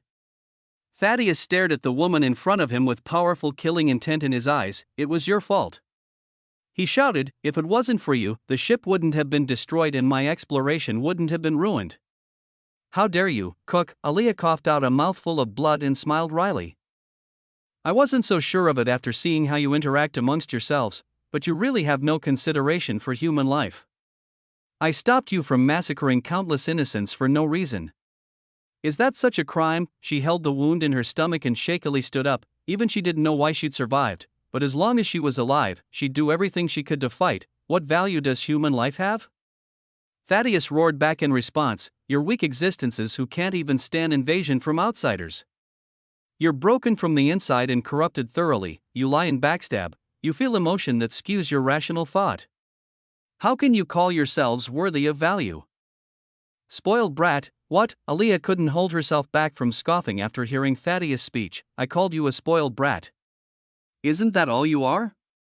You look down on others because you can't understand them. You complain about unimportant things as if your life would suddenly become worse without them. You're a hypocritical bastard who criticizes others without even looking at your own flaws. If you aren't a spoiled brat, what else could you be, Dukacish?" Thaddeus wanted to respond, but his words were stuck in his throat. "Is that how others perceive me?" The roaring of explosions was the only sound in the area for many minutes. Thaddeus sat down on the ruined floor of the control room and fell into thought. Aaliyah knew she had an opportunity to kill him. He wasn't paying her any mind, and he was a vile person who deserved death no matter what, but she couldn't bring herself to do it. Is he self-reflecting? It was honestly something she never expected the Nox to be able to do. Considering how they always acted belligerently without remorse, Aaliyah didn't think the concept of a conscience existed within them. Seeing Thaddeus ruminate over her sharp words, she couldn't help but wait to see the outcome. Just as she expected, Thaddeus was truly reflecting on her words. In any regular situation, he'd never have done so. Even if it was his own father reprimanding him, Thaddeus would show resistance if he didn't agree with what was being said. But this wasn't an ordinary situation, and Aaliyah wasn't an ordinary person. Somehow, she'd survived that explosion with no new wounds. Thaddeus saw it briefly out of the corner of his eyes. Something brushed through the control room at the same instant the explosion happened, and that something gave Aaliyah the means to survive. But even if she was aided by an external force, just the fact that she had the fate to be trapped with him in this isolated space where none could interfere held immense significance to Thaddeus. "Nobody has ever dared to talk to me like that." The people who surrounded him were always either trying to kill him or curry favor with him. Meeting Aaliyah was his first experience with someone who could scold him without fear. Are all humans like this? Thaddeus thought back to his actions in the past. "Hypocritical bastard," she says. It was true. Most of the flaws he listed for humanity, didn't the Nox possess them in far greater quantities? His own race was disgusting. This was a thought he'd had since young. Thaddeus had never enjoyed the Nox's way of life, nor did he support their methods. He simply grew indifferent because his hatred became too deep. To cope with it, he unloaded it on those ants he met during the war. He looked back up at Aaliyah, breaking away from the depressing chain of thought that was forming in his mind. "I really want to kill you," he muttered. "If you try, I'll fight back until the end."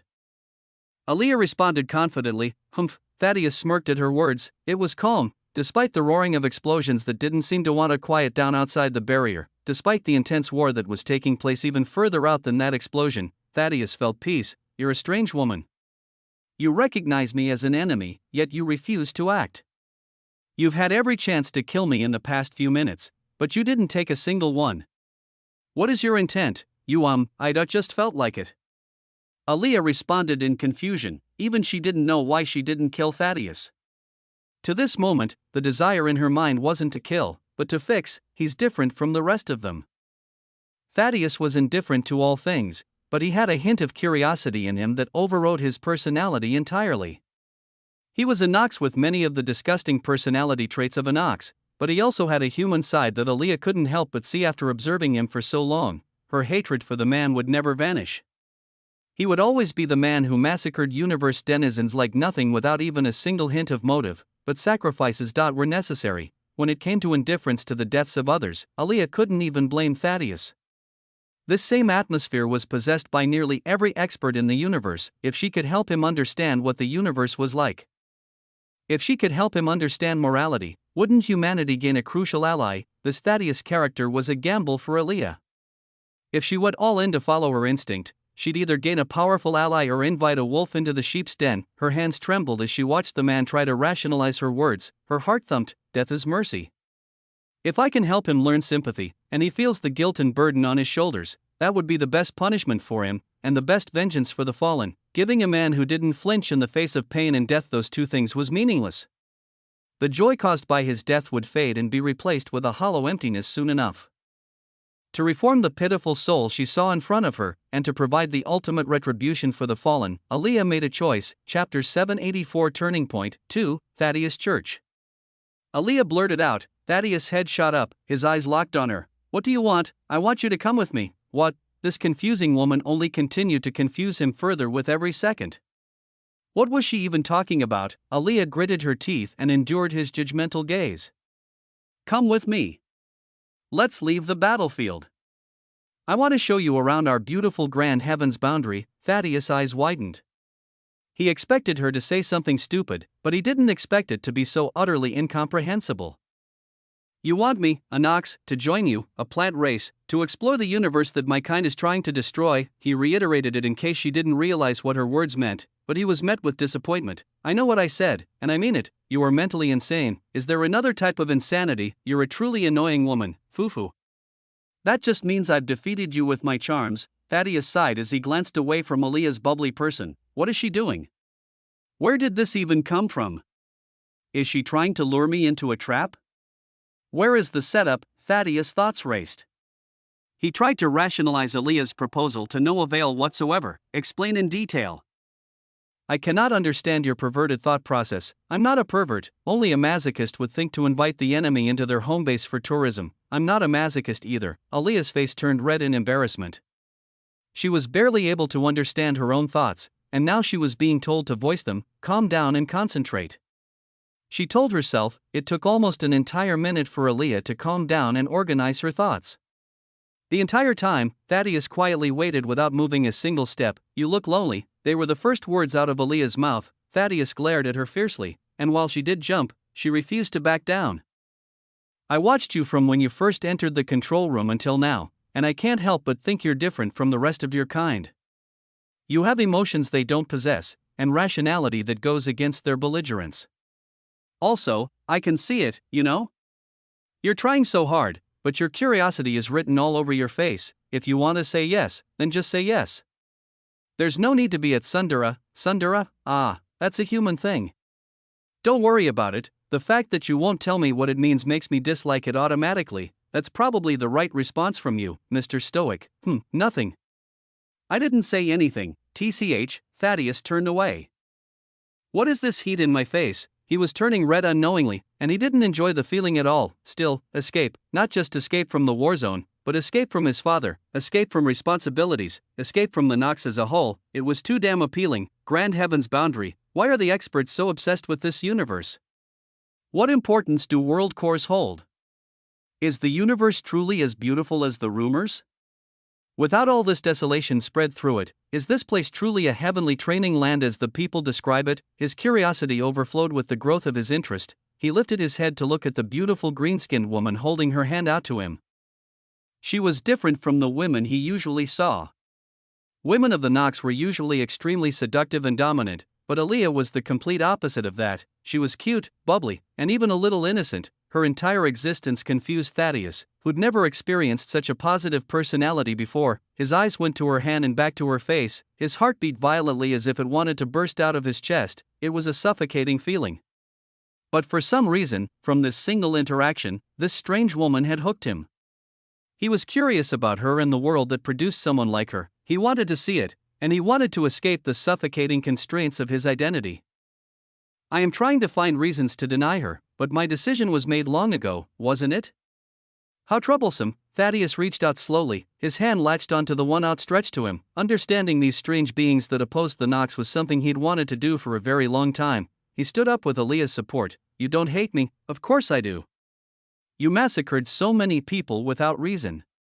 Why wouldn't I hate you, then? Can I not feel sympathetic for someone I hate? I really can't understand you, as it should be. Aaliyah suddenly frowned. But getting you out of here without being noticed will be hard. The duo's attention returned to their overall situation. They'd been so enveloped in each other that they didn't even realize the sound of explosions growing louder. The charm can't hold out for much longer, the shield was already cracking. It wouldn't be long before they were exposed to the terror of the outside world, but Aaliyah wasn't worried. Rather, she was excited. If I can get him out, I'll be the first person to ever turn a Nox into an ally. The task ahead fit her far better than a traumatic warzone. She needed peace, especially after all the trauma Thaddeus himself had given her. Honestly, she still had the urge to kill him. She still wanted him to suffer as much as possible, but she held it in and let it be suppressed by the other most prominent urge in her body. It was the urge to help. If her outstretching her hand could change the trajectory of someone's life for the better, she'd do it, regardless of that person's identity. After all, wasn't that just who she was? Aaliyah smiled to herself. Sharia is really going to hate me for this one. While the starship's destruction was relatively quick due to Aaliyah's patience and Sharia's planning, its aftereffects were huge, both literally and metaphorically. In the literal sense, the explosive cloud created by the destroyed starship didn't settle down even after many minutes, and the explosion only seemed to get stronger with every passing second. It fed on the complex structures and mana storages of the former Star Destroyer to become an uncontrollable behemoth. But the metaphorical effects of the starship's death were even more terrifying than the all-consuming explosion. The Star Destroyer was the Nox's only usable demigod-level force in the universe. It was their greatest advantage, and their greatest siege weapon. With it gone, not only would the current battle for Thro proceed faster as one of its primary objectives was accomplished, the Nox's future attempts to take over other sectors would be far more bearable. The Nox invasion had effectively been slowed down considerably. Word spread rapidly through various channels, reaching the ears of the forces keeping Plague Lord in check, the Calypto battlefield, and even those ruling authorities of the universe.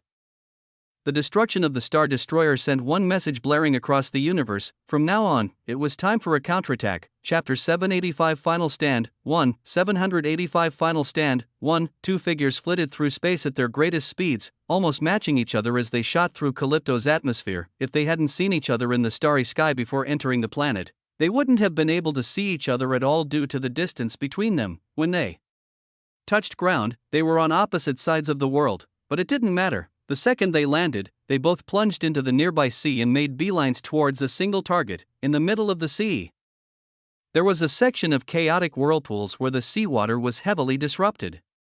There was a massive chasm separating the seas as if a scene from a holy scripture, and within stood a single man. Pitch-black wisps of mana swarmed around him like dancing fairies, giving off a strange and eerie sense of beauty.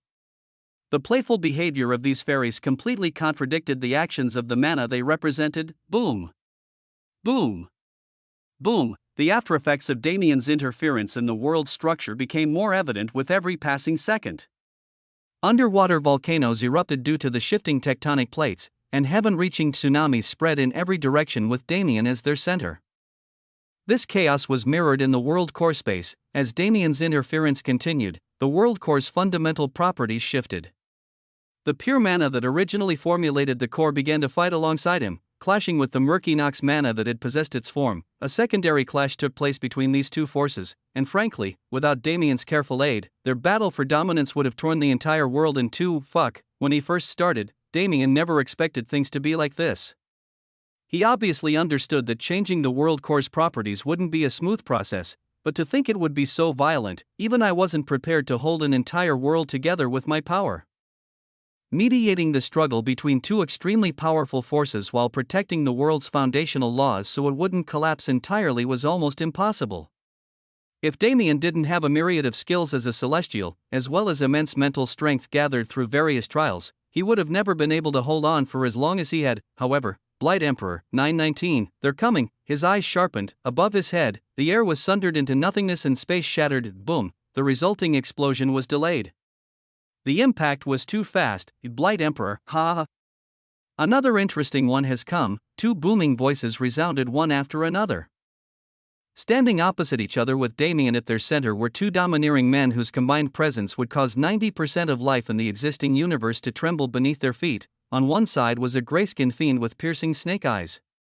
His long hair fluttered in the wind, and though his body was lean, the power emanating from his every fiber was not to be underestimated. On the other was a man who looked far more average. He didn't have any sort of kingly demeanor or aura, but he gave off a staunch and stalwart impression that made people automatically trust him.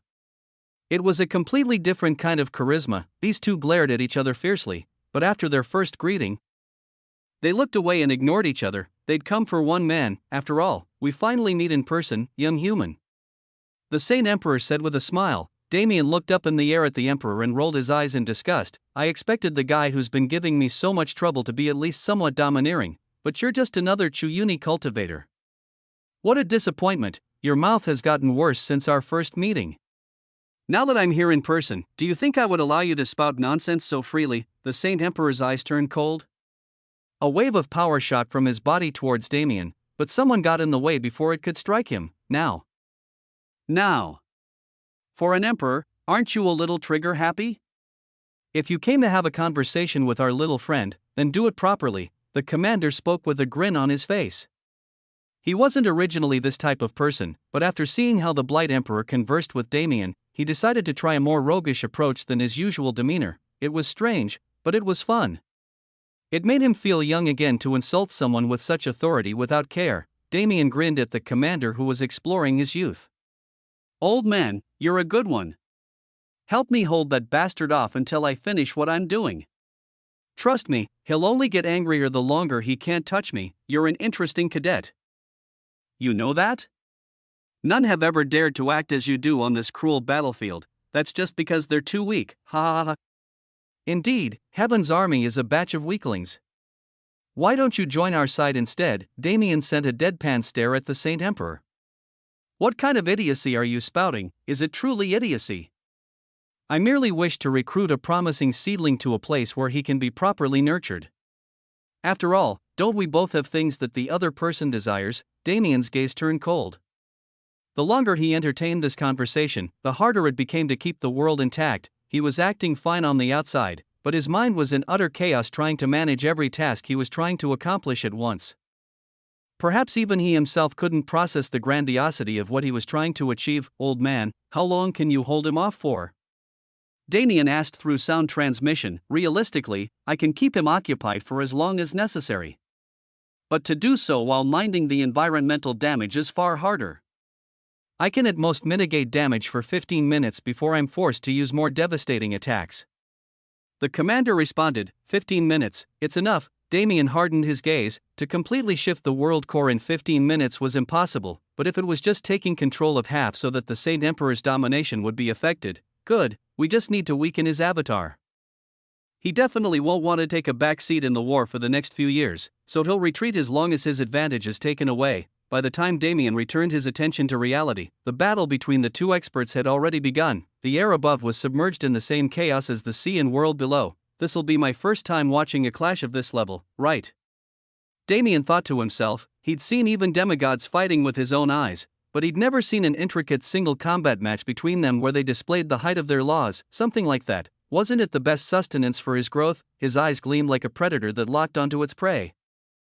15 more minutes until this entire damn battle was over. 15 more minutes until he could finally relax and tie up all the loose ends that had been piling up due to the battlefield's constant state of disorder. The objective is simply too easy this time. This battle has basically already been declared our victory.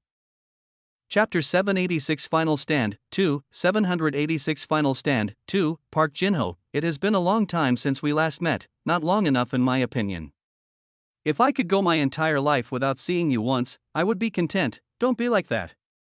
Aren't we practically brothers after all the times we've fought until this point? I would never form brotherhood with a demon like you. While Damien was stuck in thought on the ground, the Saint Emperor and the commander conversed. In truth, neither of them wanted to have this conversation, but they were forced by the circumstance. The first to move would be the one to lose, but at the same time, the Saint Emperor couldn't afford to stay still. The situation is getting dangerous. There is no merit in staying past my welcome if that boy is able to complete his convoluted endeavor. Calypto's world core needed to be saved, but his life was more important. At the end of the day, he was still an emperor, and regardless of what happened, the repercussions he faced wouldn't be too harsh. Nevertheless, I must at least put in some effort. If I am able to reach the boy before he reaches the most critical landmark, the mission can still be said to be accomplished. While Park Jinho was stalling for time, the Saint Emperor was taking time to himself to think. What was the most ideal path forward from this point, or rather, which path will make this war more interesting? The Saint Emperor already knew the answer. This is why I've always hated you the most. That disgusting snake-like personality of yours is truly the worst. The Saint Emperor returned his attention to Park Jinho, who'd just finished speaking inside. I'm tired of this. I can't believe I stooped so low as to entertain the conversations of ants. He didn't need more time to understand what he wanted. The Saint Emperor placed his hand in the air and pushed forward. Execution ring. The inky black mana emitted from his body was different from that of other Nox. Unlike them, he truly explored its properties. Corrosion? That wasn't a property of Nox mana, but a side effect. After all, Nox mana was merely a pathway of black light formed between Park Jinho and the Saint Emperor. Once it enveloped them, it spread in all directions until multiple hundreds of kilometers were encased in a thick tinted glass-like dome. This is an entertaining ability that I rarely use. Until you die or I release the barrier, nobody can leave. Won't that make our match more amusing? I can't expect anything more from scum like you. Park Jinho's eyes were solemn. Not only were the two of them enveloped in the life or death arena, Damien was as well, and with such limited space, protecting him just became much harder. Path extinction. Park Jinho wasn't allowed to entertain his thoughts for very long. A beam of black light shot through the air and exterminated anything in its path as it rushed towards him. It was in front of his eyes before he could even process it. A flex shield, maximum capacity. A hastily constructed shield of water appeared before Park Jinho. The black light beam impacted it, and despite the water's seeming weakness, it held up perfectly against the assault. I see you have reached the stage of altering your element. Not bad, the Saint Emperor grinned as he flew through the air. His hands moved slowly, but every ounce of their movement seemed to contain endless profundities. Collapsing darkness. It was a move that represented the relationship between light and darkness. Without the presence of light, darkness collapsed on itself and multiplied. A wave of black energy appeared and charged forth like a tsunami. Its form was basic, but Park Jinho could clearly feel the energy of extermination within. His laws are convoluted. He can mimic the properties of other laws within his own, but the foundation will always be death laws. His death laws were powerful, but extremely hard to develop. People with affinity towards them were disregarded in their growth stage, but if they managed to reach maturity, 15 minutes will be difficult. Park Jinho gathered his mana and drew a pair of twin swords from his spatial ring. Separation of heaven and earth. Thick streams of strangely blue water swirled around the twin swords as Park Jinho dashed forward. His body twisted in a lithe manner that didn't match his figure at all, but somehow, he was able to cut through the air like an experienced dancer and weave through the Saint Emperor's deathly attack. His swords slashed out with fury. The strange water coating the blades created arcs through the air that didn't disappear for many seconds, and even when they did, the water's aura remained. Bang! Park Jinho made first contact with the Saint Emperor.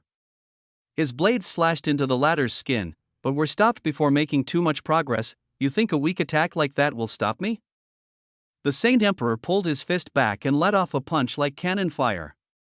The atmosphere boomed from his speed, and roared even louder upon impact. Bang! Park Jinho was sent flying with an indent in his face, but his eyes never closed. Even though his assault failed, he was able to garner a good amount of information from the exchange. First off, close combat is his specialty. Park Jinho swerved his body and avoided the Saint Emperor's meteoric falling punch. He slashed his blades out to meet the man's fists, creating a sound like metal clashing against metal as they flew apart. Secondly, his laws are geared towards extermination, but for Park Jinho and Damien, this was a fight for survival. 921. You don't have the luxury to split your attention. Focus on me if you wish to keep your avatar in one. If even a single strand of that mana was allowed to run free in his body, Park Jinho would be incinerated. He needed to exercise the utmost caution as he fought, making sure to expel any intruding mana in his body even as he focused on the battle. Strange blue water collected in the air and manifested into multiple projectiles. They shot at the Saint Emperor like a swarm of locusts, restraining his non-events severely. Park Jinho's eyes sharpened. His body twirled through the barrage of water projectiles and hid between the lines, approaching the Saint Emperor stealthily. He was able to reach the enemy's flank within an instant, and thirdly, his blades struck out, but they didn't aim for the Saint Emperor at all. Streams of mana raced through the atmosphere, and halfway through their descent to the earth, they clashed with an invisible force. He was never aiming for me. The point of collision was only a few meters away from Damien's head. If that invisible force was allowed free rein, the young genius would already be dead, or the planet Calypto would be collapsed. TCH. You were able to figure it out so quickly. I should expect it from someone of your caliber though, shouldn't I? The Saint Emperor smilingly apple as if the entire ongoing battle was a joke to him.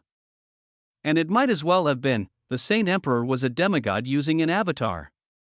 Any fight against a lower existence was merely entertainment for him, but for Park Jin-ho and Damien, this was a fight for survival. You don't have the luxury to split your attention. Focus on me if you wish to keep your avatar in one piece, Park Jin-ho spoke coldly as he flashed his blades. 15 minutes. 15 minutes was starting to seem a lot longer than it usually was. As for Damien, he was really starting to hate countdowns. Chapter 787 Final Stand 3, 787 Final Stand 3. Damien was in a predicament at the moment. On one side, there was a battle that would provide him with immense comprehension of death laws. And on the other was a planet that would collapse without his care and attention. Fuck you, universe. Damien shouted inwardly, cursing the difficult position he was placed in. I mean, yeah, the planet is important and all, but come on. He sighed in lament as he tried to ignore the fierce fluctuations slamming into his body from above.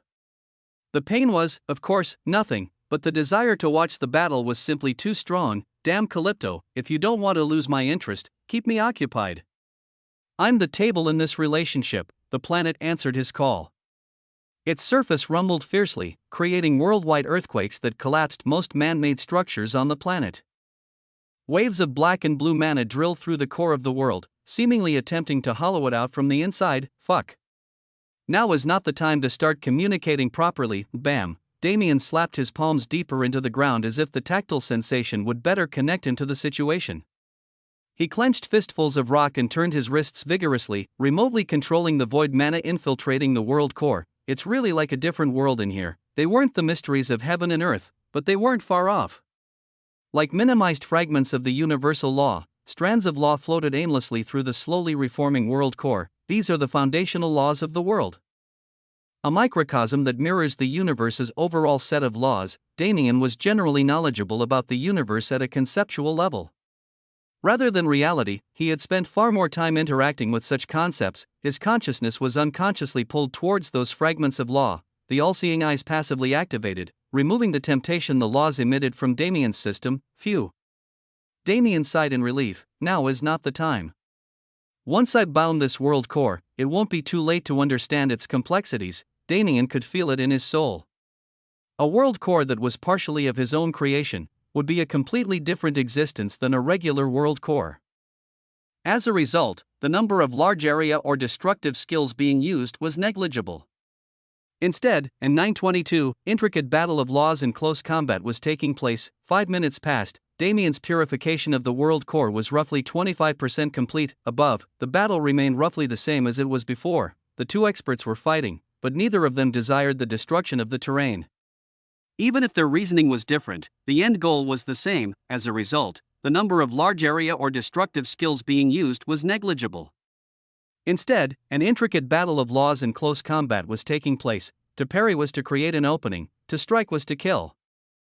Park Jin-ho had always been a swordsman who followed these rules, aiming to end every battle with at most 2 swings of his swords. His body was large and stocky, but his affinities forced him to adopt a more lithe and graceful combat style. It was an oddly contradictory sight to watch his massive body maneuvering as if it weighed nothing, but Park Jin-ho wasn't ashamed of his style at all. This unconventional style was the exact skill that allowed him to reach his current position. The amount of effort he'd put into perfecting his swordplay and basic movements was unholy, and as a result, 63 faces of water, 16th face, absolute boundary. It was a skill usually used during large brawls.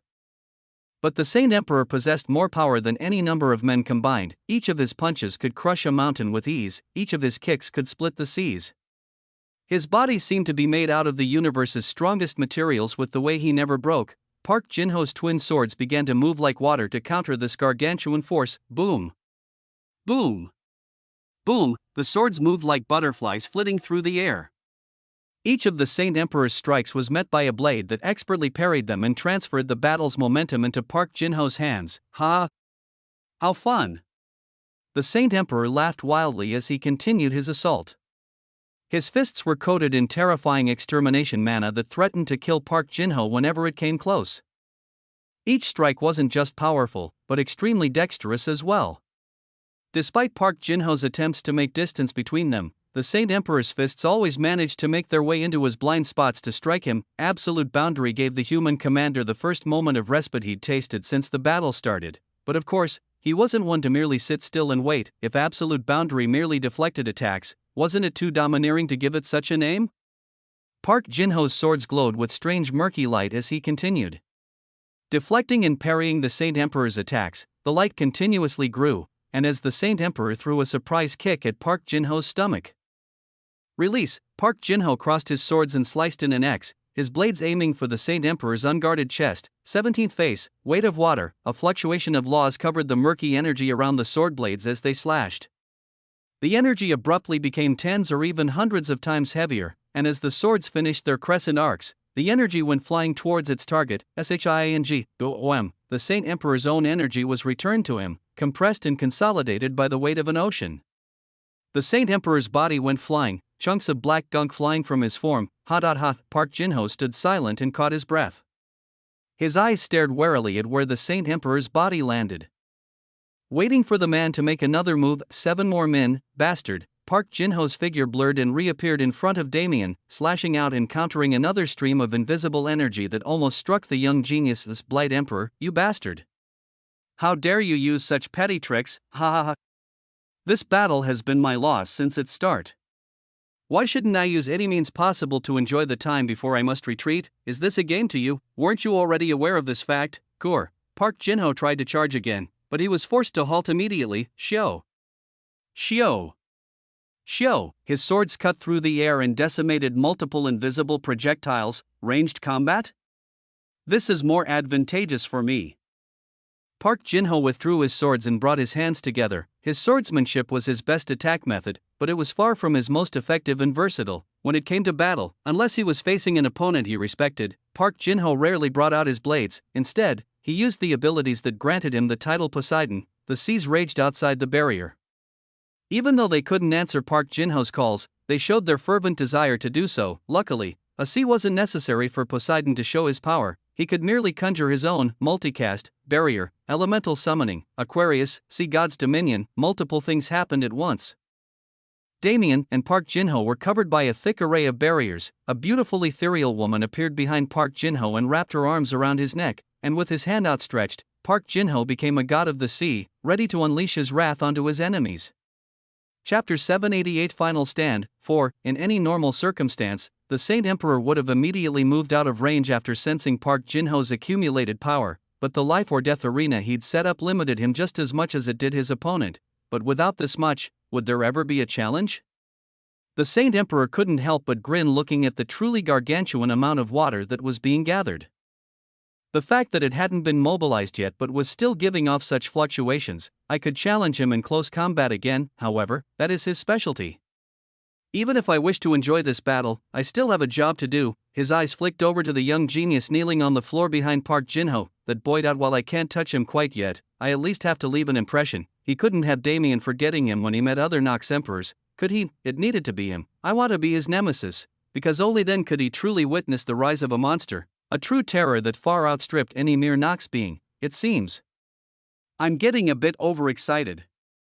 The treasure in front of his eyes was too captivating, but also in front of his eyes was an array of water spears with both the hardness of metal and the flexibility of water. How troublesome! The Saint Emperor frowned and swiped his arm, letting loose a swarm of strange bugs.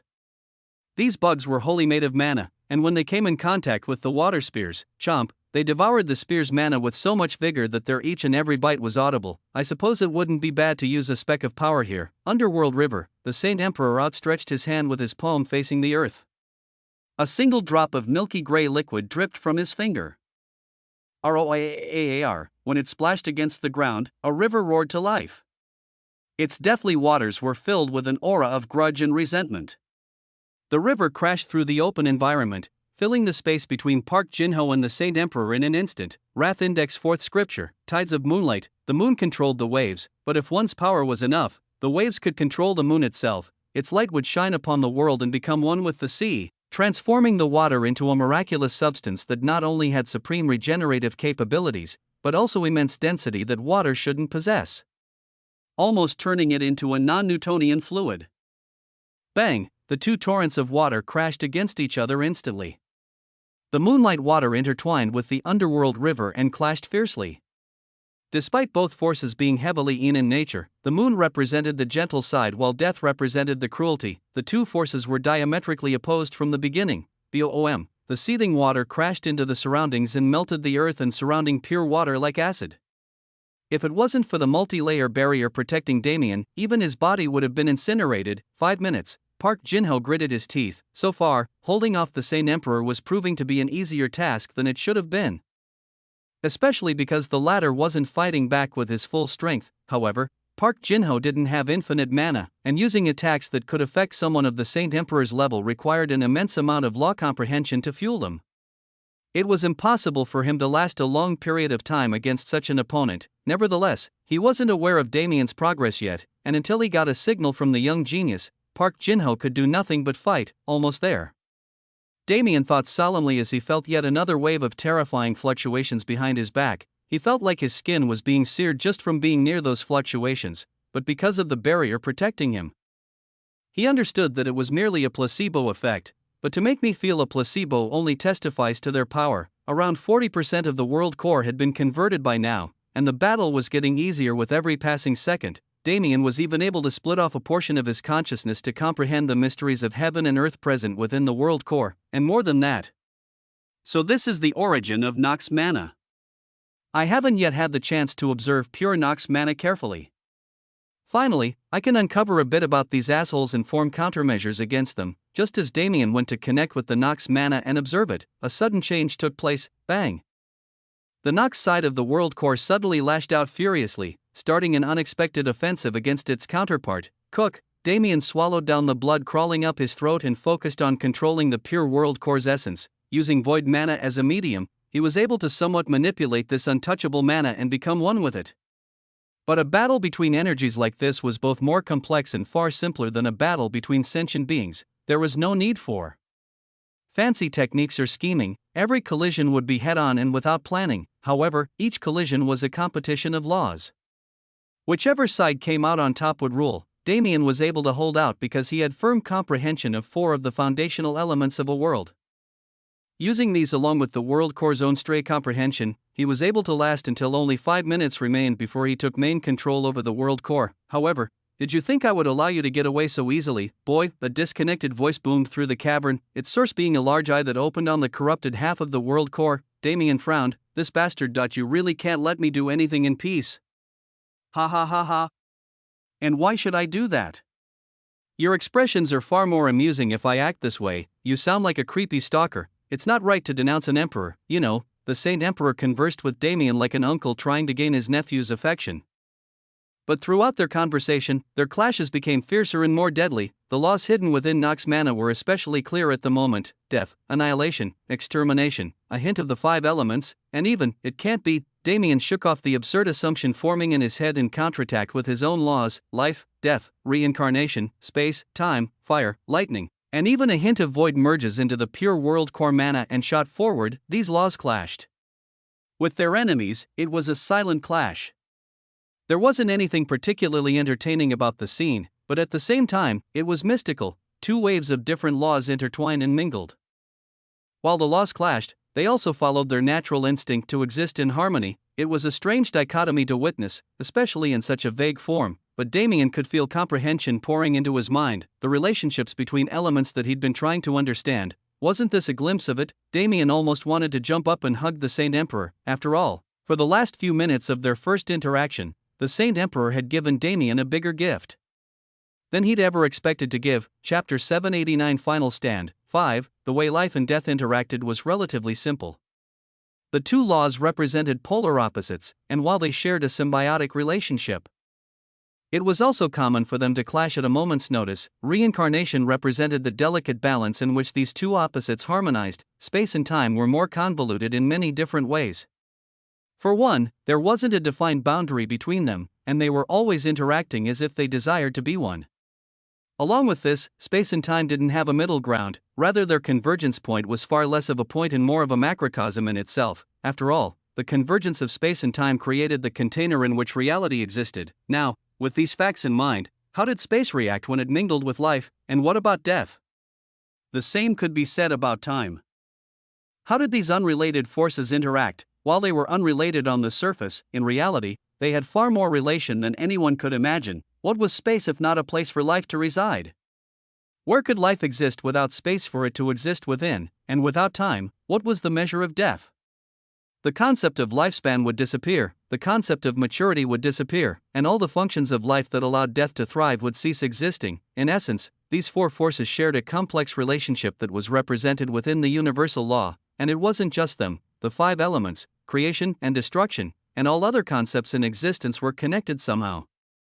That connection is being represented here, due to the clash between two different world core variants. The laws of the universe were wantonly being thrown about the world core space, while it didn't mean anything to the Saint Emperor, who'd already reached a level where he could touch the universal law with the tips of his fingers. It was everything to Damien. This is it.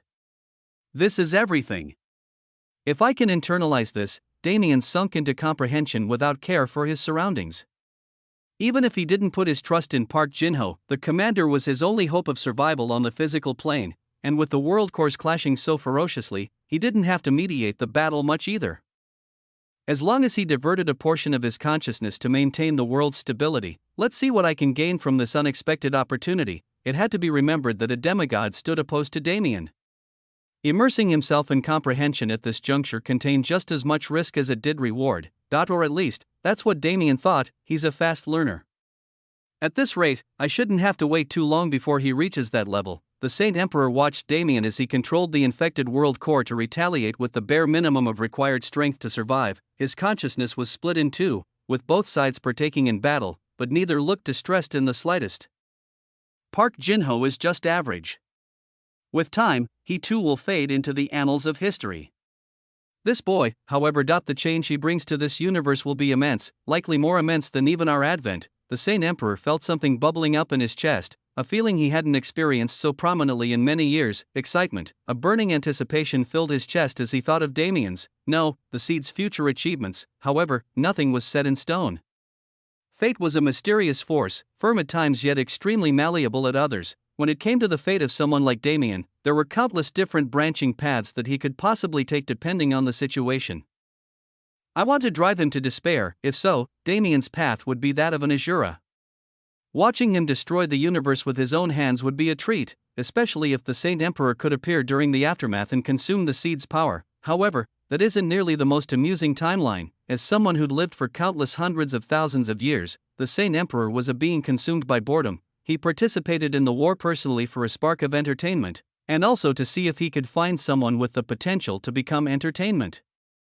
In the future, instead, he found Damien, someone who far surpassed any expectations he could have possibly held. There are so many paths, it is almost euphoric to imagine them playing out. However, only one can come into existence. The Saint Emperor smiled. Let us see how his life plays out first. It seems he is already on quite the interesting path. The Saint Emperor glanced over at Damien, who was surrounded by will-o-wisps of pitch-black mana that constantly shifted between multiple different concepts. His smile only grew wider and more perverse when he saw it. His fists clenched, and a trace of murky black mana appeared around it. But unlike last time, it wasn't met by heavenly retribution. The black mana was allowed to swirl freely. After all, with the source nearby, how could the heavens dare to interfere? Is it another 3 minutes before the process is over? Shall I entertain this Park Jin-ho for a bit before I go? The Saint Emperor casually parried Park Jin-ho's swords with his bare forearms and counterattacked with the ferocity of a tiger. Right hook, a jab from the left, another straight punch, an uppercut to the jaw. The uppercut lost momentum halfway through as the Saint Emperor impossibly changed its trajectory and slammed the back of his fist into Park Jin-ho's nose. Bang! The human commander's body went flying. Before he could regain his senses, the Saint Emperor was before him again. He felt like every attack was being forcefully etched into his soul. He could clearly remember every pattern, every slight nuance of the Saint Emperor's movements as the man utterly decimated him. I must make distance. Park Jin-ho truly tried his best. He used every tactic in his arsenal. He utilized water laws to their utmost, giving way to a mystical showing of water's properties. However, it was no use. He was toying with me from the beginning. The realization struck along with another thunderous fist. It was inconceivable, even when he barely used mana. The Saint Emperor's precise movements honed over hundreds of thousands of years of training were more than enough to suppress someone of Park Jin-ho's level, not to mention the pure comprehensive ability of a demigod. As a being who nearly surpassed the universe, The Saint Emperor had an inexplicable ability to deconstruct its laws, though it wasn't absolute, it was an ability that could absolutely suppress those with less understanding of those base concepts than him. In essence, it was an ability that boiled down to the universal law once again. Park Jin-ho gritted his teeth and fought back with everything he had. He swirled through the air like a dreidel, displaying all 63 phases of water one after another. The first phase began gently, but the last phase was a raging tsunami that could consume a planet with its fury. The ability itself was flawless, but the enemy was too powerful for it to show its worth. It was a depressing fight. Park Jin-ho felt the desire to give up countless times, but somehow, he managed to persevere past his pessimism. 5 minutes passed, the world began rumbling once more. Chapter 790 Final Stand. 6. Damien's eyes shot open, his irises reflected brilliant blue and abyssal black, but with every second, the iridescent blue light swallowed the blackness and refused to let it live. 5 minutes had passed, and with the Saint Emperor's unexpected aid, 50% of the world core had been purified. There was nothing left for Damien to do. The reflections faded from his irises, and his consciousness returned to reality. I still need to facilitate the process to watch out for changes, but it should be largely autonomous at this point. The Saint Emperor also can't regain control without spending a considerable amount of time tipping the balance again. After all, this newly formed world core wasn't the same as the one that had been corrupted the first time. This world core was influenced by Damien, and transitively, the void. Is it finished? The words didn't come from Park Jin-ho, but from the Saint Emperor. The Nox demigod smilingly looked at Damien with a look of interest coloring his eyes. Park Jin-ho looked over curiously as well. Damien glanced at Park Jin-ho and nodded. It's finished. His power should be significantly weakening with every passing second. Ah, that one is true, but it isn't pleasant if you look down on me too much. The Saint Emperor's demeanor was ever-changing. In a split second, his jovial attitude turned cold. It is true that my defeat was decided long ago, and it is also true that my best course of action from this point forward is retreat. However, the Saint Emperor raised his arms above his head and began to gather mana. Let me leave you a reminder. This retreat was not caused by you, it was not provoked by the measly forces you dare to call Heaven's army. This retreat was forced by a single man and his ability to alter the very fabric of reality. The sky turned black, the sun disappeared from Calypto, and the entire realm was submerged in blackness. It began to rain. I do not particularly enjoy being looked down on. I shall leave you a treat before I leave, a reminder of why I am titled an emperor. You think you can leave as you please? Park Jin-ho sneered. Do you truly believe you can stop me? The Saint Emperor snapped his finger. The world cracked. It wasn't a mere expression, it wasn't an action that took a great deal of power to execute. A mere snap of the finger created a crack that split Calypto into two even halves. Crack, crack. Crack. Crack, rumble, spiderwebs spread from the crack and the structural stability of the world was immediately challenged. Fuck, Damien cursed as he inserted his consciousness back into the world core. He pushed void mana into the pure blue world mana and controlled it, using it as a tether to hold the world together. Ha! You were planning to use this planet well, were you not? An emperor's possessions are his alone. Kaboom! A crackle of lightning resounded through the world. The torrent of rain pouring from the blackened sky became furious, and even Damien began to feel its effects. He is corrupting the world again. Damien's eyes hardened. This wasn't a corruption that would ever reach the world core now that the core itself regained its ability to fight. There was no real benefit to corrupting Calypto a second time. The Saint Emperor was merely toying with his enemies. He turned Calypto into a land uninhabitable by any race other than the Nox. He turned it into an infertile land that couldn't birth or house a single ounce of life, and there wasn't a single person powerful enough to stop him. Park Jin-ho and Damien could only powerlessly watch as the oceans around them turned black and the world was ruined. At this rate, Damien frowned. At this rate, the entire world would be destroyed, along with everyone on it. How would I even stop him? Frustration set in, frustration caused by weakness. This was absolute power. Even while limited to the form of a fourth-class being, the Saint Emperor could easily waste a planet. This was the same feeling Damien felt long ago, facing an opponent whose status wasn't much weaker than the Saint Emperor. Watching a battle where an entire horde of demigods had to work together to fight a single being instilled the same sense of powerlessness deep into his bones. The true pinnacle of the universe was still far away. It wasn't something he could touch yet, but it's closer than I imagined. It burned. The desire to become stronger was almost suffocating, but this type of suffocation, Damien didn't mind at all. he watched the Saint Emperor with cold and indifferent eyes. He ingrained every detail of the latter's existence into his mind, from his appearance down to the intricate nuances of his mana. "Next time we meet, I will destroy you," Damien muttered. The Saint Emperor looked over with an anticipatory smile on his face. "I truly hope you can live up to those words." His body floated into the air. The life or death arena faded from existence, and the Saint Emperor began moving to exit Calypto's atmosphere. As always, he was uninhibited. Damien and Park Jin-ho watched desolately as he left. "Should we do something, even if we want to? Can we?" Damien looked over at the downtrodden Park Jin-ho. The spark his eyes once possessed was gone. Facing a demigod in single combat is an eye-opening experience, huh? Eye-opening guy, definitely one way to put it. The duo sat silently. There was nothing to say. They saved Calypto, didn't they? Despite its state, the world was still alive, wasn't it? But they only felt desolation and disappointment. The Saint Emperor was like a storm. He appeared, acted without restraint, and plunged everything into chaos, then left as if nothing happened. Damien and Park Jin-ho had weathered that storm, sure, but as people who'd faced it directly, they understood more than anything the truth behind the situation. "We were spared. He treated us like unruly children." What a disgusting feeling. Battle was an imperative concept in this world. Battle was what drove society to improve, and it was what allowed every individual a chance to ascend to godhood. Battle was something that almost every practitioner loved, even if it was to different extents. But that was only when the battle had purpose. The Saint Emperor's battle against Damien and Park Jin-ho, it was utterly pointless. It was a show of power and a move to crush the spirits of the enemy. It was the mere whim of a higher existence. Damien begrudgingly picked himself up off the floor. The severed ocean around him was dyed black due to recent events, and acted as an opaque barrier hiding him from the rest of the world. A sigh leaked from his lips, mulling over a pointless battle was more pointless than the battle itself. Trying to rationalize the utterly random whim of a higher existence was more pointless than even that. Instead, he had to move forward.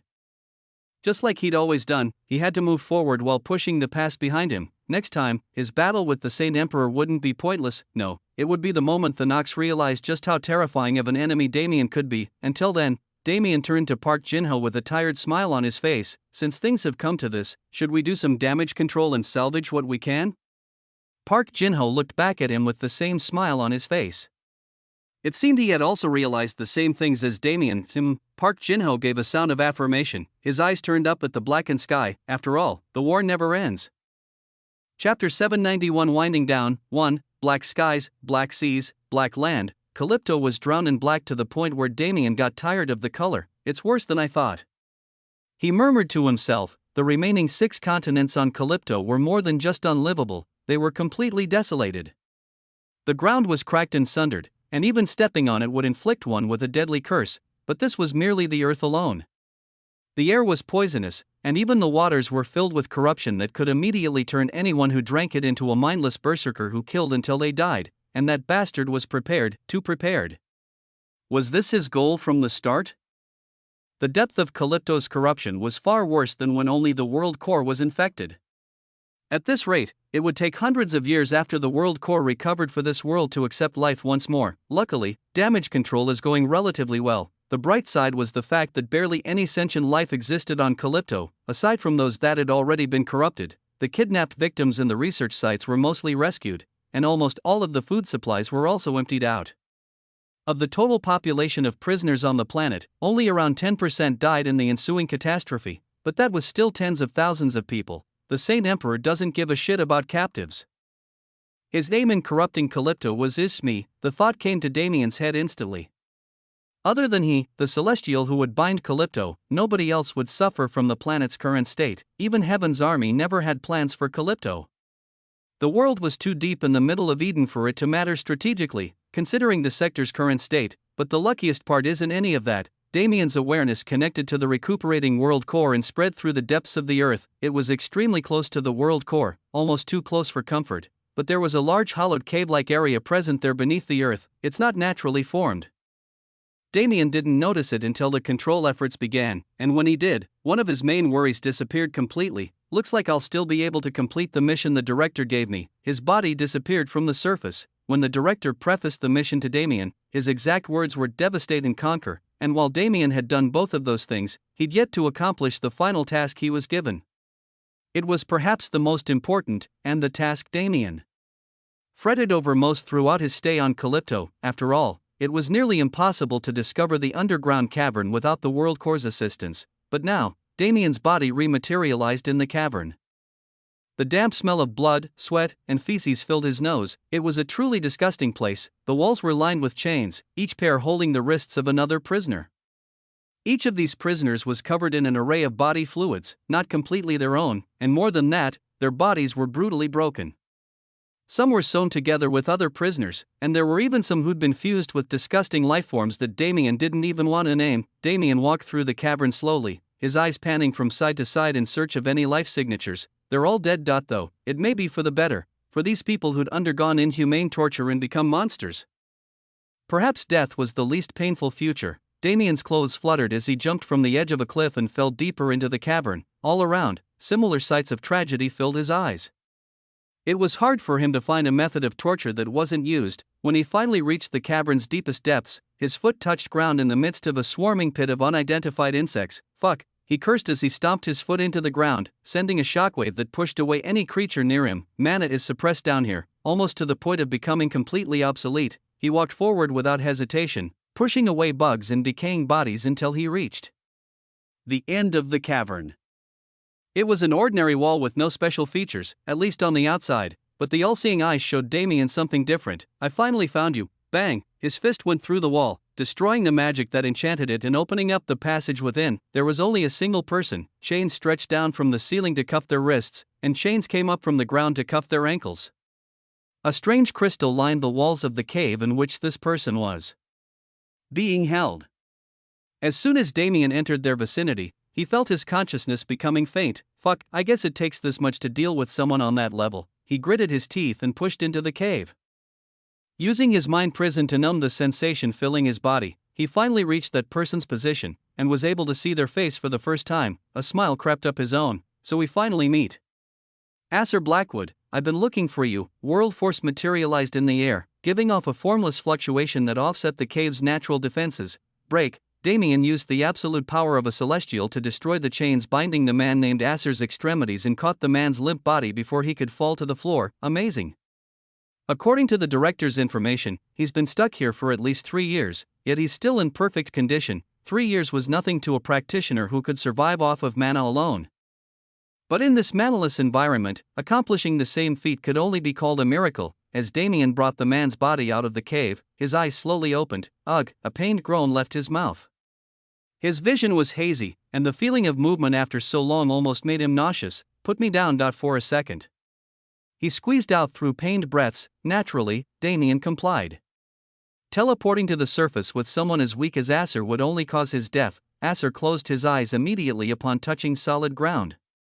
Even in the suppressing environment, breaths of mana began emanating from his body. At this rate, it only took half an hour for Acer's once terribly injured body to return to its peak condition. His eyes opened again, containing almost an abyssal emptiness as they turned towards Damien. I apologize for the inconvenience. Allow me to reintroduce myself now that I am in somewhat better condition. I am Acer Blackwood. May I have the honor of knowing my benefactor's name? I'm Damien Void. It's a pleasure to meet in this form. Come on, now. Are you really going to act clueless? You haven't been playing the recently rescued prisoner of war act very well so far. What do you? You didn't even question who I was when you woke up. You immediately figured out how to evade the cavern's mana suppression, and it seems as if you've been expecting my presence for a long time now. With all the hints you laid out in front of me, did you think I wouldn't notice? Acer Blackwood's shocked expression slowly faded into one of curiosity. Then, who are you assuming me to be? Damien grinned a sly grin, like the grin of a fox. He clearly gave off the aura of someone up to no good. Ha ha ha, who do you think I assume you to be, Director? Chapter 792 Winding Down. 2. The cave went silent for a few moments. Tch, until a barely audible click of the tongue interrupted it. Was my acting really that bad? Acer Blackwood scratched his head with a disappointed look on his face, as if he truly didn't expect to get found out. Did you even try to hide yourself? Damien's words were the final blow. Hey, I did my best, okay? It's not like I was born to be an actor or something. Fuck, that profession isn't even profitable anymore. Damien's eyes widened. This manner of speech was definitely not what he expected, though he didn't find it surprising. Acer Blackwood was a different being than the director. After all, this is my first time seeing a clone in real life. Well, as a clone, this is my first time seeing a perverse genius like you in real life too, so I guess that's something. You're quite the annoying guy. Are you really the director's clone, TCH? I'm the one who gave you all the information to find this body. Who else would I be? So you know it, yet you still pretend like me guessing your identity was something mind-blowing. Kekohum. My mana is still regenerating, so leave me alone for a bit. Damien rolled his eyes. Acer Blackwood wasn't anything like what he expected to find when he got here, and it wasn't just a matter of personality. Rather, Damien only realized Acer's identity in the final few moments before he voiced his assumption. Clones were a strange thing. There were many different forms of cloning and puppeteering that appeared in Grand Heaven's boundary over time, but the best method was always a position left unoccupied due to the sheer variety of techniques and their pros and cons. The method the director used was arguably one of the best, but also one of the riskiest. Acer Blackwood. He is a true human through and through. Acer Blackwood was born from a mother and father rather than a test tube.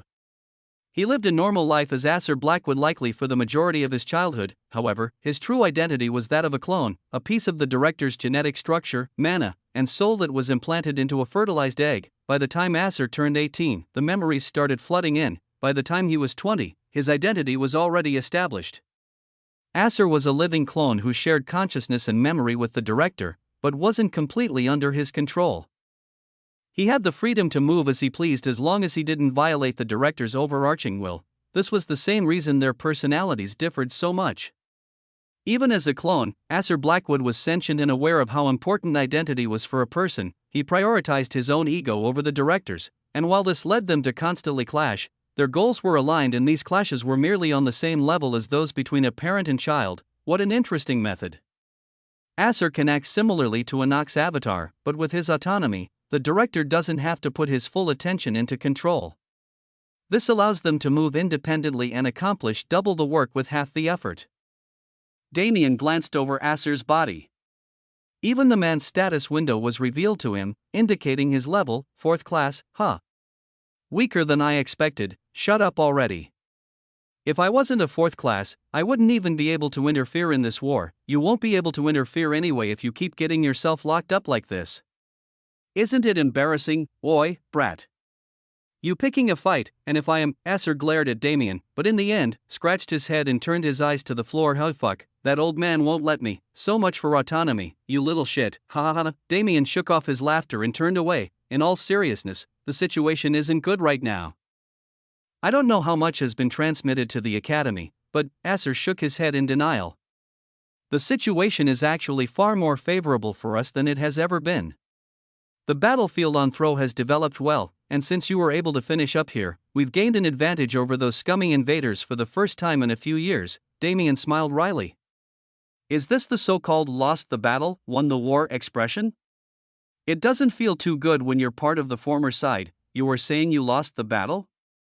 Acer's brows shot up in surprise. Damien sighed. It's best if you see for yourself. Grabbing the now semi-recovered man, Damien teleported back to the surface. And Acer's jaw dropped to the floor. The recovery efforts on Calypto were progressing smoothly. Most of the enemy forces were dead, and though the planet's atmosphere was corrupted, the internals of all starships present in its vicinity were perfectly fine. Everyone that could be evacuated was evacuated, and everyone who needed to be killed was put down. It wasn't a celebratory time. It took almost an entire week for the processes on Calypto to end, and the forces present there evacuated as soon as they could. After joining up with the forces stationed in the planet's orbit, they didn't move anymore. Everyone needed a moment of rest. Too much had happened for them to move into action again immediately. But compared to the regular soldiers and cadets, Damien's exhaustion was multiple times worse. Acer had already left to speak with Park Jinho many days ago. As the director slowly filled himself in on the situation through his clone, Damien was laying down on a comfortable bed, his eyes closed and his arm over his face. It's been so chaotic that I feel like dying. He'd gained a lion's share of benefits over the course of this war, but he'd almost lost just as much.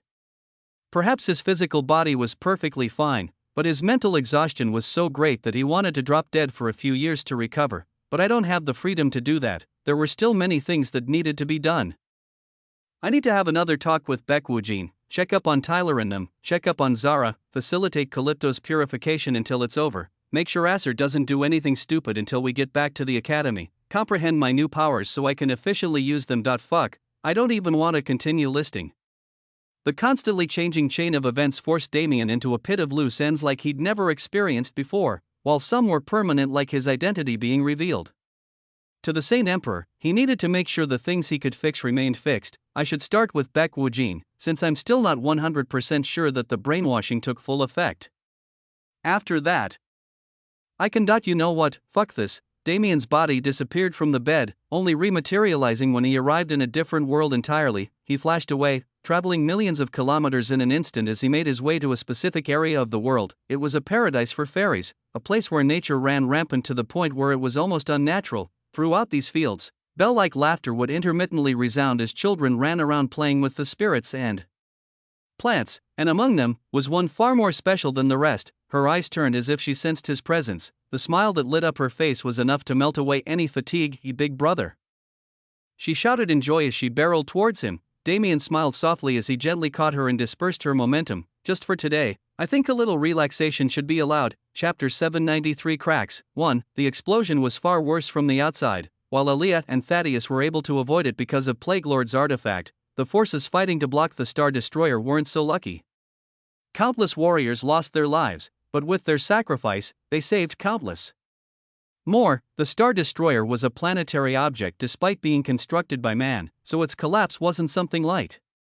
The sheer amount of damage it did to the starry sky alone would remain for hundreds of years to come. Countless hundreds of kilometers of space distorted chaotically, and traversing the area around Thro became nearly impossible. In a sense, Heaven's army had faced defeat on this battlefront as well. After all, aside from destroying the Star Destroyer, the main goal of the attack on Thro was securing a supply route to the Soul World. While this was still somewhat possible, it was far more inconvenient due to the area's current condition. Not to mention, the planet Thro didn't exist anymore. Even the entity that resided within the world had fled during the Star Destroyer explosion. Heaven's army wasn't even able to completely confirm its identity, only that its form was similar to a snake. Only a stray world core remained in Thro's place. Perhaps, someday, it would be able to bloom into a planet once more. Nevertheless, events continued after the explosion. There was no time to ruminate over mysteries that couldn't be immediately solved. The battle wound down eventually, and because a majority of the Nox forces in the area had been decimated by Sharia's tactics, cleanup was far easier than it shouldn't have been. The normal Heaven's Army soldiers worked ceaselessly for many days to perfectly clean the battlefield. Meanwhile, the higher authorities were far away, partaking in a completely different type of battle. A mental standoff against a demigod wasn't a joke. Especially when an unknown situation caused the demigod's kin to activate a protective charm given to him by said demigod. Priscilla Adelaire was barely able to hold the Plague Lord back using her authority and ability, along with the help of those extreme peak 4th classes supporting her. The victory is ours. A relieved murmur leaked from her mouth. In the current pregnant silence, it was incredibly loud. The atmosphere shifted immediately, the building tension died down, and even though they were in the presence of a demigod, these extreme peak 4th classes didn't have any more fear. They'd won the battle, and since the Plague Lord's son didn't die, they didn't have to worry about retaliation. You fools, destroying your own universe, it is hilarious. The Plague Lord's broken words were like a bucket of cold water on the spreading atmosphere of calm. His gleaming eyes glanced around the encirclement. Universe prohibits my participation, otherwise only death. Disdainful, the demigod began to move. He stood up from his seated position and floated unhurriedly through the crowd around him. They didn't lift a finger. They could do nothing but avoid him, lest the universal law activate its prohibitions. Priscilla Adelaire watched him leave with an indifferent face. You may outstrip us in strength, but remember, the universe's restrictions are protecting you just as much as it protects us. You aren't even an emperor yet, and you dare to be arrogant?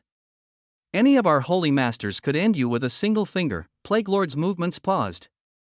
His head turned, his eyes glaring at Priscilla's small figure. We will see ancient battlefield, true stage. Leaving those words, he turned around and left. Those present couldn't help but feel as if his existence was dissonant, a feeling that got stronger the further away he got. A demigod isn't called a higher existence for no reason. It was a shared thought amongst those extreme peak 4th classes who participated in the mission.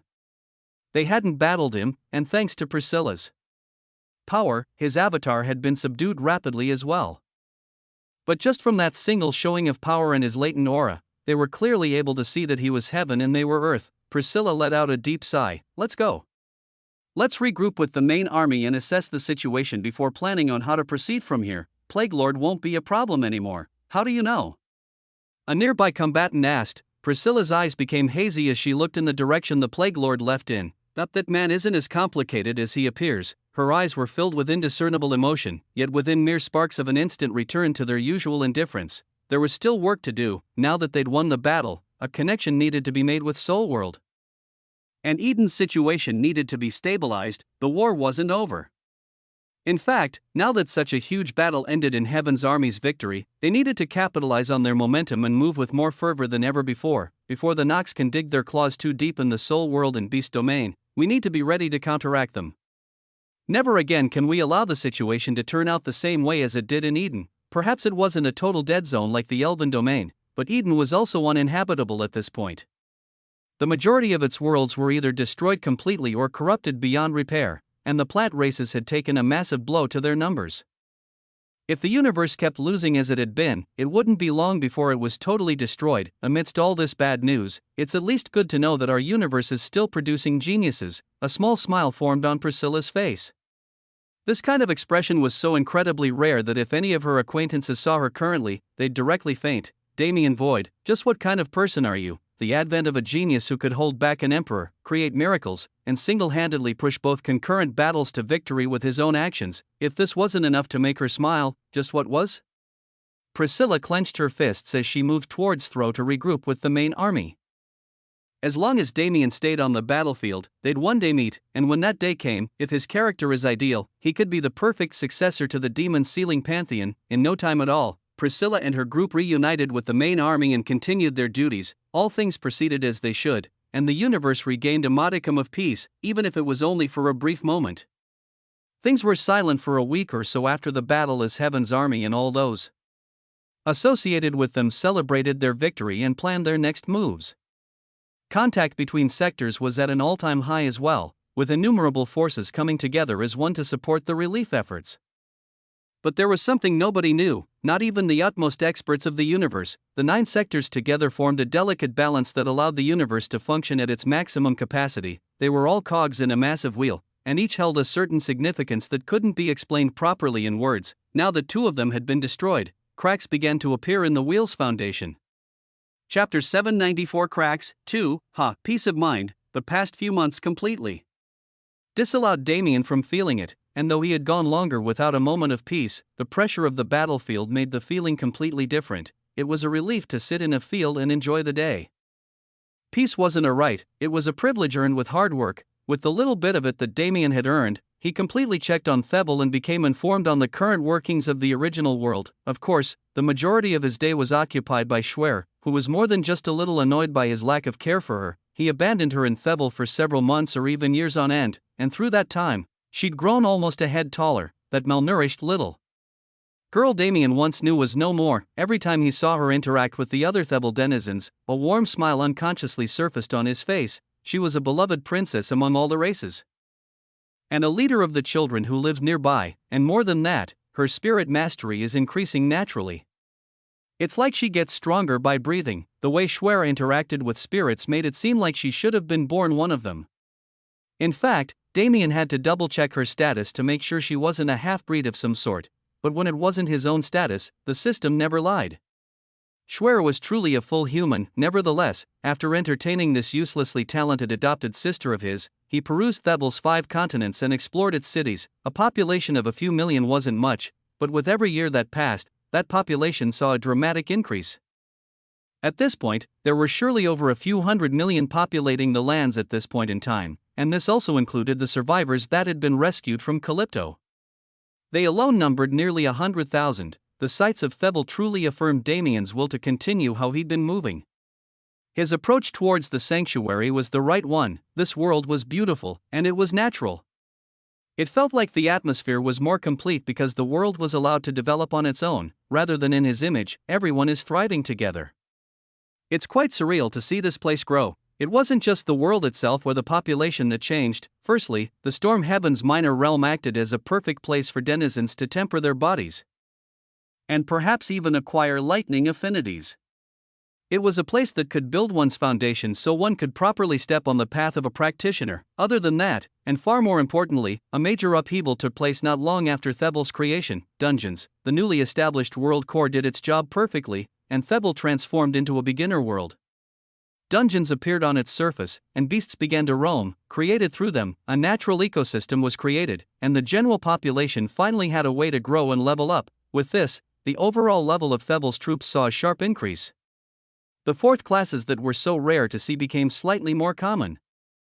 And the number of third class and below soldiers grew with every year. With the current trajectory, it should only be a few more years before I have an elite army of my own. Damien smiled at the thought.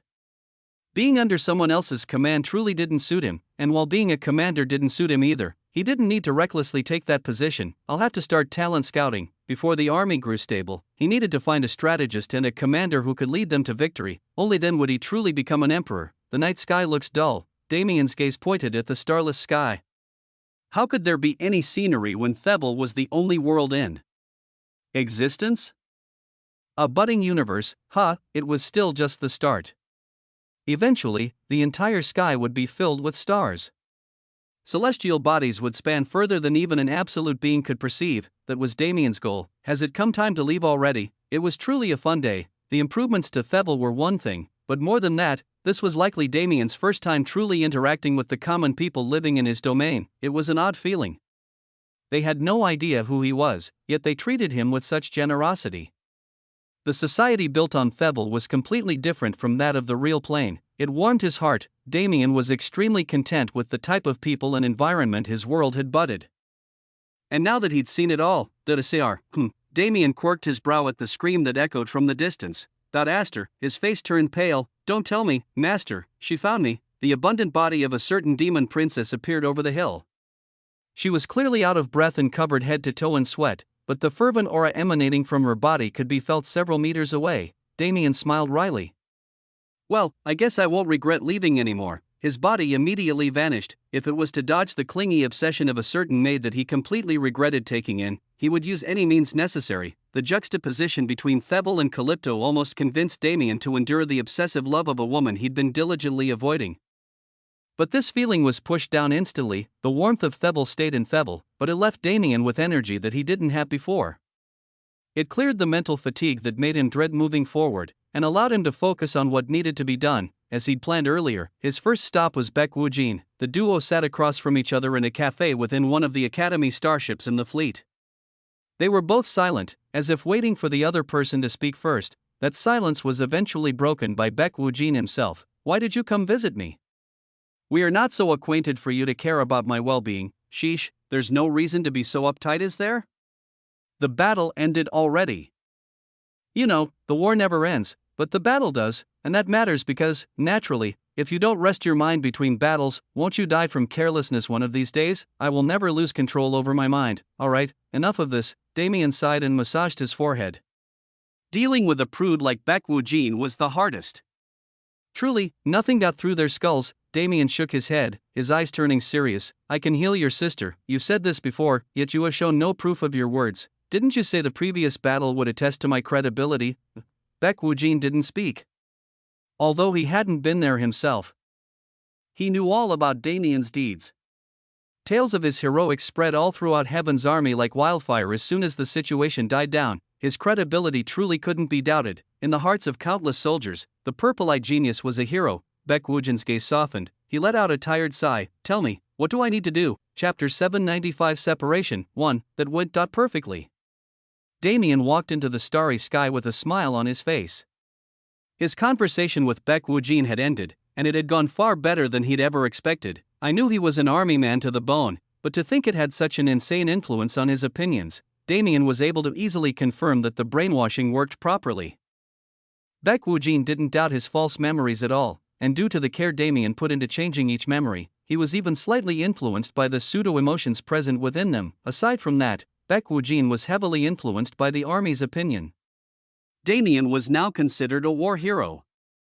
If it wasn't for his spatial abilities making him extremely elusive, he would have already been swarmed by people trying to get acquainted with him. When those two factors combined, it made for a Baek Woo-jin that was actually amiable, something Damien never expected to see. I'll have to stop by Heaven's Army headquarters at some point to heal his sister, but that should be nothing after I master Samsara. For now, everything is flowing perfectly on Baekwoojin's side. The instructor was now considering a true long-term alliance with Damien, an alliance that extended to the hunting dogs. I hadn't even heard their name before, but it turns out they're really something. Of the squads battling and throw, the hunting dogs were one of the top performers. When added to their other feats throughout the war, it wasn't surprising that they were so renowned. If I can get such a strong force under me, Damien grinned at the thought. He lifted his head and looked at the door his feet led him to. Opening it, he was greeted with a strange scene. Synth sat on a chair with her back hunched. Her eyes were on the floor, and her hair fell messily, obscuring her face. Her entire aura was gloomy. Ash stood next to her, patting her back lightly, while Tyler paced with concern on the other side of the room. While it was a great thing seeing the three of them up and moving as if nothing happened, what's with this atmosphere? Damien's voice cut through the silence. Synth's body shuddered. Tyler froze, turning his face away with shame. Even Ash couldn't look Damien in the eye, though. That last one is just the usual. What the hell happened while I was gone? Damien walked into the room with a solemn face. He couldn't imagine what could have put his squad members in such a state.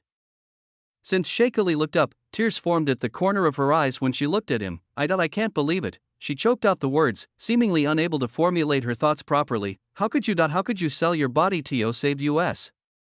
Synth immediately broke down into a fit of uncontrollable sobbing. Tyler looked away in pain, and Ash continued being Ash. As for Damien, bruh, he facepalmed so hard the two surfaces almost fused. Pack. Three-dimensional flicks resounded, and 3 bumps swelled on 3 different foreheads. What the fuck are you idiots on about? Damien stood like an exhausted teacher dealing with his students as he faced his 3 squad members, who were now kneeling on the floor in front of him. That. Synth mumbled, that? Damien repeated with a raised brow. It's your fault for looking suspicious.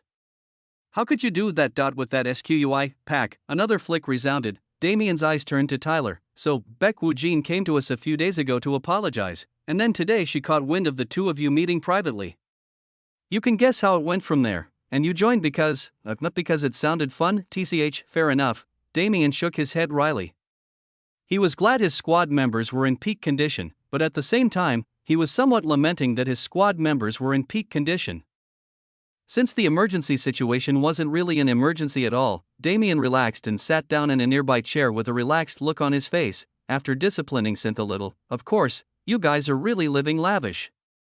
To think they'd provide you with a suite like this. Damien looked around the room, impressed. It was seriously like a 5-star resort, completely unlike the other more economy class rooms on the starship. It can't be helped. After all, aren't we the squad members of the great Death Emperor Damien Void? Tyler responded teasingly, KHH. Damien cringed at the nickname. They just named me after Death Emperor Star, didn't they? They 100% just named you after Death Emperor Star. Fuck, Damien sighed at his luck with titles.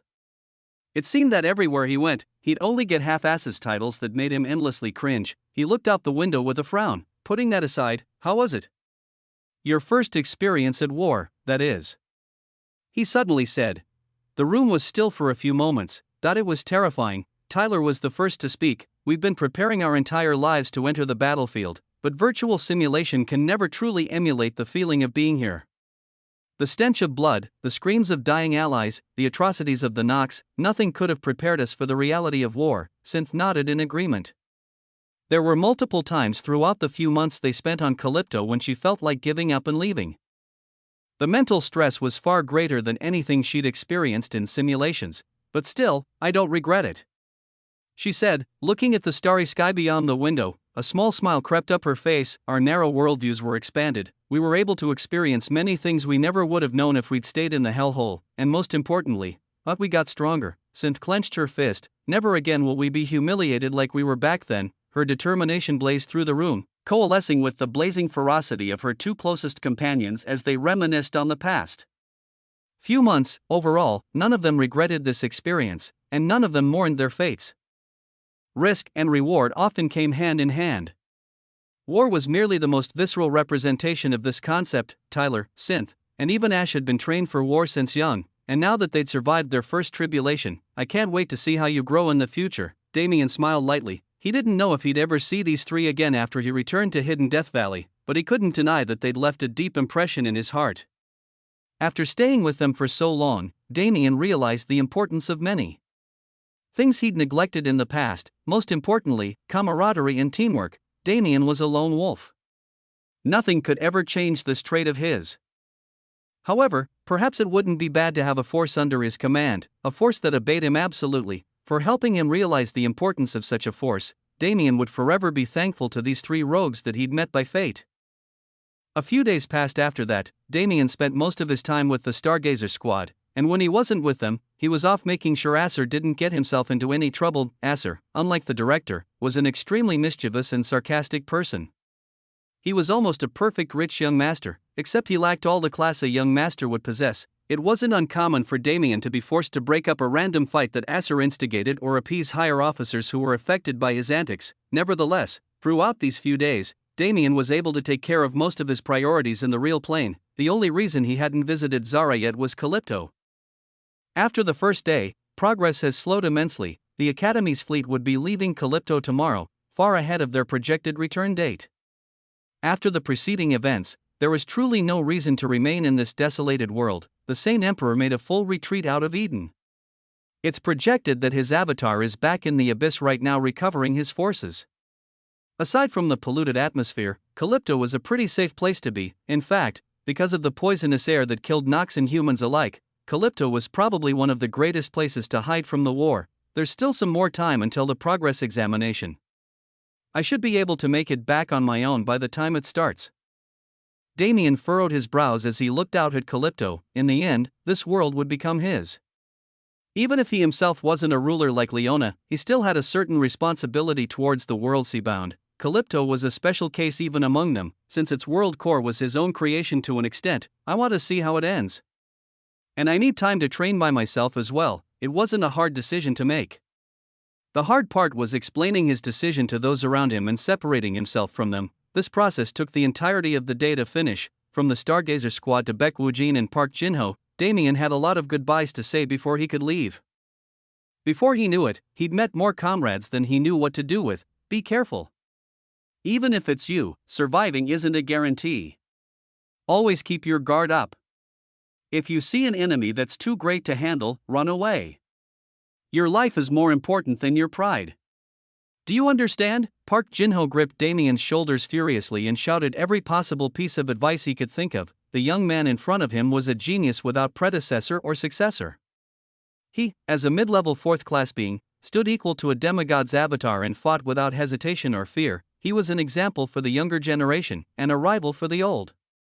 He was someone who would one day become a central figure in the war. How could Park Jinho ever think about losing the future hero of the universe? You have to survive. Damien wryly smiled as his body was flung about by the distraught commander. To the side, the rest of his comrades stood snickering amongst themselves. TCH. So much for a wholesome goodbye. Damien muttered, "Huh? What did you say, you bastard? Wholesome goodbye? Wholesome goodbye? You're lucky I'm not beating your foo mmghmmph." A pair of arms appeared behind Synth and dragged her away, covering her mouth as she continued trying to yell out curses. Tyler smiled apologetically from beside where she once stood. As you can see, she's not taking the news well. Damien wriggled his way out of the commander's grasp and walked over. Well, I never expected her to. Good luck dealing with that when I leave, a bastard until the end, huh? It can't be helped. It's my defining trait, after all, TCH. I feel bad for the poor souls who follow a bastard captain like you, the pair chuckled. After a moment, Tyler straightened his body and faced Damien head-on. Keeping his head lowered, he deeply bowed. It was an honor serving under you. Damien's eyes widened for a second, and before long, softened as his smile turned warm. It was an honor serving alongside you as well. The pair stood in silence for a while. They knew each other inside and out after going through life and death together for so long. No words needed to be said to convey their intent. Ah, but I guess Ash isn't going to say anything until the end. Damien suddenly said. Ever since that fateful day, Ash hadn't spoken a single word to him, even in battle. Though it was understandable, he still felt it was a shame. Tyler turned away with a strange look on his face. Well, it isn't quite for the same reason anymore, Damien questioned. Never mind, it's probably better if you don't know. Who knows what'd happen if you got your bastard claws in her? What the hell are you on about, HM? Ah, I was just wondering how those Nox's claws work. They change shape so naturally that it almost feels strange. Time passed as Damien mindlessly conversed with Tyler and the rest who'd come to see him off. It was truly a larger group than he'd imagined. There were plenty of people Damien hadn't even met before, purely coming to thank him for what he'd done. It didn't feel that special to him, all he did was his best to survive and grow stronger, but somehow, he'd managed to make such a deep impact on so many people's lives. The strings of fate and karma were truly strange. The more he felt the effects of his newfound fame, the stronger this thought became. Damien smiled. He found himself smiling often in this atmosphere, almost as if he was born to live on the battlefield, but like all good things, his time with these comrades had to come to an end as well. Damien stood in the starry sky alone. Watching a fleet of starships fade into the distance, he kept remembering his final conversation with Tyler. The happy moments were one thing, but more than that, Captain, you must exercise utmost caution from this point forth. I don't know what secret you're hiding, but it's a surety that the Saint Emperor is fully aware of it at this point. As long as you are on the battlefield, you will not have a single peaceful moment. Tyler's last words to him were words of warning. Damien was aware of it. He'd been trying not to think of it with everything else on his plate, but now that things had calmed down, there was nothing else to push the thought to the back of his mind. The life of a target that he'd been avoiding ever since he learned of the void physique's peculiarity was likely going to become his from this point forth. And to prepare for what was to come, I need to get stronger, unbelievably stronger. There was only a single solution. Damien flashed into Calypto's corrupted atmosphere. He had until the world core was completely purified. By the time the process ended and it came time to return to Hidden Death Valley, I need to become a monster. Chapter 797 Shadow 1. The homeworld of the Nox was called Alcatraz.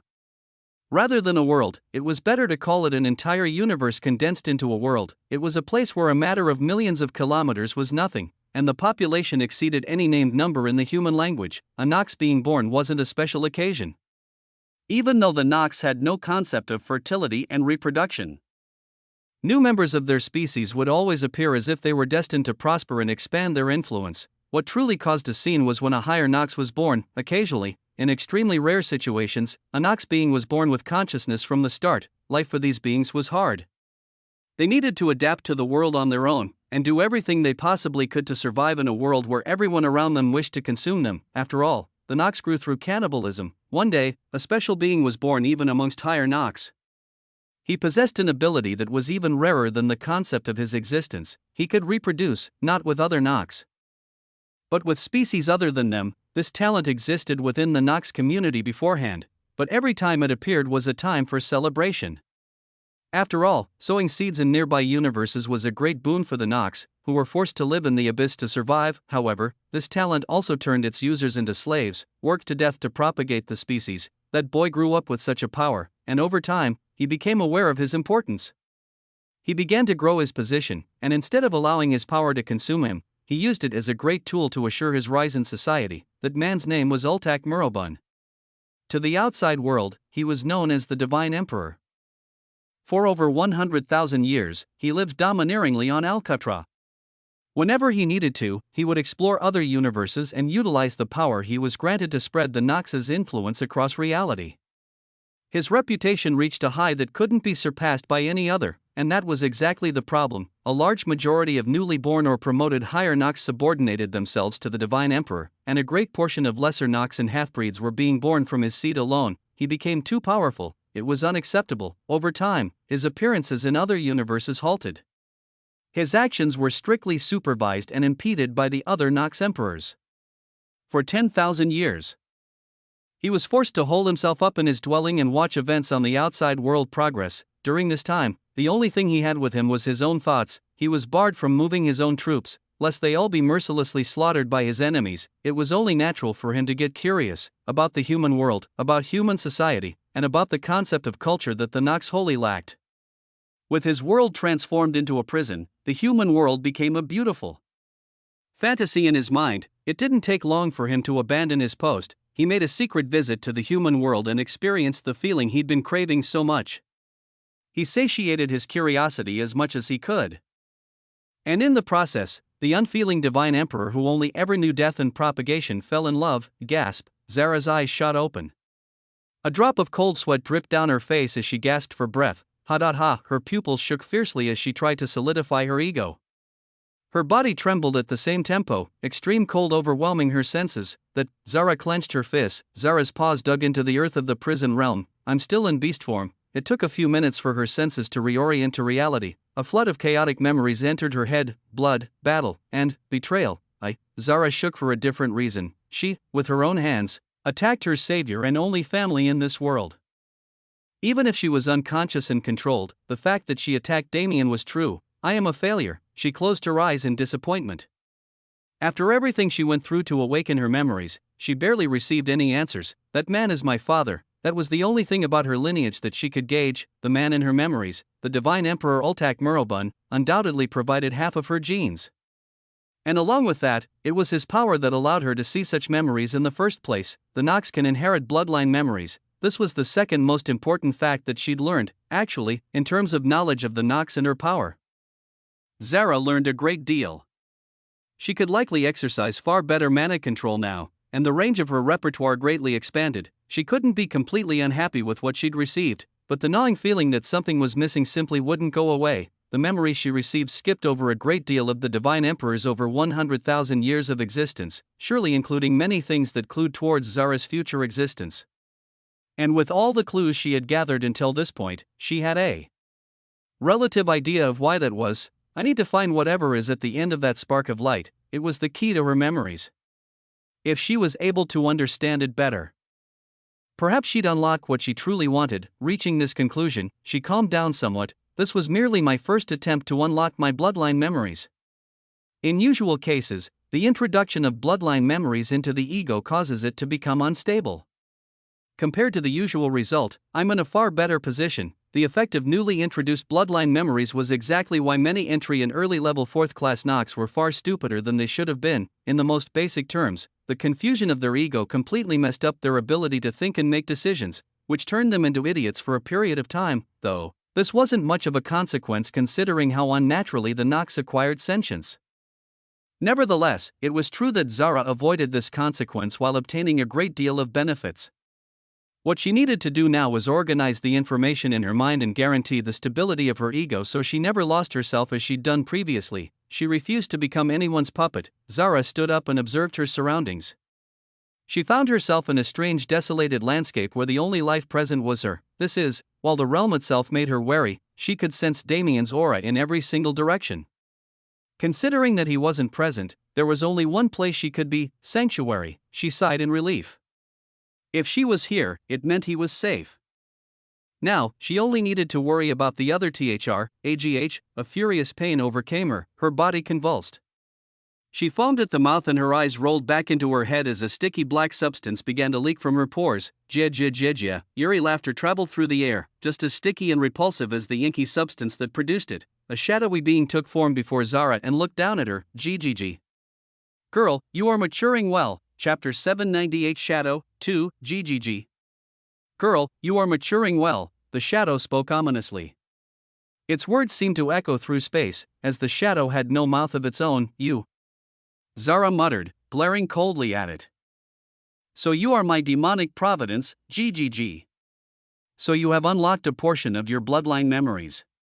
Good. This one's holder should at least be at this level. Zara didn't respond.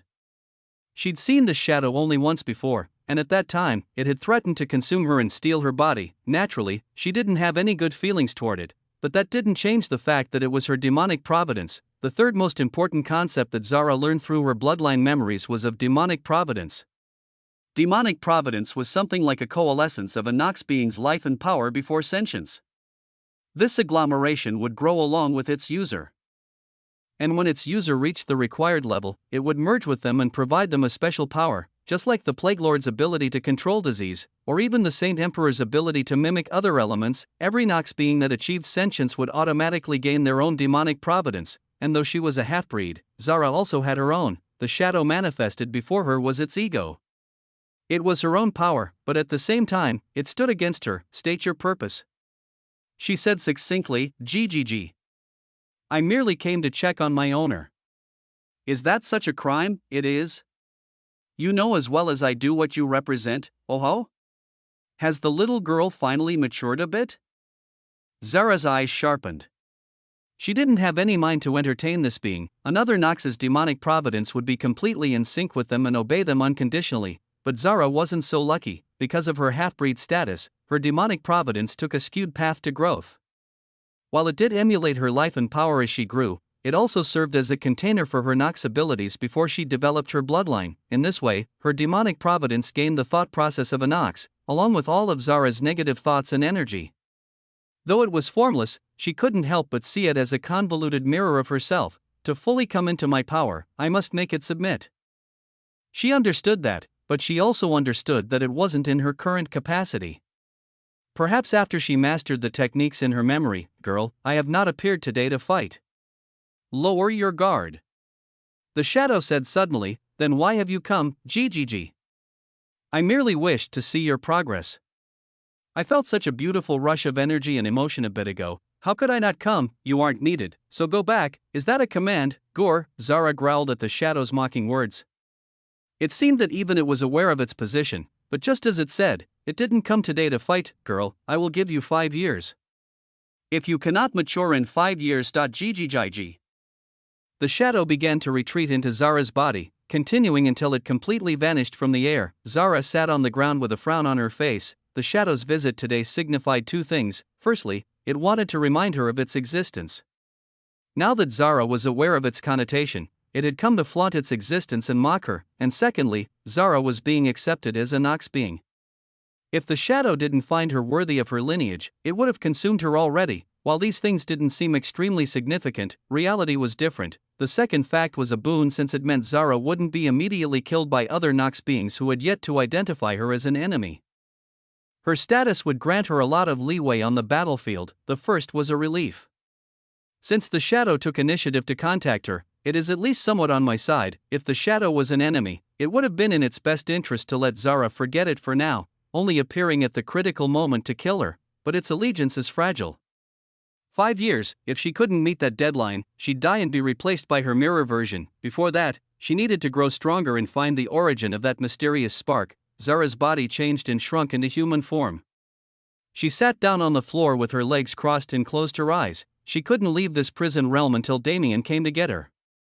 So until that time came, she would train like a beast. Somewhere within the vast sea of stars, two bodies rapidly moved without any sense of direction or purpose. Eventually, these two beings came across a beginner world where they stopped to rest. A beautiful man and woman walked through the streets of this world, their existence alone infatuating many denizens of the world, but the two themselves were entirely disconnected. They seemed to have formed a bubble around them that none could penetrate. Isn't it great? Here, try this. Ooh.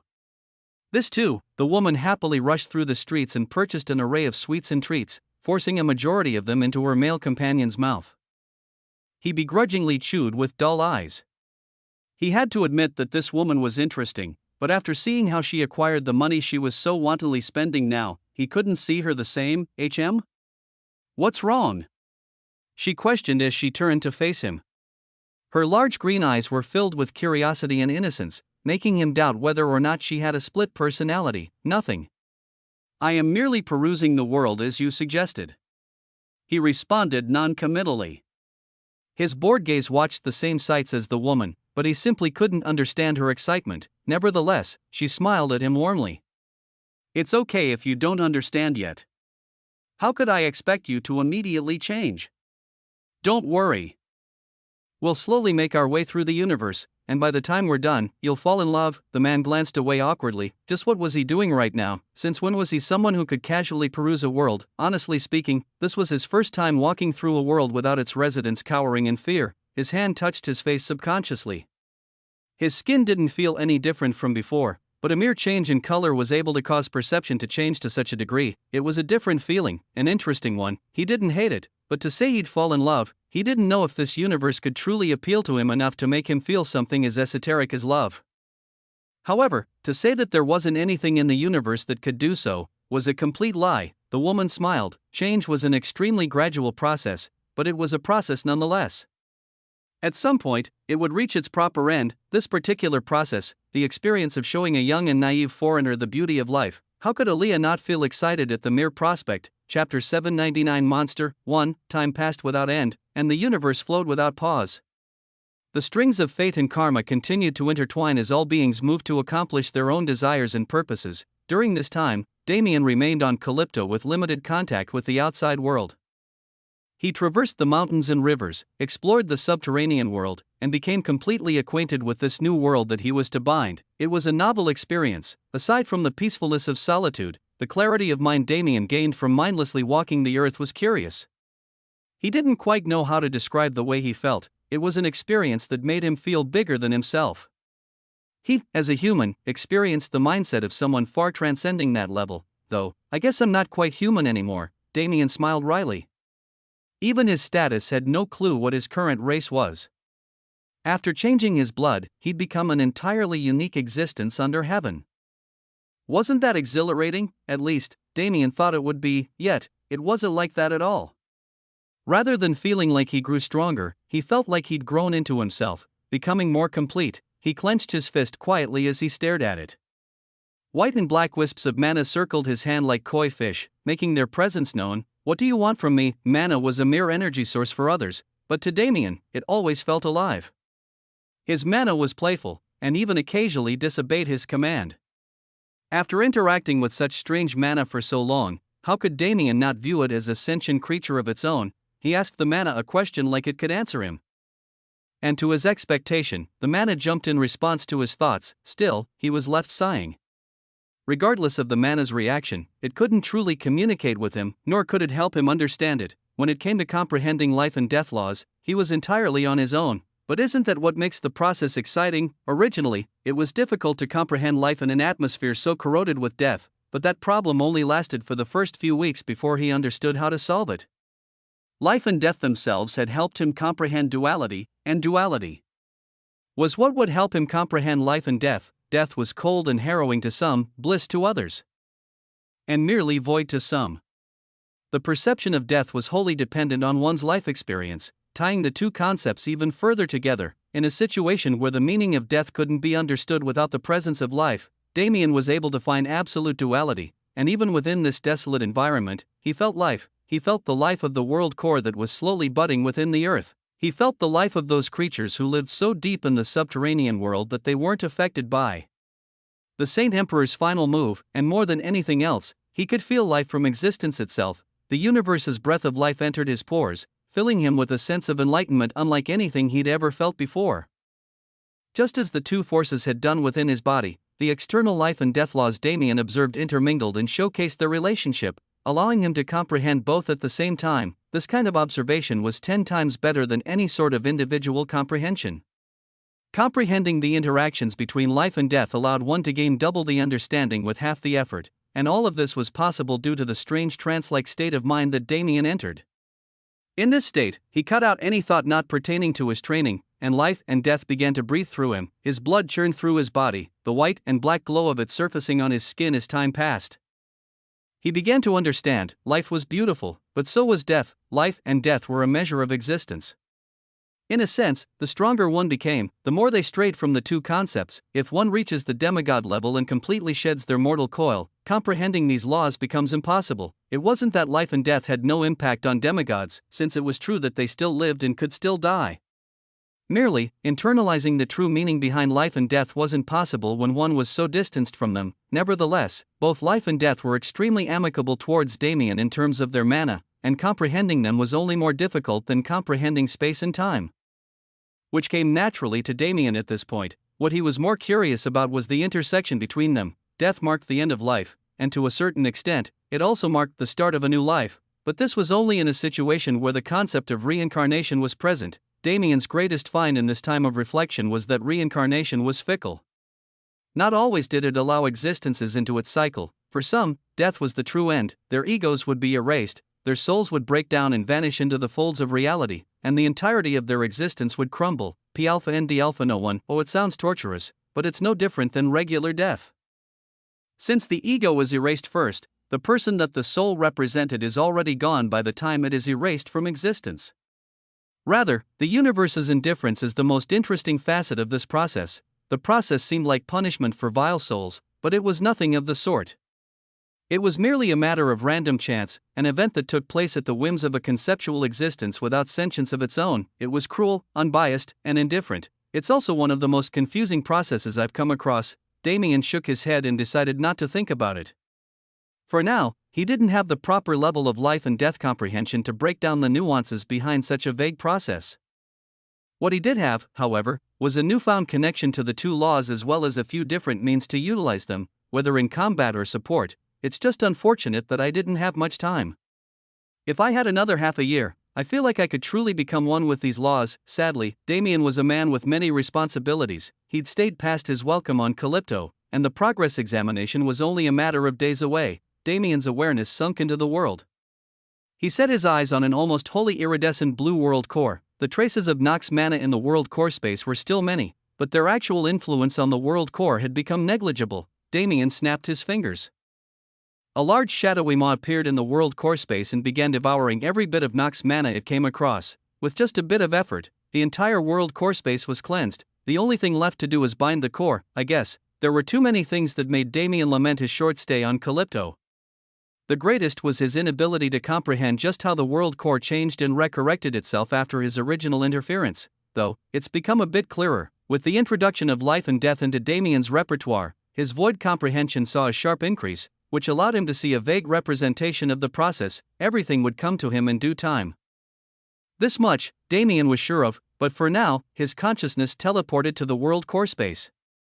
A celestial mana thread left his finger and gracefully entwined with the world core's pure mana. When the two forces made contact, an explosion of light enveloped Damien's mind. Chapter 800 Monster 2, The Birth of a World. This was what Damien saw upon binding Calypto. It was a scene he'd seen once before, but not nearly in the same level of detail as what he was currently witnessing. From the moment the universe's mana coalesced into a tiny sprout that would bloom into a world core all the way until that world core matured, formed a world around it, and birthed life, Damien saw it all. He was an observer, someone who shouldn't have existed as this happened. And from this position, he was able to witness things the common eye wasn't supposed to see, traces of the universal law in its purest and most unadulterated form. Damien's mind raced. The matter of the world itself was secondary. Even the immense life and death comprehension he could gain from watching the world grow was secondary. If he could obtain even a trace of comprehension of the universal law, all else would become mundane, caitish. His mind pulsated as he tried to hone in on that barely noticeable trace. He pushed his mental energy to the limit, using his awareness to pierce reality and reach that strand of intent. It was shapeless, formless, colorless, almost non-existent. Yet, it was the exact same intent that formed the entirety of the universe. It was nowhere, yet it was everywhere at the same time, making it almost impossible for Damien to touch it, but he did his best. He put everything he possibly could into locating it. He got closer and closer, the fluctuation of that power becoming clearer with time until his mind snapped back to reality. In the end, he wasn't able to grasp what he wanted, however, his eyes sharpened. Wasn't that similar to the breath of the void? Damien's interaction with the world core was short yet meaningful. As soon as his consciousness returned to his body, he felt droves of world force becoming his to use, and a new celestial body appeared in his spiritual world, connected to his other worlds through the world core fusion reactor. It was truly a completely different entity than the rest. The world force was weak in comparison to its quantity, but that was merely because the world core was still new and without spiritual intelligence. In terms of purity, this new breed of world force was far greater than anything Damien had ever touched before. It feels like this world force's fluctuation is closer to the universal law that I barely felt earlier. The universal law clearly had a connection to the void that Damien had been unaware of. And since the void itself influenced this world core's formation, it was natural for it to be closer to the origin than a regular world core. As for the benefits of this change, Damien would have to slowly uncover them with time. Calypto's new world core couldn't even transmit hints of emotion like Earth could yet, so it couldn't help him in any way. Nevertheless, Damien was immensely satisfied. The binding was a success. This is a viable process. In the future, he had yet another card to use against the Nox, one that could strike serious blows to their efforts in destroying the universe. If Damien could continue to refine his craft, perhaps there would come a day when he could revive destroyed world cores as well. If that day came, it's no use thinking in hypotheticals. Rather than that, I should start heading back to the academy. Most of the worries that had been troubling him were dealt with. Damien had gone to the sanctuary to visit Zara long ago, and he'd seen that she was safe. While she wasn't yet ready to share what she'd experienced with him, that had come with time. Her safety and health were far more important than the information she could provide. Since she wanted to quietly meditate and organize her mind, Damien created a new section of the sanctuary specifically dedicated to her practice and allowed her to stay there, while she took care of her own matters. He had a progress examination to breeze through. At this point, it feels useless. Death Emperor Star still had countless forbidden zones for Damien to explore, but he didn't currently have the time to explore them all. He urgently needed to head to the battlefield and participate in the war. This was something he realized after his adventures in Calypto. For now, I'll go back to the academy since I have a promise to uphold with the director. And since Acer and Calypto were both saved by me, shouldn't I be rewarded? Damien grinned greedily as he thought about extorting the director. That stoic old man who didn't know how to be jovial, it would be nice to see a distraught expression on his face, right? Yeah, now that's some quality motivation.